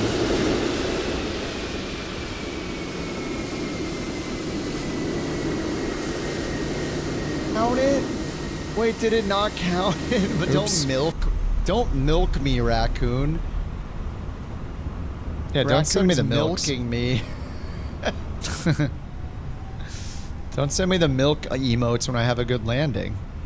That was the problem. I had a good landing, and then I got milk emotes. Doesn't make any sense. All right, we're all lined up. Cabin crew, seats for takeoff. Seats for takeoff. Hi, Captain. The cabin is now secure for takeoff. That's good, because we're leaving right now.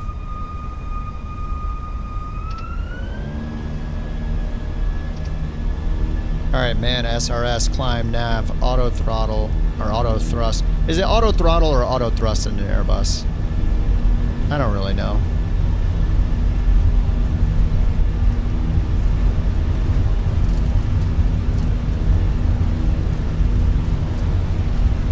$100 knots.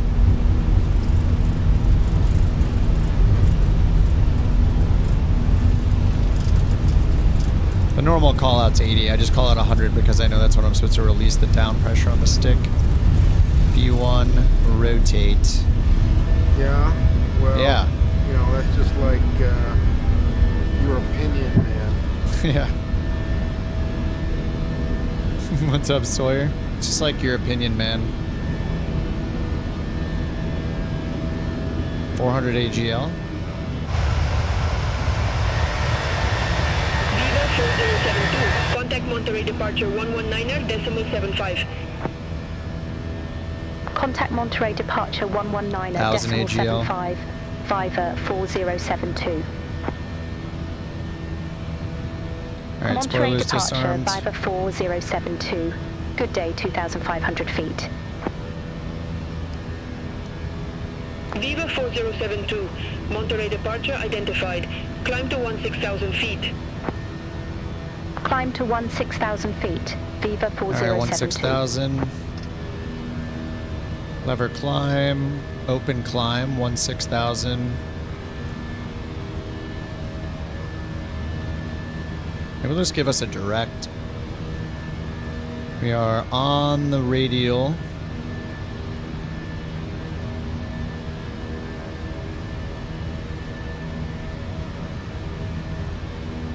So I guess this is just flying runway heading 8 DME from Monterey VOR. Get the crab off the thing, dude. Wait, let me see if I can position it right on top. Alright, this is what I have to do. I have to make it crawl along the top perfectly. There we go. That's decent. Alright, over the glare shield. Look, I can make it look like it's moving faster than it is. Thanks for the crab, Deadly. Oh, whoops, flaps up. Well, flaps up. There we go. This gear is up.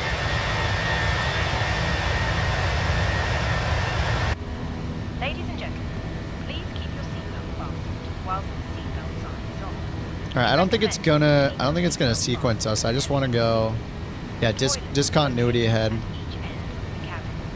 I don't think it's going to handle this, so I think we just need to go direct to our waypoint after MTY, go direct CVM. Just going to do that. All right, direct CVM nav mode's on, and we're climbing to 16,000. Need to make sure to get the landing light off before we hit 10,000 instead of as we hit 10,000. Ah, beautiful selection of beverages, and don't forget to check the magazine for our latest perfume. Do I still have Cabby installed? I don't think I do because you had to pay monthly for the custom voices and the script was the same every time, but I had my buddy Turk's voice in there and it was so funny.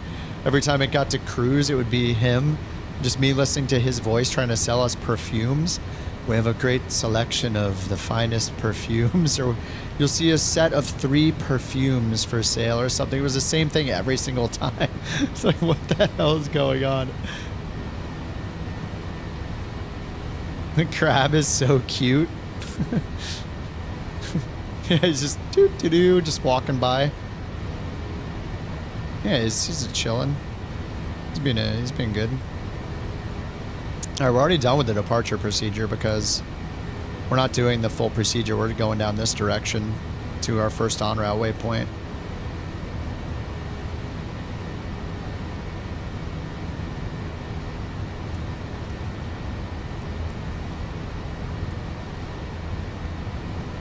Oh, 10,000 feet's coming up. Landing lights, landing lights. Oh. Ooh, that was close.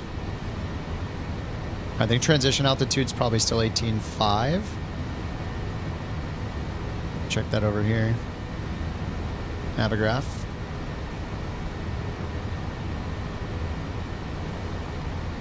Transition altitude 18,500 right there. 18.5. I didn't even look at the text for this, but yeah, just climb on the, okay, I was on the Monterey 114 radial to DME 8.0. Turn left within 11 nautical miles to, I guess, overfly the Monterey VOR, depart the station at the MCA Alpha for the assigned route.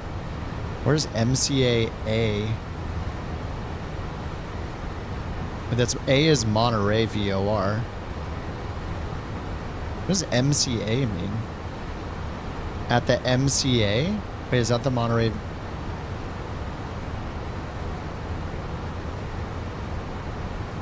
I don't know what MCA means. Well, let me look it up.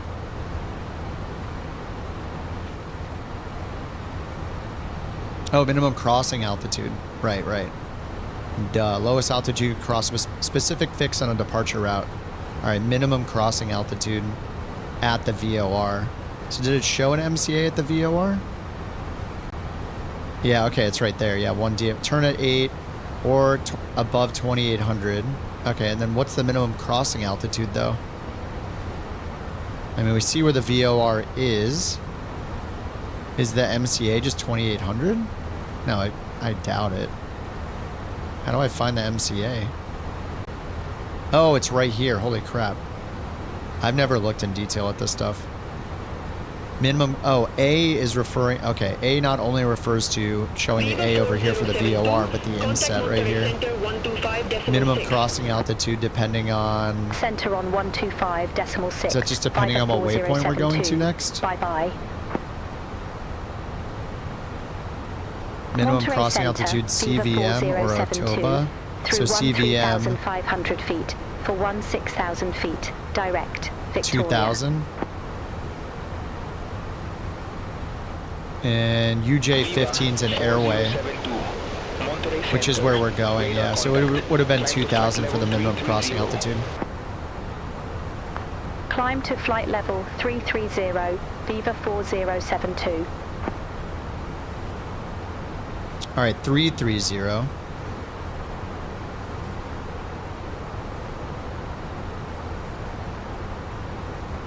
What is that? There's no bork. We're gonna have to do the mods. What the heck? Shame. Get him out of here.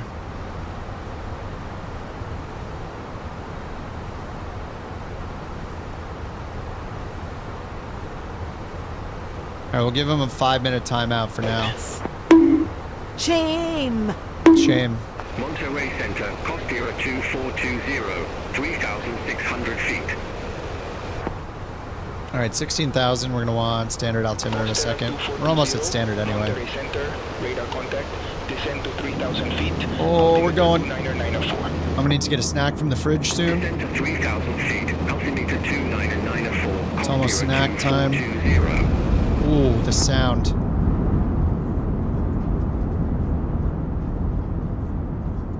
All right. That's more reasonable.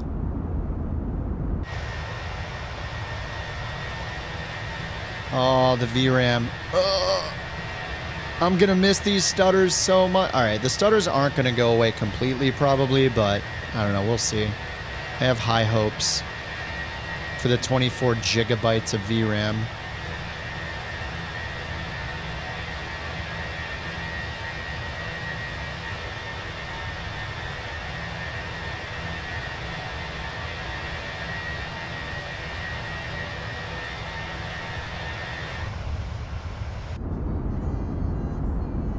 So they gave us 33,000. I thought our, let's double check what our expected was.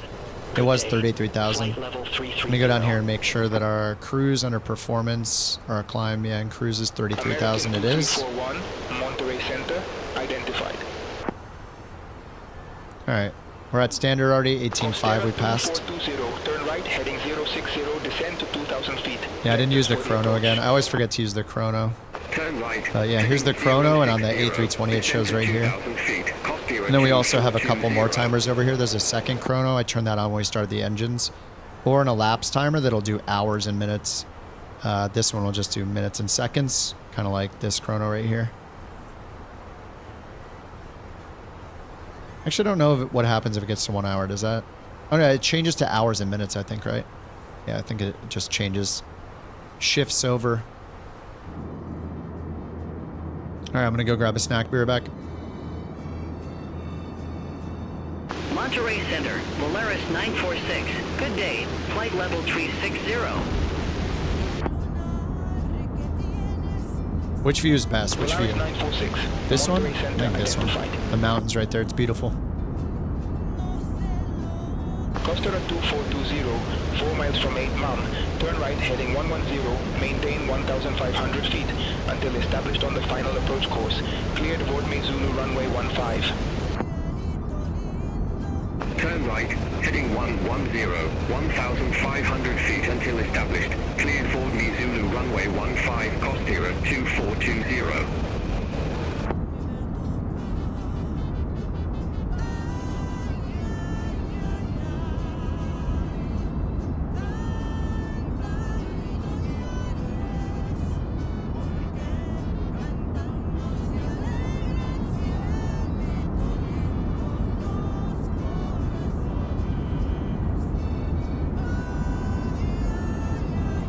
Costera 2420, No tower services available at Jane Servando Canales. Frequency change approved. Frequency change approved. Costiera 2420. Bye-bye.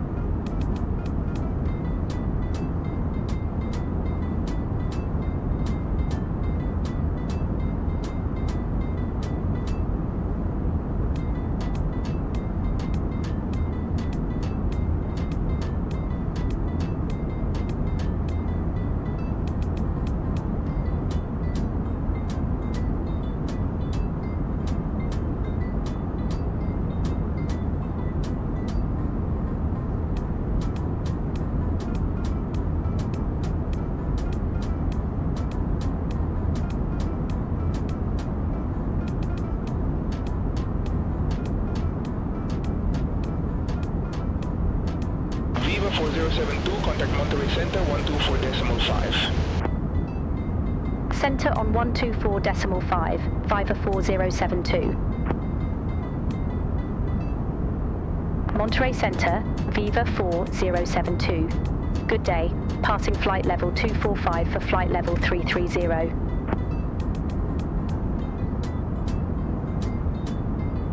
Viva 4072 Monterey Center, radar contact.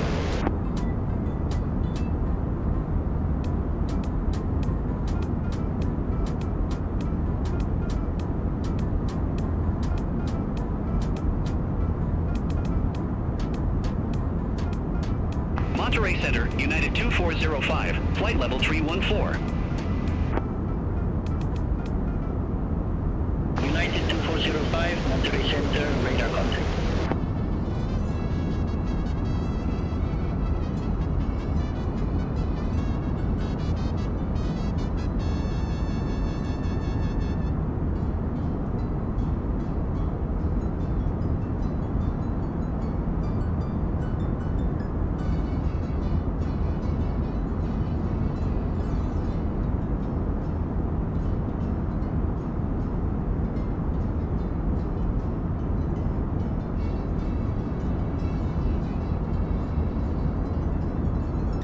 Alright, I'm back. Snack acquired.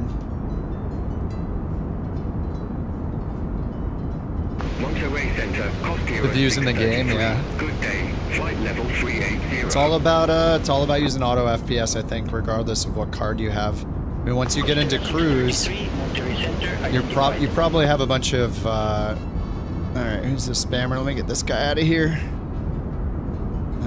Banned for 24 hours. How long should we kick this guy out of here? These little impatient babies. The views in the game, yeah. Oh, what is going on with all the... Dude, OBS sometimes it's crazy. Why is this broken again? I just moved it. Volant, everything is broken. Oh my god. Come on, OBS. Why do you gotta do me like this? Oh, no. Oh, God. I think I know what I need to do, but it's gonna take a lot of work. That's fine. I better start now. I'm gonna do it. I'm just gonna start now. Ungroup everything. Okay.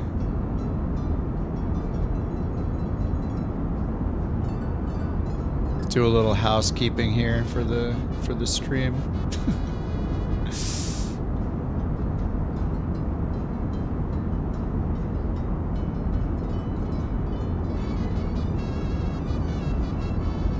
stay, stay. You stay there.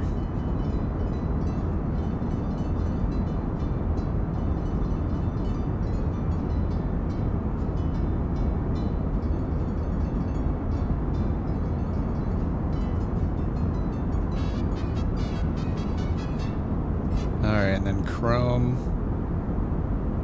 I'm gonna put you over here.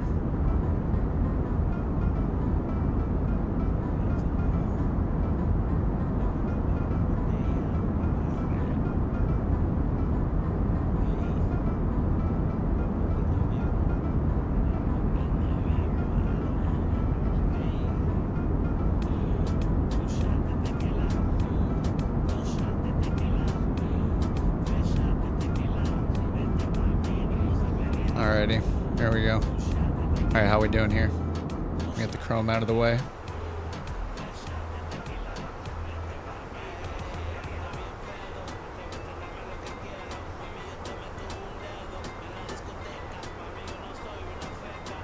Alright, 30,000.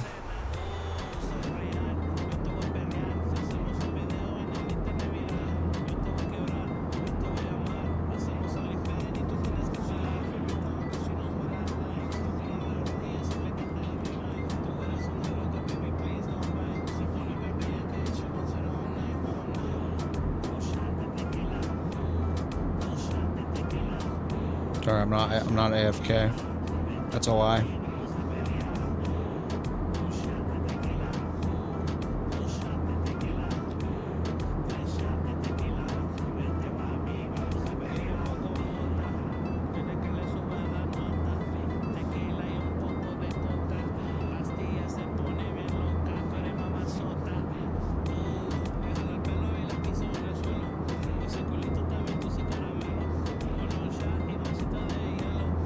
All right. Fixing.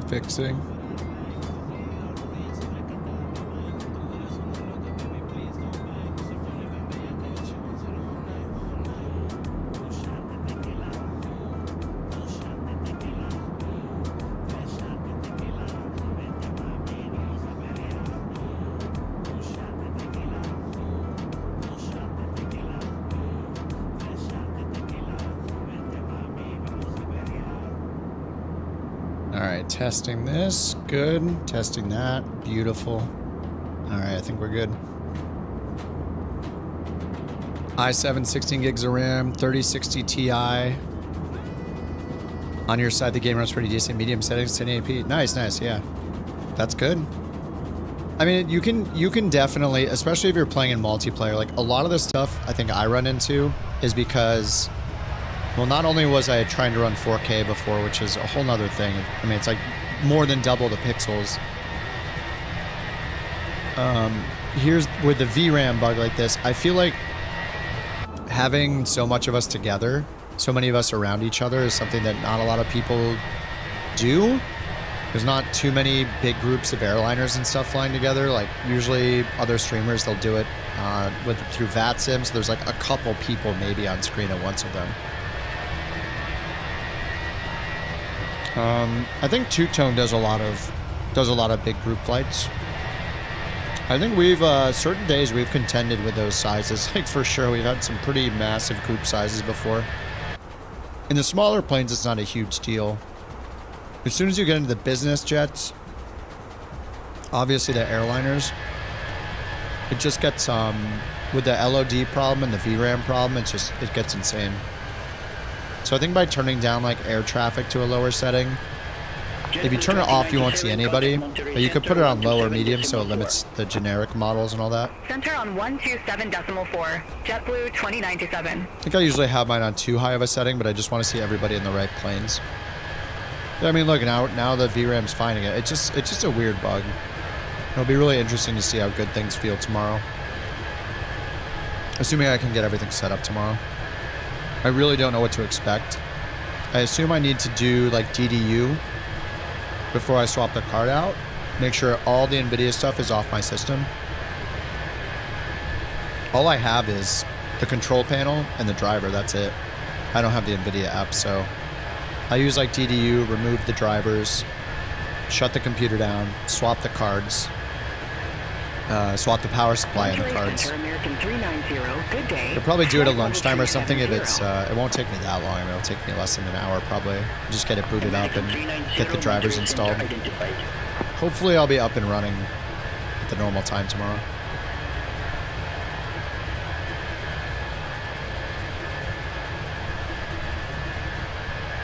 That's assuming that the card is not used. I mean, if it's used, I'll just tell Newegg and dispute it with my bank and maybe get another card.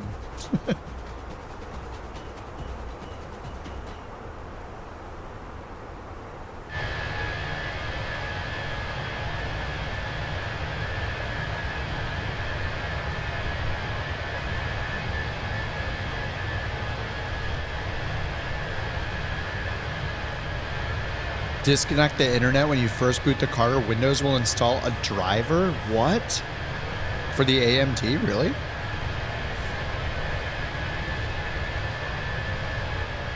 Even if you tell it not to.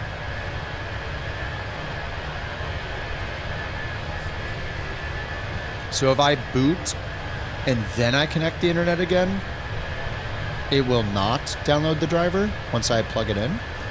Once I plug the Ethernet back in?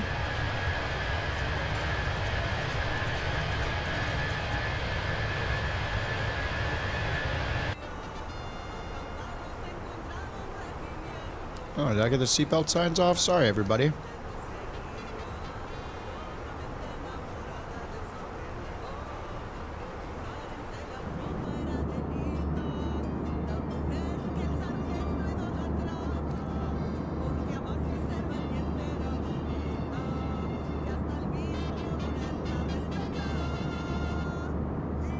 So Windows will only try it if the internet is plugged in when I boot.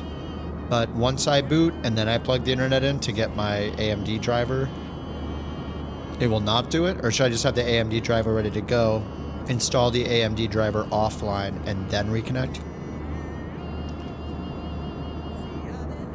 Okay, so get the AMD driver.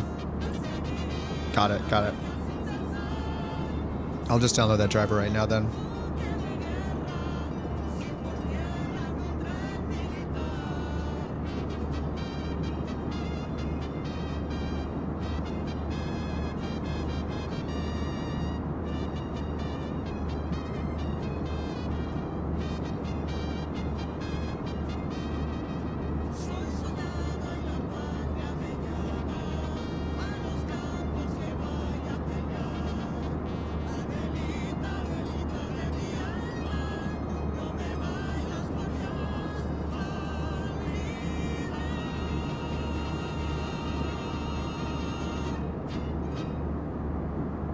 That's a good song. Auto detect and install driver updates. I probably don't want the auto detect then.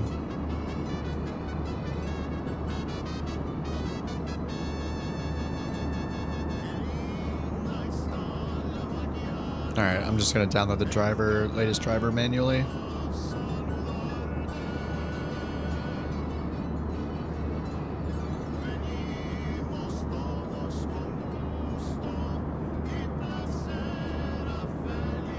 Viva 4072, contact Mexico Center 126. That's us. Have a good day.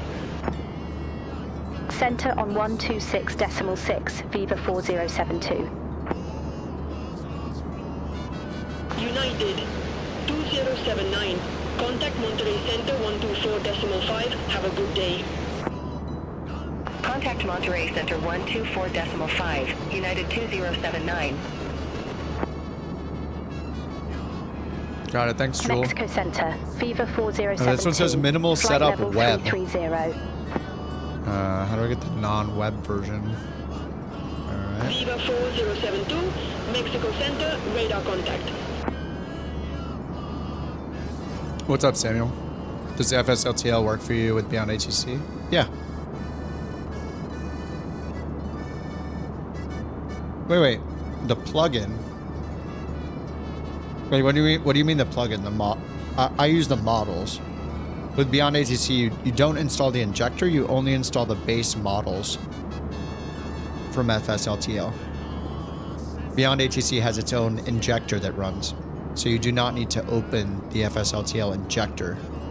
You just need to install the base model so it has the 3D models for the planes.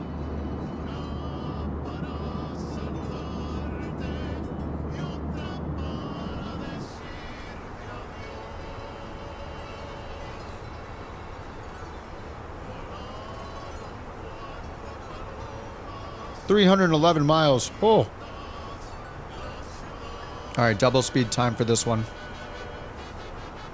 McDo menu, config, or it's maint, right? Maint 2x. All right, double speed time, guys.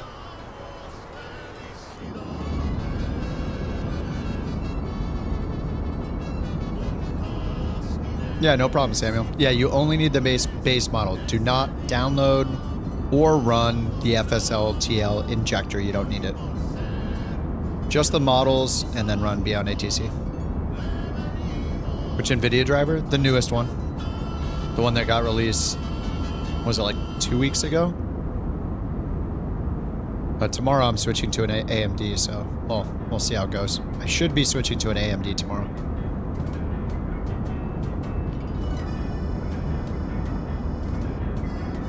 Hyperdrive activated. Sorry, I'm stuffing my face right now.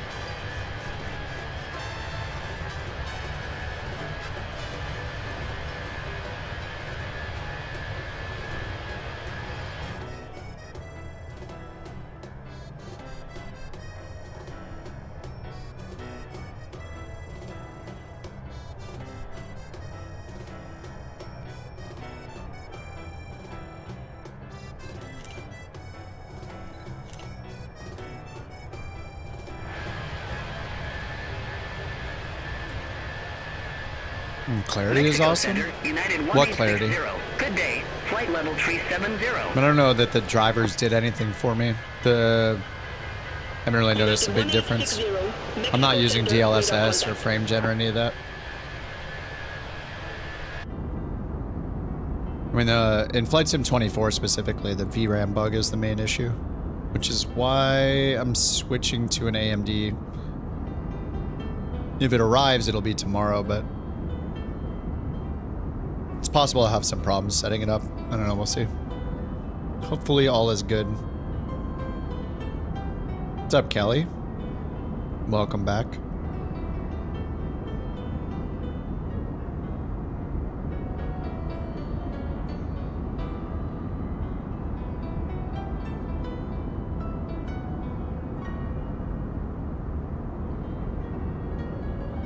I mean, it looks pretty sweet down there. It's not bad. It's not bad at all.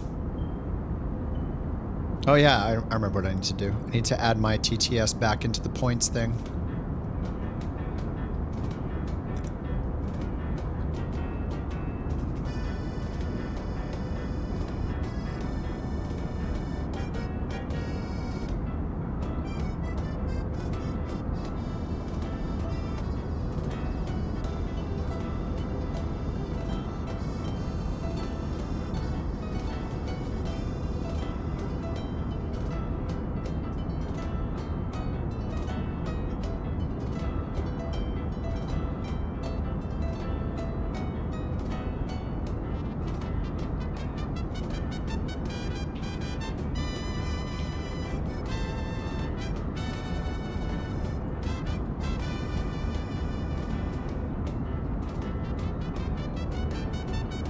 Alright, activated that TTS. I'm just adding things back in one at a time.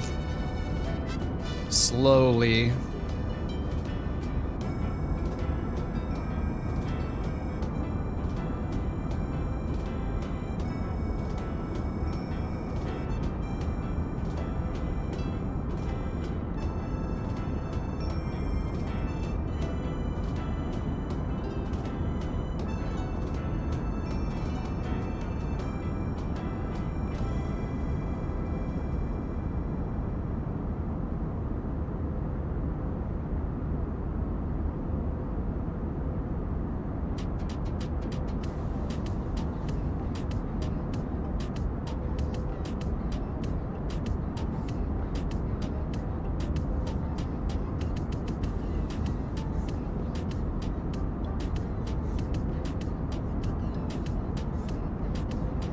All right, done.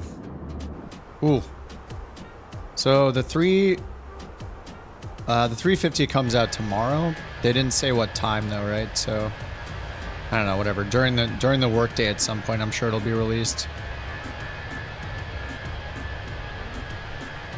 So tomorrow I need to... Oh yeah, I need to get that video driver. Need to uninstall and reinstall. Uninstall the NVIDIA stuff. Install the AMD stuff.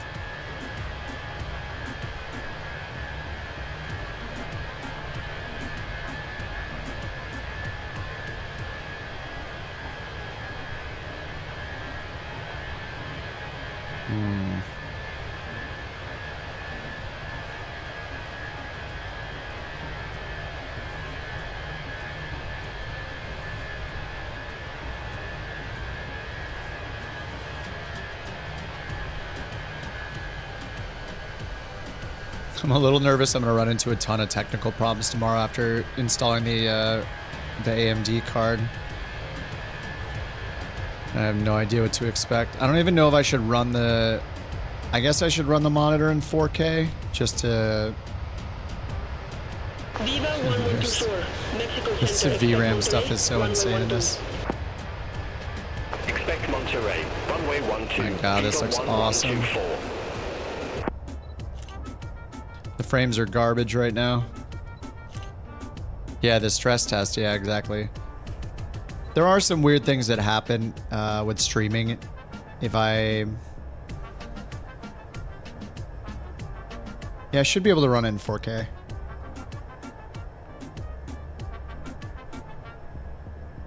But the stream is just in 1080p because I like the low latency. I don't know what to expect on like the encoding performance either.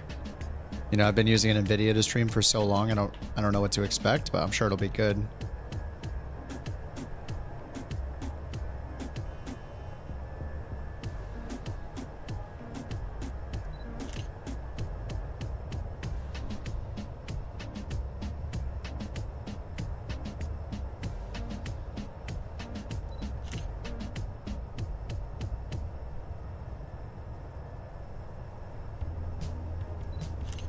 Mexico Center, Aeromexico 422, flight level 350.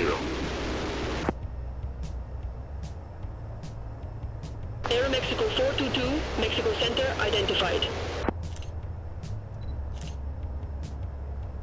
Beautiful plane. Beautiful.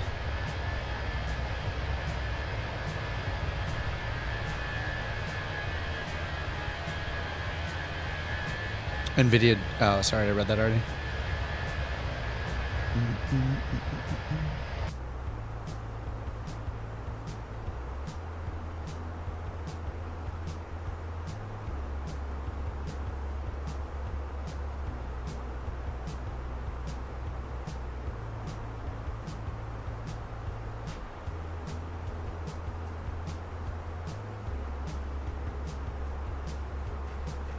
Oh, did I miss the top of descent? No. 167 miles away still.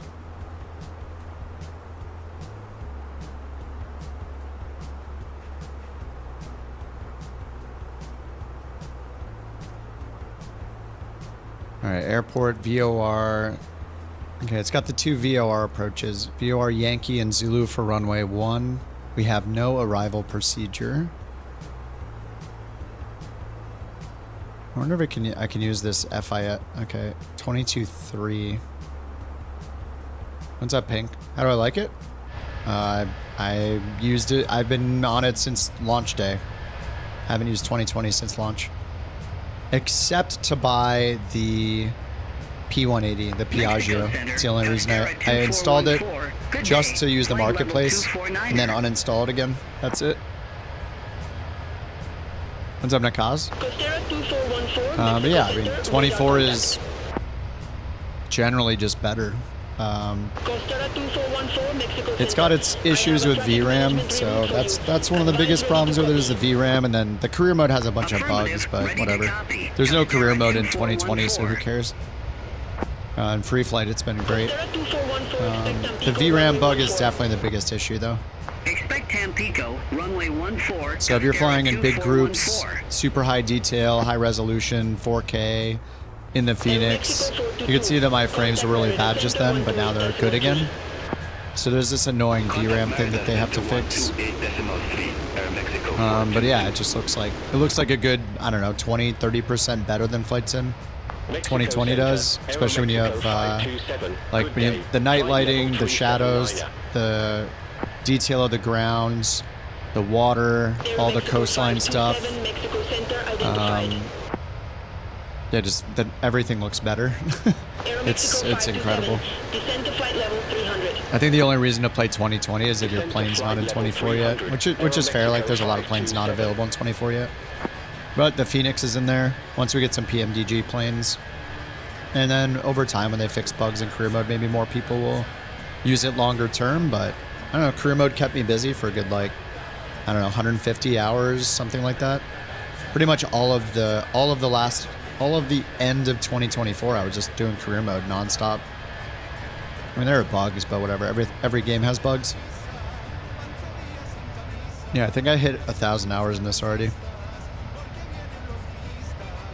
Which is kind of, well, it's not on pace. It's a lot more than I did in 2020. Playtime, I'm at 985 hours in Flight Sim 2024. Mexico Center, Costera 634. Now my logbook is probably another story. This is just this year. Mexico Center, radar contact. All flights. How do I see the whole? How do I see all of last year? Wait, there's no way I only have 3 takeoffs this year. Viva 4072, Mexico Center. That's today. What's up, Brad? This logbook sucks. Why can't I go back to last year? I almost never look at this thing.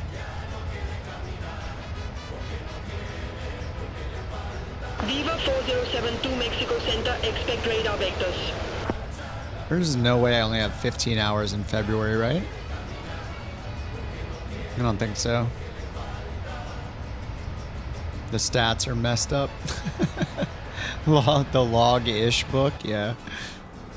I'm in double speed right now because this is a longer flight. Okay, about almost 102 miles. Oh, that's us. Say again, Viva 4072. I'm gonna go back to normal speed. Viva 4072, Mexico Center. Go ahead. Viva 4072, Mexico Center. I'll just hit the button to reply. Expect radar vectors, Viva 4072. Viva 4072, contact Mexico Center 125.1. Have a good day. Yeah, or Oregon to LA. Yeah, it did finally get shipped. It said that it'll be here before 1 p.m. tomorrow. Or it said before 8 p.m., but the estimate was before 1 p.m. It said between 9 a.m. and 1 p.m. So hopefully I'll have it all set up for the stream tomorrow. Mexico Center identified. Viva 4072, radar vectors. Report ready for descent.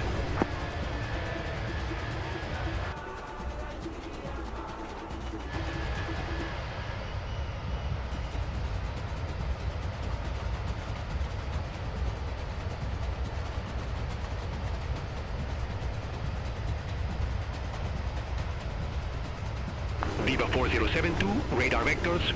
Report ready for descent.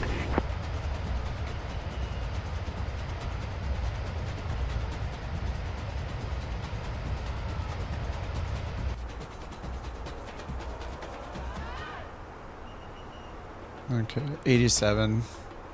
We'll let you know. Viva 4072. What's that, Brad? Viva 4072, fly present heading, descent to 12,000 feet, altimeter 3015, ex-Oxocotlan landing, runway 19er. 19er? Fly present heading, descend to 12,000 feet, altimeter 3015, Soxacotlan landing runway 19. Let's see what the wind, let's see what the METAR's changed to. METAR arrival. Mexico Center. There is no METAR. 104 for flight level 151 for flight level 160 direct Naxos. Is it MMOX? Let's just check real world, see what we got. Viva 1104, Mexico Center. Good day. Identified. Climb to flight level 330. Climb to flight level 330, Viva 1104. All right, real world says MMOX. This is 132 miles away from the airport. I guess the sim knows the winds then.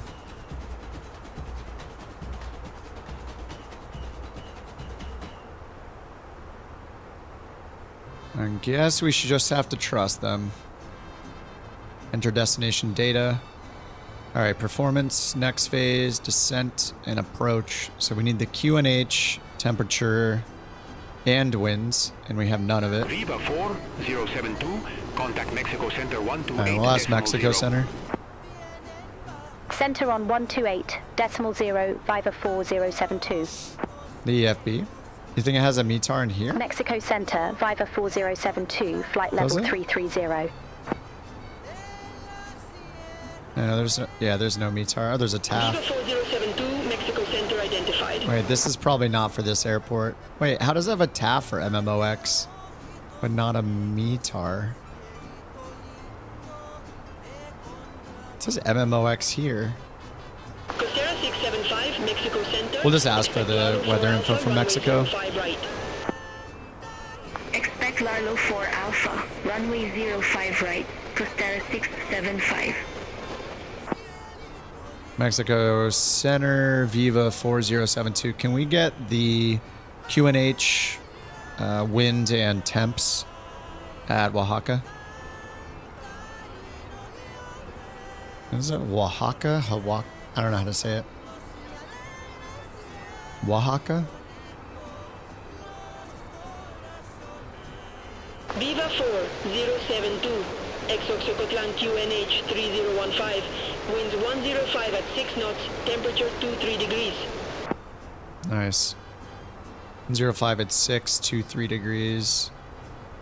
Alright, 105 at 6. I don't know if they're giving us magnetic or not. They might be, in which case we subtract 4, so 101 at 6.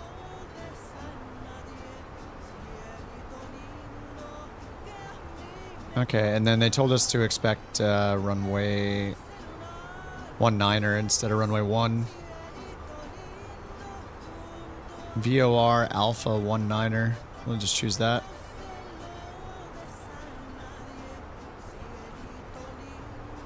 Alright. Lexer. Okay, this was in our flight plan. So the last waypoint in our flight plan was OAX, which is the VOR at the field. So they're probably just going to yeah, they said to expect vectors, but we're going to do runway 19er instead of runway 01. I guess we'll just have to trust them on the winds because we don't have any data besides what they're telling us. Oh, Australian Army cadets. Nice. And Air Force cadets. Cool, man.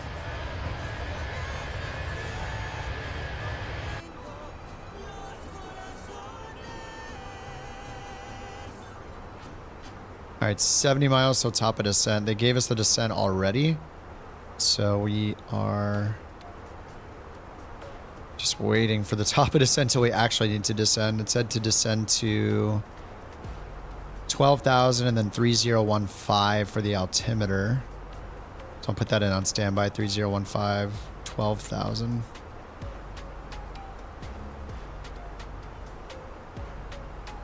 All right, 3015. Okay, set.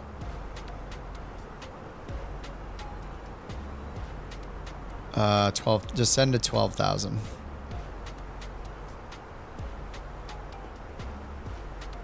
Viva 4072, turn left, heading 145, vectors for the approach. 145? Turn left, heading 145. Would be over here. Viva 4072. 145. Viva 4072, turn right, heading 190. 190. Clearance in about 29 miles. We're going 190 on our course already. Turn right, heading 190, Viva 4072. Yeah. We just can't listen to the first. Can't listen to the first heading they give us. The bugs. To flight level 260, Costera 675.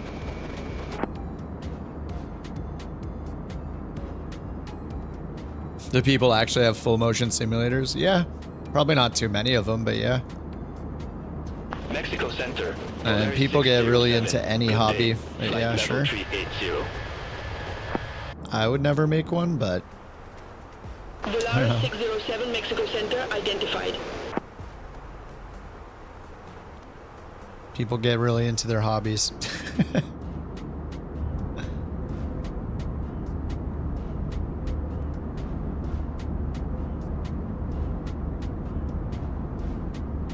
Mexico Center, Aero Mexico 817, flight level 359. I mean, I feel like most people, they probably just, instead of the full motion simulator, they probably have like, you know, the 3 TV setup or something like that. Or they just have a TV in front and on the sides instead of 3 PC monitors. They have 3 big TVs, 3 big screen TVs. It's probably pretty nice for a flight sim. I mean, just if you have the space, I guess. You know, why not?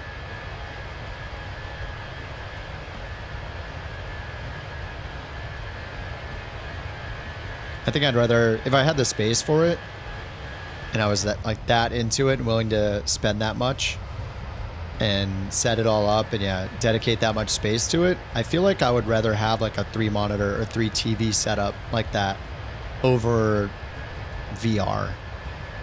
Like I don't like VR. I'd rather like see the real world. Like it'd be immersive enough, I think, with the 3 monitors like wrapping around you, 3 TVs. Am I gonna get the 350? Yeah, I'll probably get it. I'm not super excited about it, but I'll probably get it and try it. I like flying short haul stuff, so the 350 doesn't make much sense to me. But you know, I enjoyed flying like the A380 when it came out. I was just doing like 300-mile hops in the A380. It felt silly, but yeah, I'll get it and try it out. I don't really have high hopes for. I don't think I'll fall in love with it, but you never know. Yeah, it's expensive. I don't like doing long hauls in the sim. I don't see the enjoyment in it. I mean, I guess you could use sim rate, like go 4 or 8x sim rate, but a lot of those advanced planes, they don't take sim rate too well. They're usually limited to 2 or 4x at the most. So even if you're doing, you know, if you're doing like a transatlantic flight, like what's that gonna, you know, it's gonna save you. You're still gonna be flying like 2 or 3 hours in the air. I don't know. I like doing short hops. I like doing Mexico like Center, under 500 miles a lot of the time. Level 269er. VTOL VR. Yeah, I've seen it on Steam. It has. I think it has really good reviews. I just don't like VR in general. Like it's just too much. The technology's not good enough yet. It's still not good enough. 4072. You know, I want like a super lightweight. Topo 121 Mexico Center identified. I want a super lightweight headset. Like all the ones that still exist are just way too heavy, way too bulky. You know, when the technology gets there and we can have a nice VR experience and something that's like as light as a pair of glasses, like that'll be incredible. But get our Geordie LaForge visor on or whatever, like yeah, I just don't like all the cables, you know, I have the Index, which isn't the best, but 2-hour cruise, yeah. I don't. It's because I'm streaming, right? Like if I was not streaming, I might be into the long hauls, but it's the same thing. You're just gonna go AFK, pretty much. So I don't see much of a difference. All it is how much sim rate you're using or how much are you going AFK. So I like to. Yeah, I like the 319 hauls. I think if we had like a really good CRJ or ERJ, I would probably fly that more. Because I want to do the passenger stuff. I just don't really want to do... I don't want to fly a business jet, really. I want to fly a small airline. I want to fly a little regional jet. Like 319 is cool. It's not as, it doesn't have as many routes though as the 320. But yeah, I think flying like a little, like a ERJ or CRJ or Embraer, those kind of, I guess that's an ERJ. They, but we just don't have ones that are like at the level as a Fenix or a PMDG. A buddy of yours made a full Airbus cockpit sim in his guest bedroom for fun, 2 years. That's cool. I mean, everybody, you know, doing that kind of thing is not for everybody, obviously, but like, that's cool. Like if you got the means, you got the patience, you got the skill to do it, that's cool. If it makes you happy, you know. For me, I'm fine with just like one monitor. Just got this monitor. I think tomorrow I'm getting a third monitor. I have one monitor to the side and then my 4K in front of me. I'm gonna put another one on the left just for the streaming stuff. It's will be a little easier. CRJ is getting an update, really? The Aerosoft CRJ?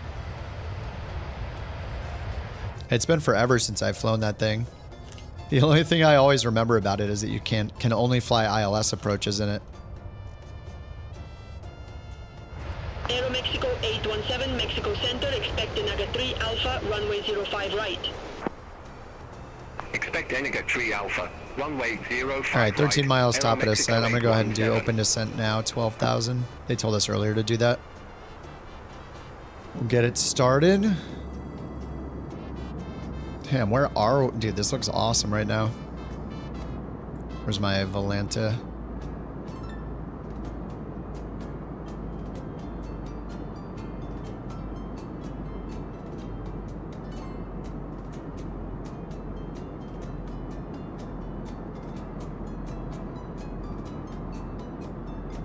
Yeah, here are the routes we did today. From Monterey down near Mexico City, just north of it.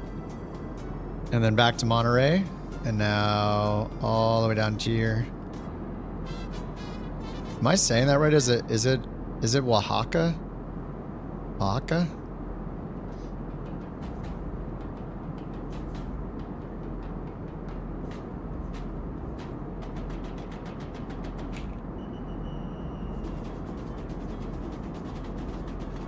Let me move this over here. I'm trying to fix all my streaming. Let's get my setup here.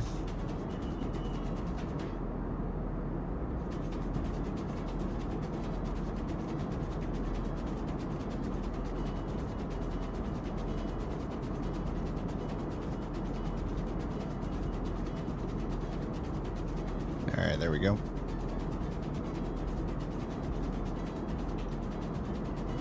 That is correct. Whew.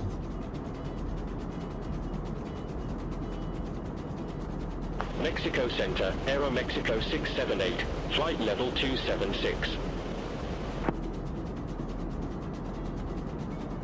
Aero Mexico 678, Mexico Center identified. Mexico Center, Costera 2545. Good day. Flight level 166. Yeah, this looks so awesome right here. Mexico Center identified. Continue climb to flight level 320. Continue climb Yeah, to flight level what is this that we're passing Costera over? 2545. I don't even know what this is that we're passing over. Volaris 607, contact Oh, there we Mexico go. Center 126.6. Bye-bye. Lake Miguel? Center on 126.6. It's everything around here just looks so awesome.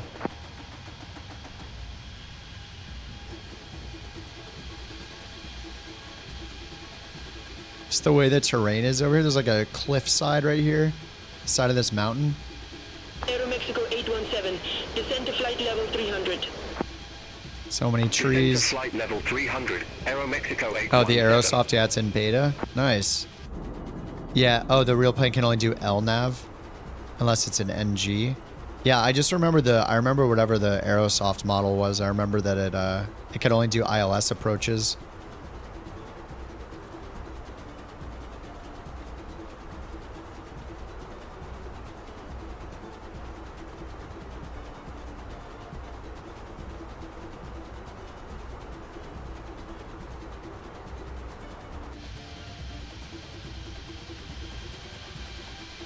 Oh, there's the VRAM again. I'm so excited to see, like, maybe I'm a little too hopeful, but man, I hope this stuff just stops.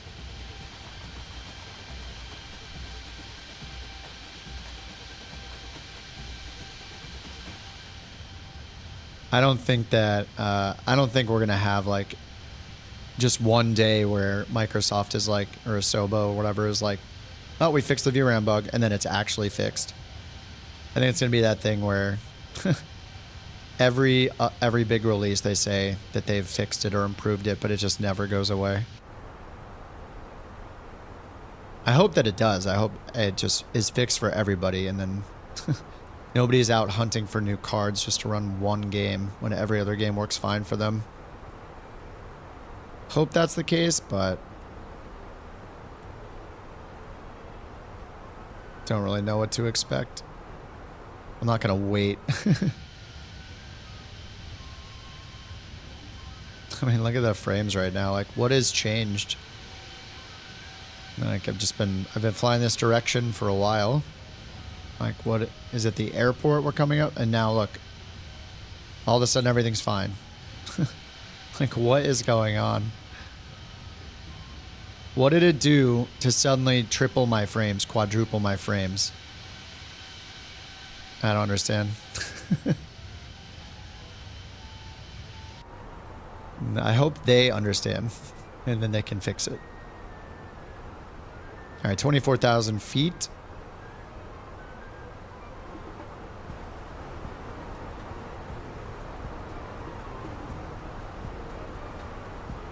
This is a bit of a longer one. Let's see what the next, what time is it? It's almost 11.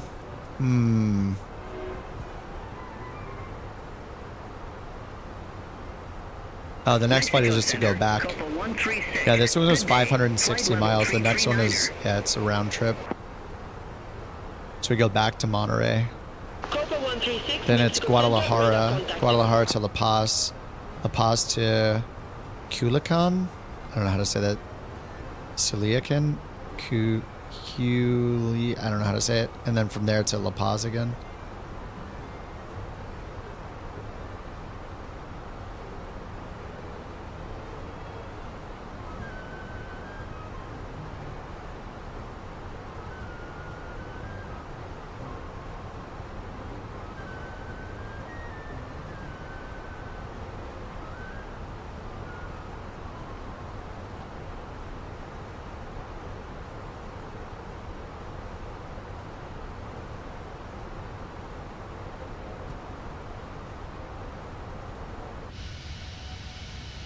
Which runway? 19.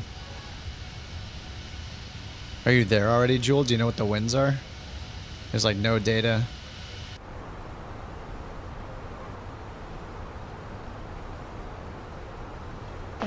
Is one better? Contact Oaxaca approach 121.1. That's us. Contact Oaxaca, approach 121.1, Viva 4072. Oaxaca, Viva 4072. Yeah, no approaches for 19. I have a VOR approach. Viva 4072, Oaxaca approach. Altimeter 30. Oh, it's a circling approach. Yeah, okay, it must be this one. Yeah, VOR Alpha circling approach. 3015, expect radar vectors for Viva 4072.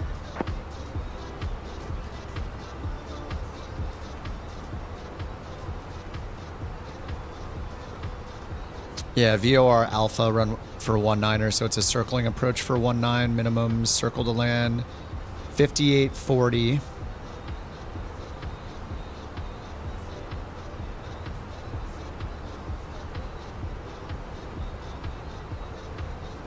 Yeah, and they just gave me descend to 12,000. So we'll do that, get the terrain on. We're at 19 right now. And they told us 3015 for the altimeter. There's the VOR 112.0, final approach course 012. So let's go to RadNav. Yep, 1120. And 012 for the final approach course.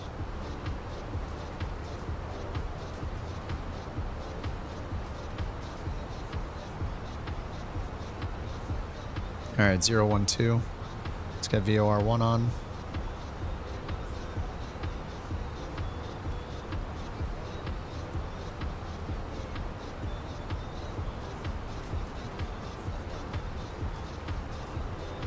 All right, we're at local altimeter. It's 3015.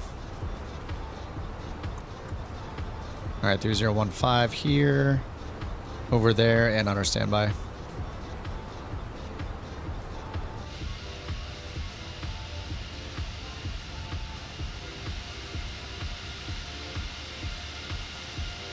Viva.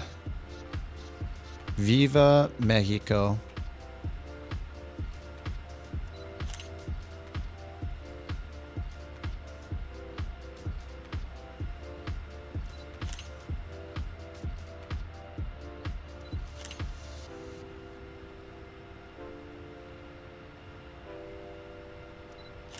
Viva 4072, turn right, heading 220.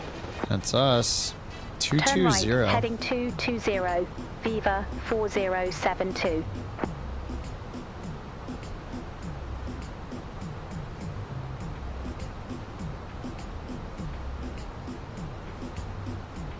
All right, right turn 220.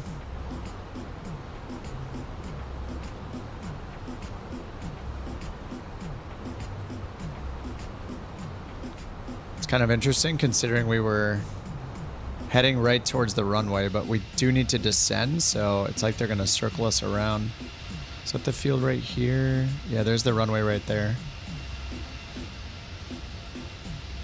19er seems dangerous. I mean, the terrain's right here and here.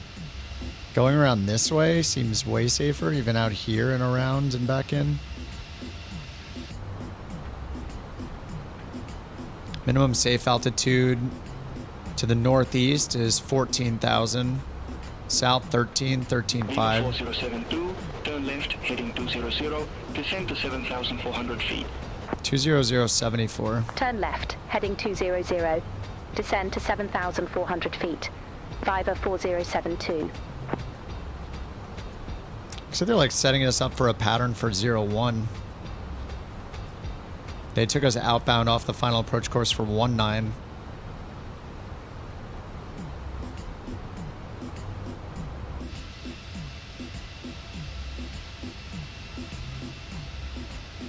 Check the lights. Yeah, thank you. Yeah, we're at 15,000.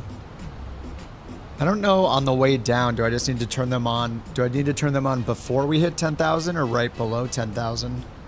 Because it dings me if I get to 10,000 exactly and turn them. Actually, you have to turn. I might have gotten dinged for it anyway, because I don't think it's using our baro altimeter setting. It's using like our GPS altitude. So I probably need to turn them on at like 9,000 or 9,200 or something to make sure that, or turn them off rather during the climb. All right, I'm gonna go down and activate the approach. Oh, it did already. All right, we're good. We got the minimum set. And they're having us go down to 7,400 feet. We got open descent, idle thrust, 7,400 feet. I'm gonna Viva 4072, give us some. Tower 118.3.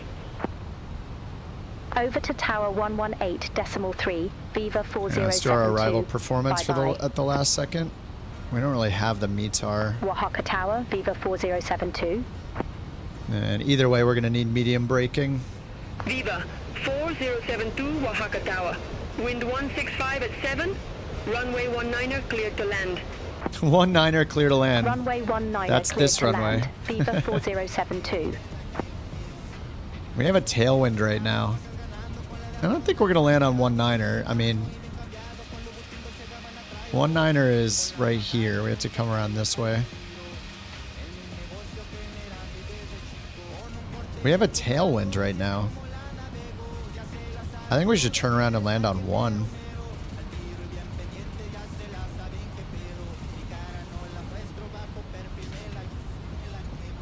The terrain is way safer on this side anyway.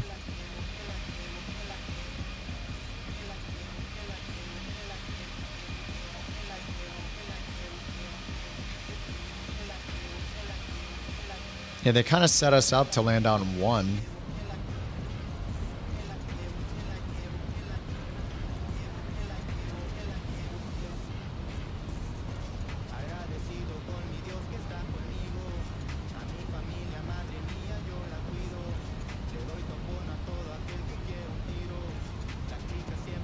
And minimum safe altitude here is 14. These peaks are at 72. I know this is for the... Oh, sorry, we're going this way. Whoops. Yeah, this is for landing on... I mean, this is a VOR Alpha, but it's showing the protected sides to the other direction. So it should really be... We should have really got vectored like over here to turn around.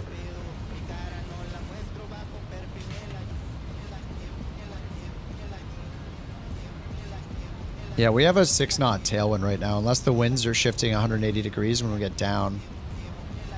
Yeah, I don't want to deal with that terrain over there.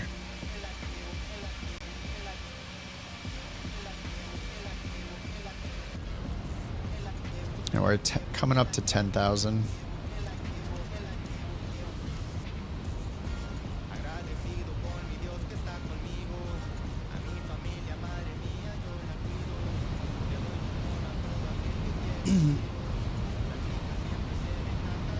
Yeah, I'm just going to turn around and land on 1. We need to slow our rate of descent a little bit, though.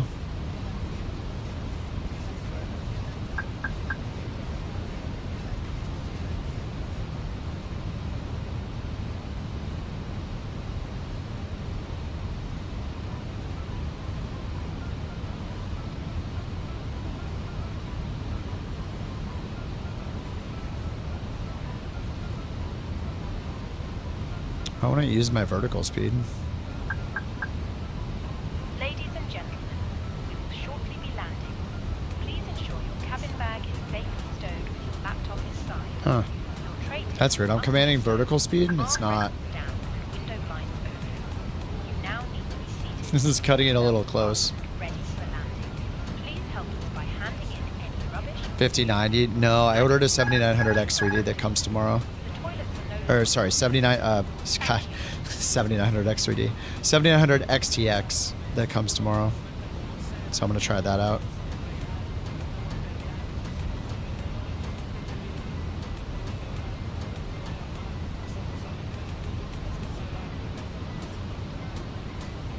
Yeah, we sync the music. Yeah, we got a little Mexico playlist going. Thank you.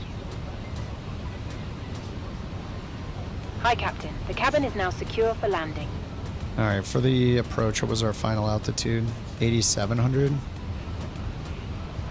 Yeah, we're at 8,400 right now.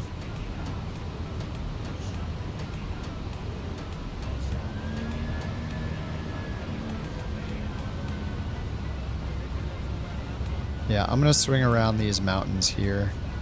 Like a wide swing all the way around.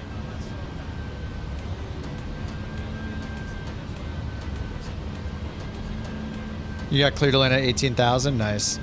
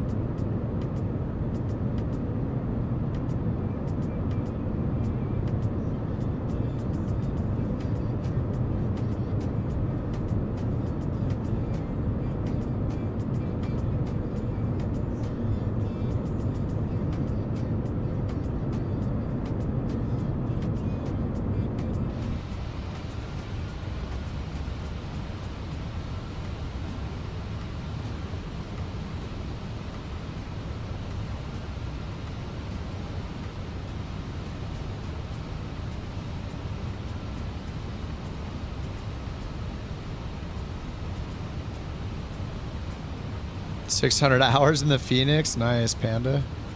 I don't even know how many hours I have in it. Probably nowhere near that many.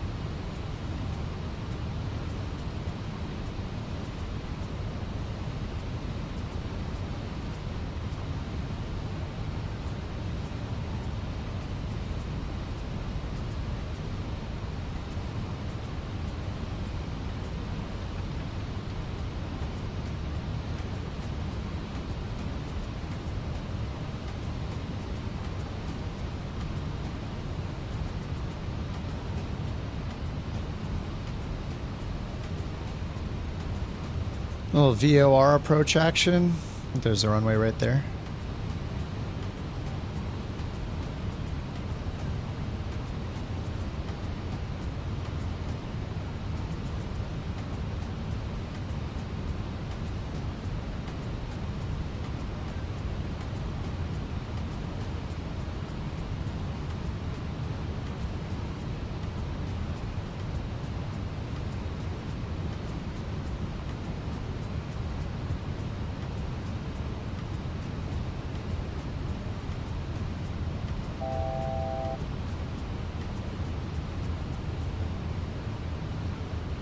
Yeah, there's the runway.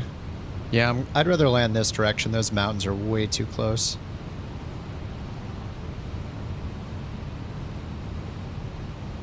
Actually, I don't know how to get the flight director to use the VOR here. It's just because I need loc on or approach mode on.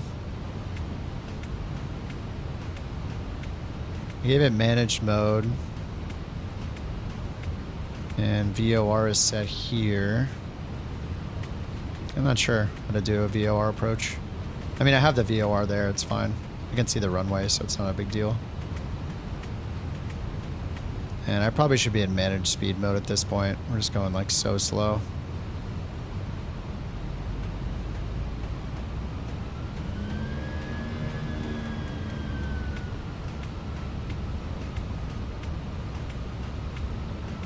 Still 8.6 miles out from the VOR. Okay.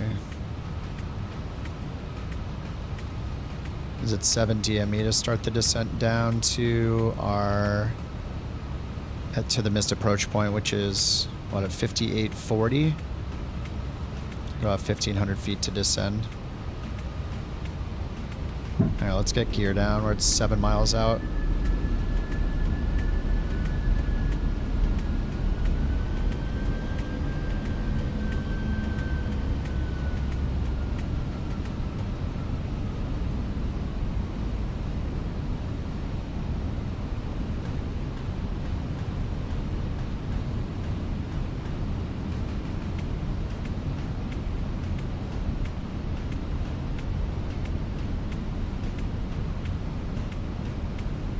Yeah, just like a 1 knot wind. It doesn't. The direction seems kind of variable too. It was just 220, 210. Like a 1 knot tailwind maybe.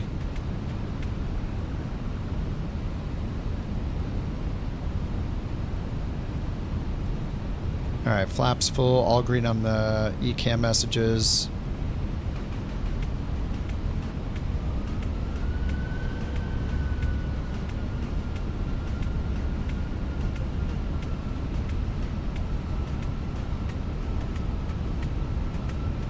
$1,600 AGL.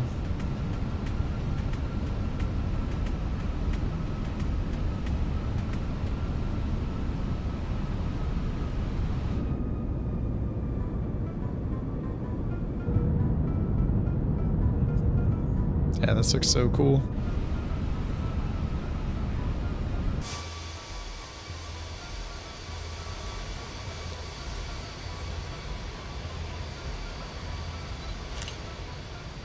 Hopefully I got it set okay right now. Auto trim for the win. Alright, gear 3 greens, flaps full.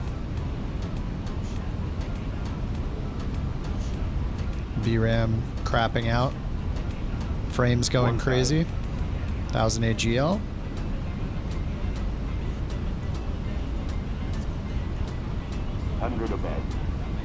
Almost at minimums. A little high. Frames going to crap. Minimum. Frames are better. Alright, 3 whites. 2 red, 2 white. Wind 3 knots from the left.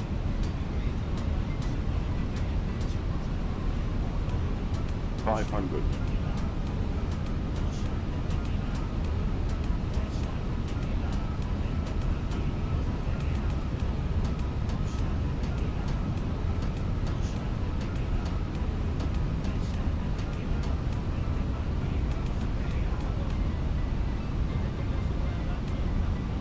Yeah, pretty much calm winds.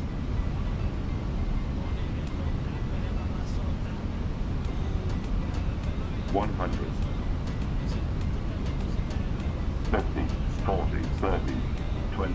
Retard.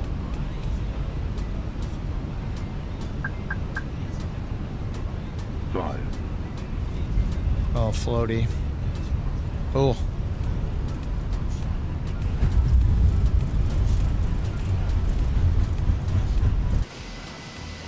Whoa. Just changing the camera, wrecking the frames is crazy. Alright, auto brakes are off. Oh, gee. We're stuttering. My graphics device has encountered a problem in the applet. Wonderful. Oh my god, what a time to crash.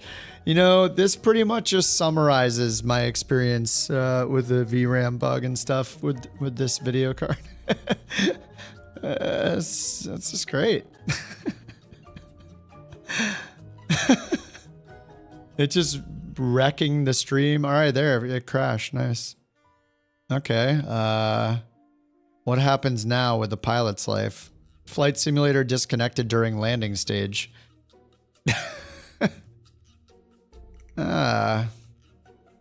Okay. So, what now? Do I just load in? I guess I'll restart it real quick.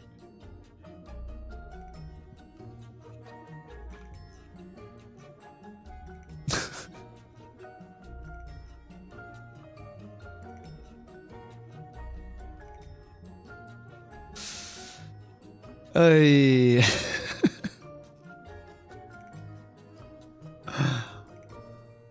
It was like after I touched down, which is kind of surprising. Normally, I feel like that happens the moment the wheels touch the ground.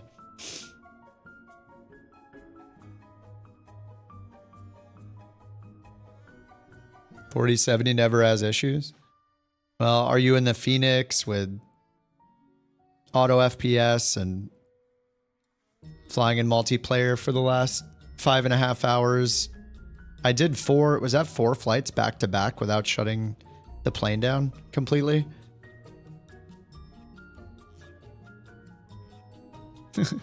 All the flying for the crash, yeah. We'll see. It might let me just resume it.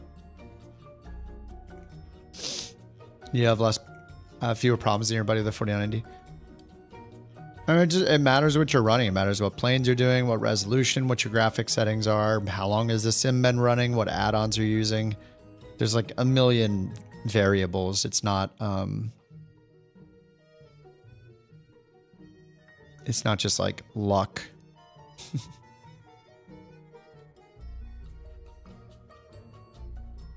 We had a collision that caused it to crash. Pretty much. Yeah, I'm also streaming on 2 platforms at the same time. Yeah, OBS, Volanta, A Pilot's Life, 2 pieces of software to run the bots on the channels, the music in the background, Beyond ATC, with injected traffic. So it's not, you know, it's all those things added up, you know. All right, let's see what it does when I get back in. Hopefully I can just load in at parking and it will give me the credit. I don't know.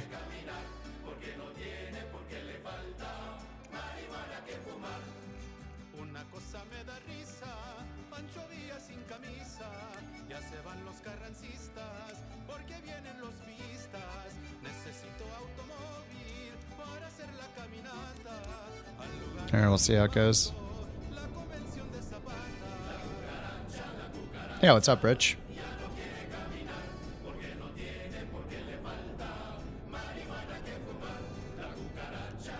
Do you have to shut down? I think you have to. I think it's a text the engines being off. I'm not 100% sure the rules of a pilot's life. Like when exactly it detects, it's probably when the engines turn off.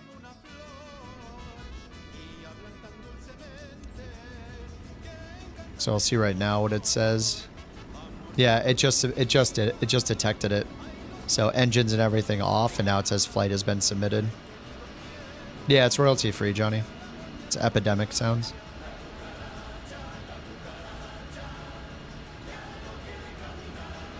Okay, sweet. Got it. I got a 92 though. I got a 92. I failed to overspeed when? General. Here, bro. Have some donuts on me. Donuts. Dunkin' Donuts, right? Taxi in, navigation light fail, and somehow I got an overspeed. When did I get an overspeed? It just says general overspeed, -7 points. I wonder if that's just from loading back in. It detected that as like a teleport. I bet that's what happened. It thinks I teleported from the runway to here like instantaneously at like 10 million frames per second, you know, or 10 million knots. The speed of sound, the speed of light from over here and just instantaneously over here. That's probably detected the overspeed. But that's fine. I mean, whatever it is, I care more that it tracked the flight than anything, so I'm happy with that. That is fine with me. I don't have to redo the flight, so that sounds good. Thanks for the super chat, Panda. Of course, Dunkin' Donuts. Heck yeah. Appreciate that, dude.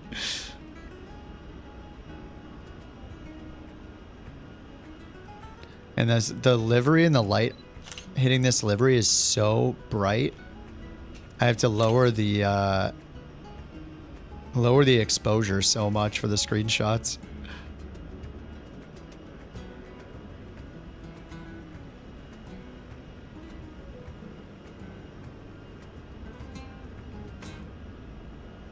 Viva Aerobus. Your game was running amazing last night. Now it's running like dog poo-poo.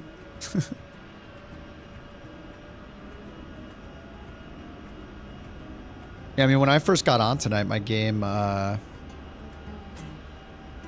what happened? It took me like 2 restarts and I don't know, it might have been the liveries, but I'm not sure exactly what happened. But I had to like restart it a couple times.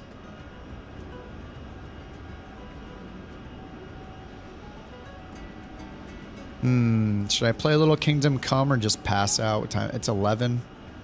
I think I might just be done for the night. Maybe we could raid somebody over on Twitch, call it a night. Tomorrow with the new card. Hopefully the new card gets here at a good time and I can have it all set up for the stream tomorrow. That'd be super fun. Yeah, nothing changed. I had some issues when I first started, Dorian. It took me like 2 or 3 restarts. I don't know if it was server issues or one of the liveries that I was trying to use or something. Oh, Jimmy just came in. Sorry, Jimmy. I didn't watch any of you guys land. Sorry, boys. But yeah, I was having issues as soon as I started today for like 30 plus minutes until I could get in. No idea what the issue was, but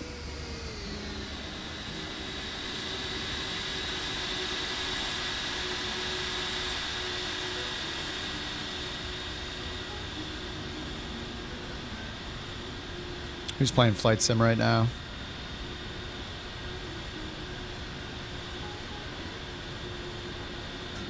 I don't think anybody I recognize.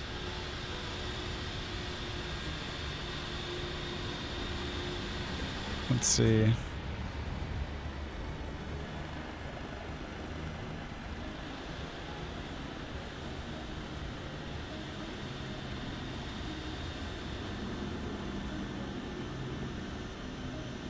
think I'll just call it a night.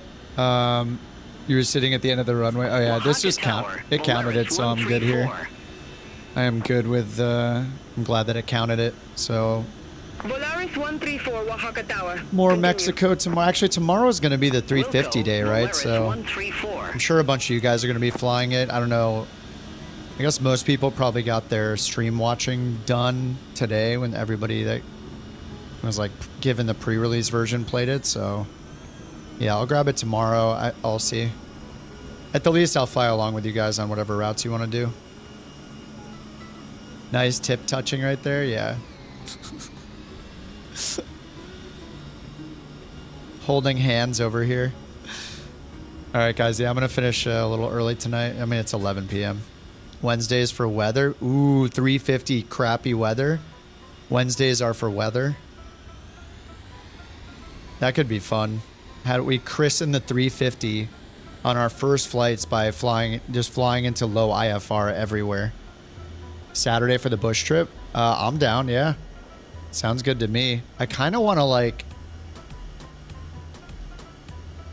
I was thinking like how to distribute the bush trip to everybody. I'm not sure how to send it to everybody, like what format it's in. Can we put it on a website somewhere, or like on my site or some other site, or submit it to we could even do like, you know, that world tour.flight site I've used a lot, Bird. I don't know if you've ever used that site, but you could submit flight plan files there. So I don't know if we do it through like little nav map and make a PLN file, or if that's even how we want to do it. Maybe they could all just be, all the daily routes should be shared. It's so hard though, because we don't know how much we're going to want to do day to day, right? Because the PLN file seems like a good idea at first, but then it's like, mattering where we end, the PLN file changes. You know what I mean? Yeah, full Discord channel. Yeah.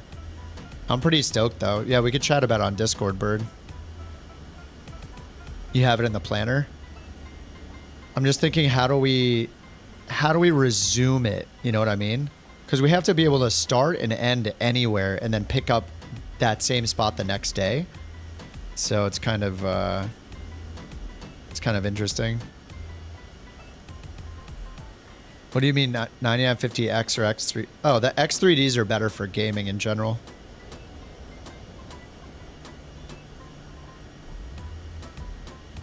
Well, the 9950 isn't out yet. Volaris 134, go around. Fly runway 9950 X3D comes out in like 3 weeks, I think. Going round. But I mean, if you're gaming, the X3D chips are generally what you want. 2,200 feet. Volaris 134. Oh yeah, the airport's missing in the planner. Yeah. Location-specific notes. For most of them, a Discord would work best. I mean, we could make a Discord thread channel, just like the NOTAMs channel and the help channel is, because each post would get its own thread automatically. I feel like those are a lot easier to follow when it's something organized like this. So each day or each leg or each session we do it, we could post it in there. And then there could be like a single post that just has the full plan. One plan for the whole day's flight. Yeah, I think the hard part is we don't know how long we're going to go each day. I mean, we could do it that way. We could plan it out every single day in advance. It could be like we're starting here and ending here today to a T together, and we are never doing more than we say per day. We could do it that way so everybody's at the same point. Schedules are different though, right? Somebody's going to miss one, then they have to catch up. Like, I don't know. It might need to be flexible enough where you can start and stop anywhere, any day. I don't know. It's a challenge for sure. That is one nice thing about New Sky, but I don't want to do New Sky because it doesn't have enough GA planes in it. Anyway, we can chat about it on Discord, but I'm down to, yeah, we can totally just make a new, we can make a new channel for it. What's it called anyway? Is it called like the Spread Your Wings Tour 2025? Some bird related? 9950X 4090. Yeah, I mean, you can't get too much better than that. I mean, the X3D chips are better. Maybe like maybe the 9800 X3D would have been better. I'm not sure though. I'd have to look at the benchmarks, but the X3D chips are better for gaming in general. The 3D cache stuff that AMD has. So 9800 X3D and 4090 is probably one of the best combos you can get besides a 5090. Neofly? I mean, Neofly is just like a person. Oh, you mean New Sky? Well, New Sky we were just using to track, yeah. It was good for tracking the world tour. But the problem is the lack of plane selection, especially GA planes. And like, I don't even know if the Twin Otter's in there. Like the 185 is not going to be in there. There's going to be so many planes that you can't even pick. So I'm okay with just tracking it with Volanta, you know. I don't really need some other software tracking it. The Pan American Bird Trip. Bird Tour 2025. As the Bird Flies, round 1. Almost all HAPs have problems with the tiny runways. Yeah. I mean, as long as Volanta like tracks my air miles and stuff, like that's enough for me. I don't need some other app to track it. You know, whatever. It's not even a big deal. Discontinuity. It's just a break in a flight plan, like a disconnection between 2 waypoints. Sometimes they're there on, a lot of the time they're there on purpose. Like a departure procedure, Kelly, may leave you off on a specific heading, and then you're basically waiting for ATC to tell you what to do next, like where to turn, or going direct to a waypoint. Or same with an arrival procedure, which is before the approach. So as you get towards, say, LAX, it might leave you off over the ocean on a specific heading, and you're basically waiting for ATC to give you vectors, give you headings to turn, instructions to turn. So they may say like turn left, going this direction, descend to this altitude. They may say go direct to this waypoint, descend to this altitude. They may say you're cleared for the such and such approach, and then you just fly all the waypoints on that approach. But discontinuity just means it's a disconnection, a break in the between 2 waypoints that aren't connected in your flight plan, in your GPS, or like in your FMS flight management system. If you're not using, yeah, Mansec is similar. Yeah, I don't know technically the difference between like a discontinuity. Like, yeah, Mansec will be like at the end of a SID or at the end of a star. But yeah, if you're not using ATC, you're just being your own ATC. You can just clear all the discontinuities, review your entire route and flight plan, and make sure that everything is just seamlessly connected. And when you look at it, it makes sense, right? You're not making like an instantaneous 180-degree turn within 1 mile to land on the runway or something crazy like that. That's impossible to do physically. And you can just, you know, just let it connect every waypoint to every other waypoint, fly the whole route. If you're not using like SIDs and stars, like arrivals and departures, or even approach procedures, then a lot of that, then your waypoint, it might just be a direct route, you know? But yeah, anyway, discontinuity is just a break, a disconnection, a blank segment. The waypoints are not connected, and you should be able to see that on your map. Satellite photos? Oh, they're in the sim, but even the planner EFB can't see them? Holy crap. I mean, as long as we can load into the airports and land at the airports, like, that's fine. If we can load in, like, part of the fun is going to be needing to figure out how the heck to get there. I feel like, you know? I mean, as long as we can put the... As long as we can put the airport code, I guess? I don't know. Anyway, it'll be interesting to see what we have to do. You're gonna try out Pilot's Life? Yeah, if you like just doing primarily, or want to do primarily airliner stuff, Pilot's Life is really good for just strictly airliner stuff. It's all based on real world existing, or, you know, now defunct airlines all over the world, and their real world routes and what planes they fly. So it's pretty awesome. Coordinates in the FB. Yeah, I mean, we have to be able to load in, you know. What's up, Warlock? How's it going, man? Fly Delta in it. Nice. Yeah, I had a career in it going a while, like, I don't know, last year over the summer. But I just started over again. But yeah, a Pilot's Life will get you all around the world in different airlines, doing different routes to different airports you've probably never been to. The one piece of advice I have, well actually two things to know about a Pilot's Life. Number one is you need to download and install FSUI PC. It's not very well published, and they don't tell you unless you like go look it up on their website. It's not going to work unless you download FSUI PC and install that. It runs off that. So it's like a Sim Connect type thing that runs in the background when you start the sim.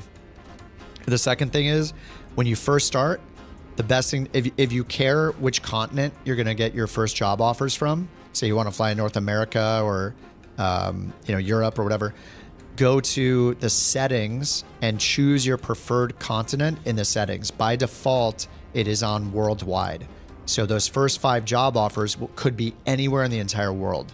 I changed mine to North America, so I got, you know, ones in Mexico, Canada, the US, just because I wanted to start here.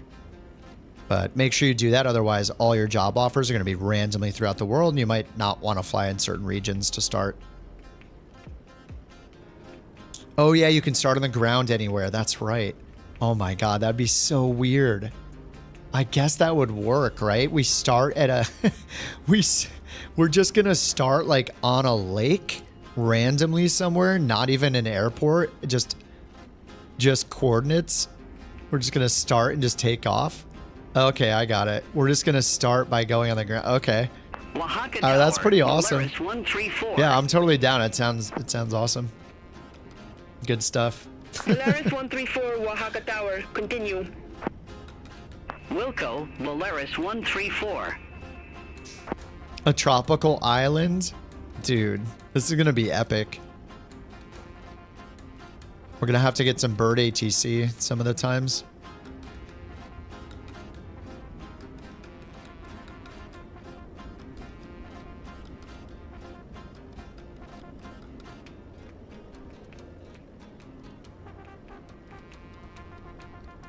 I'm looking for somebody to raid, but nobody's really doing. I was hoping somebody would be doing like career mode with 1 viewer, but I don't see anybody doing that today. It's fine. We'll do it. We'll do a raid tomorrow. YouTube chat? Yeah. I'm watching both of them, Kelly. Why? What's up?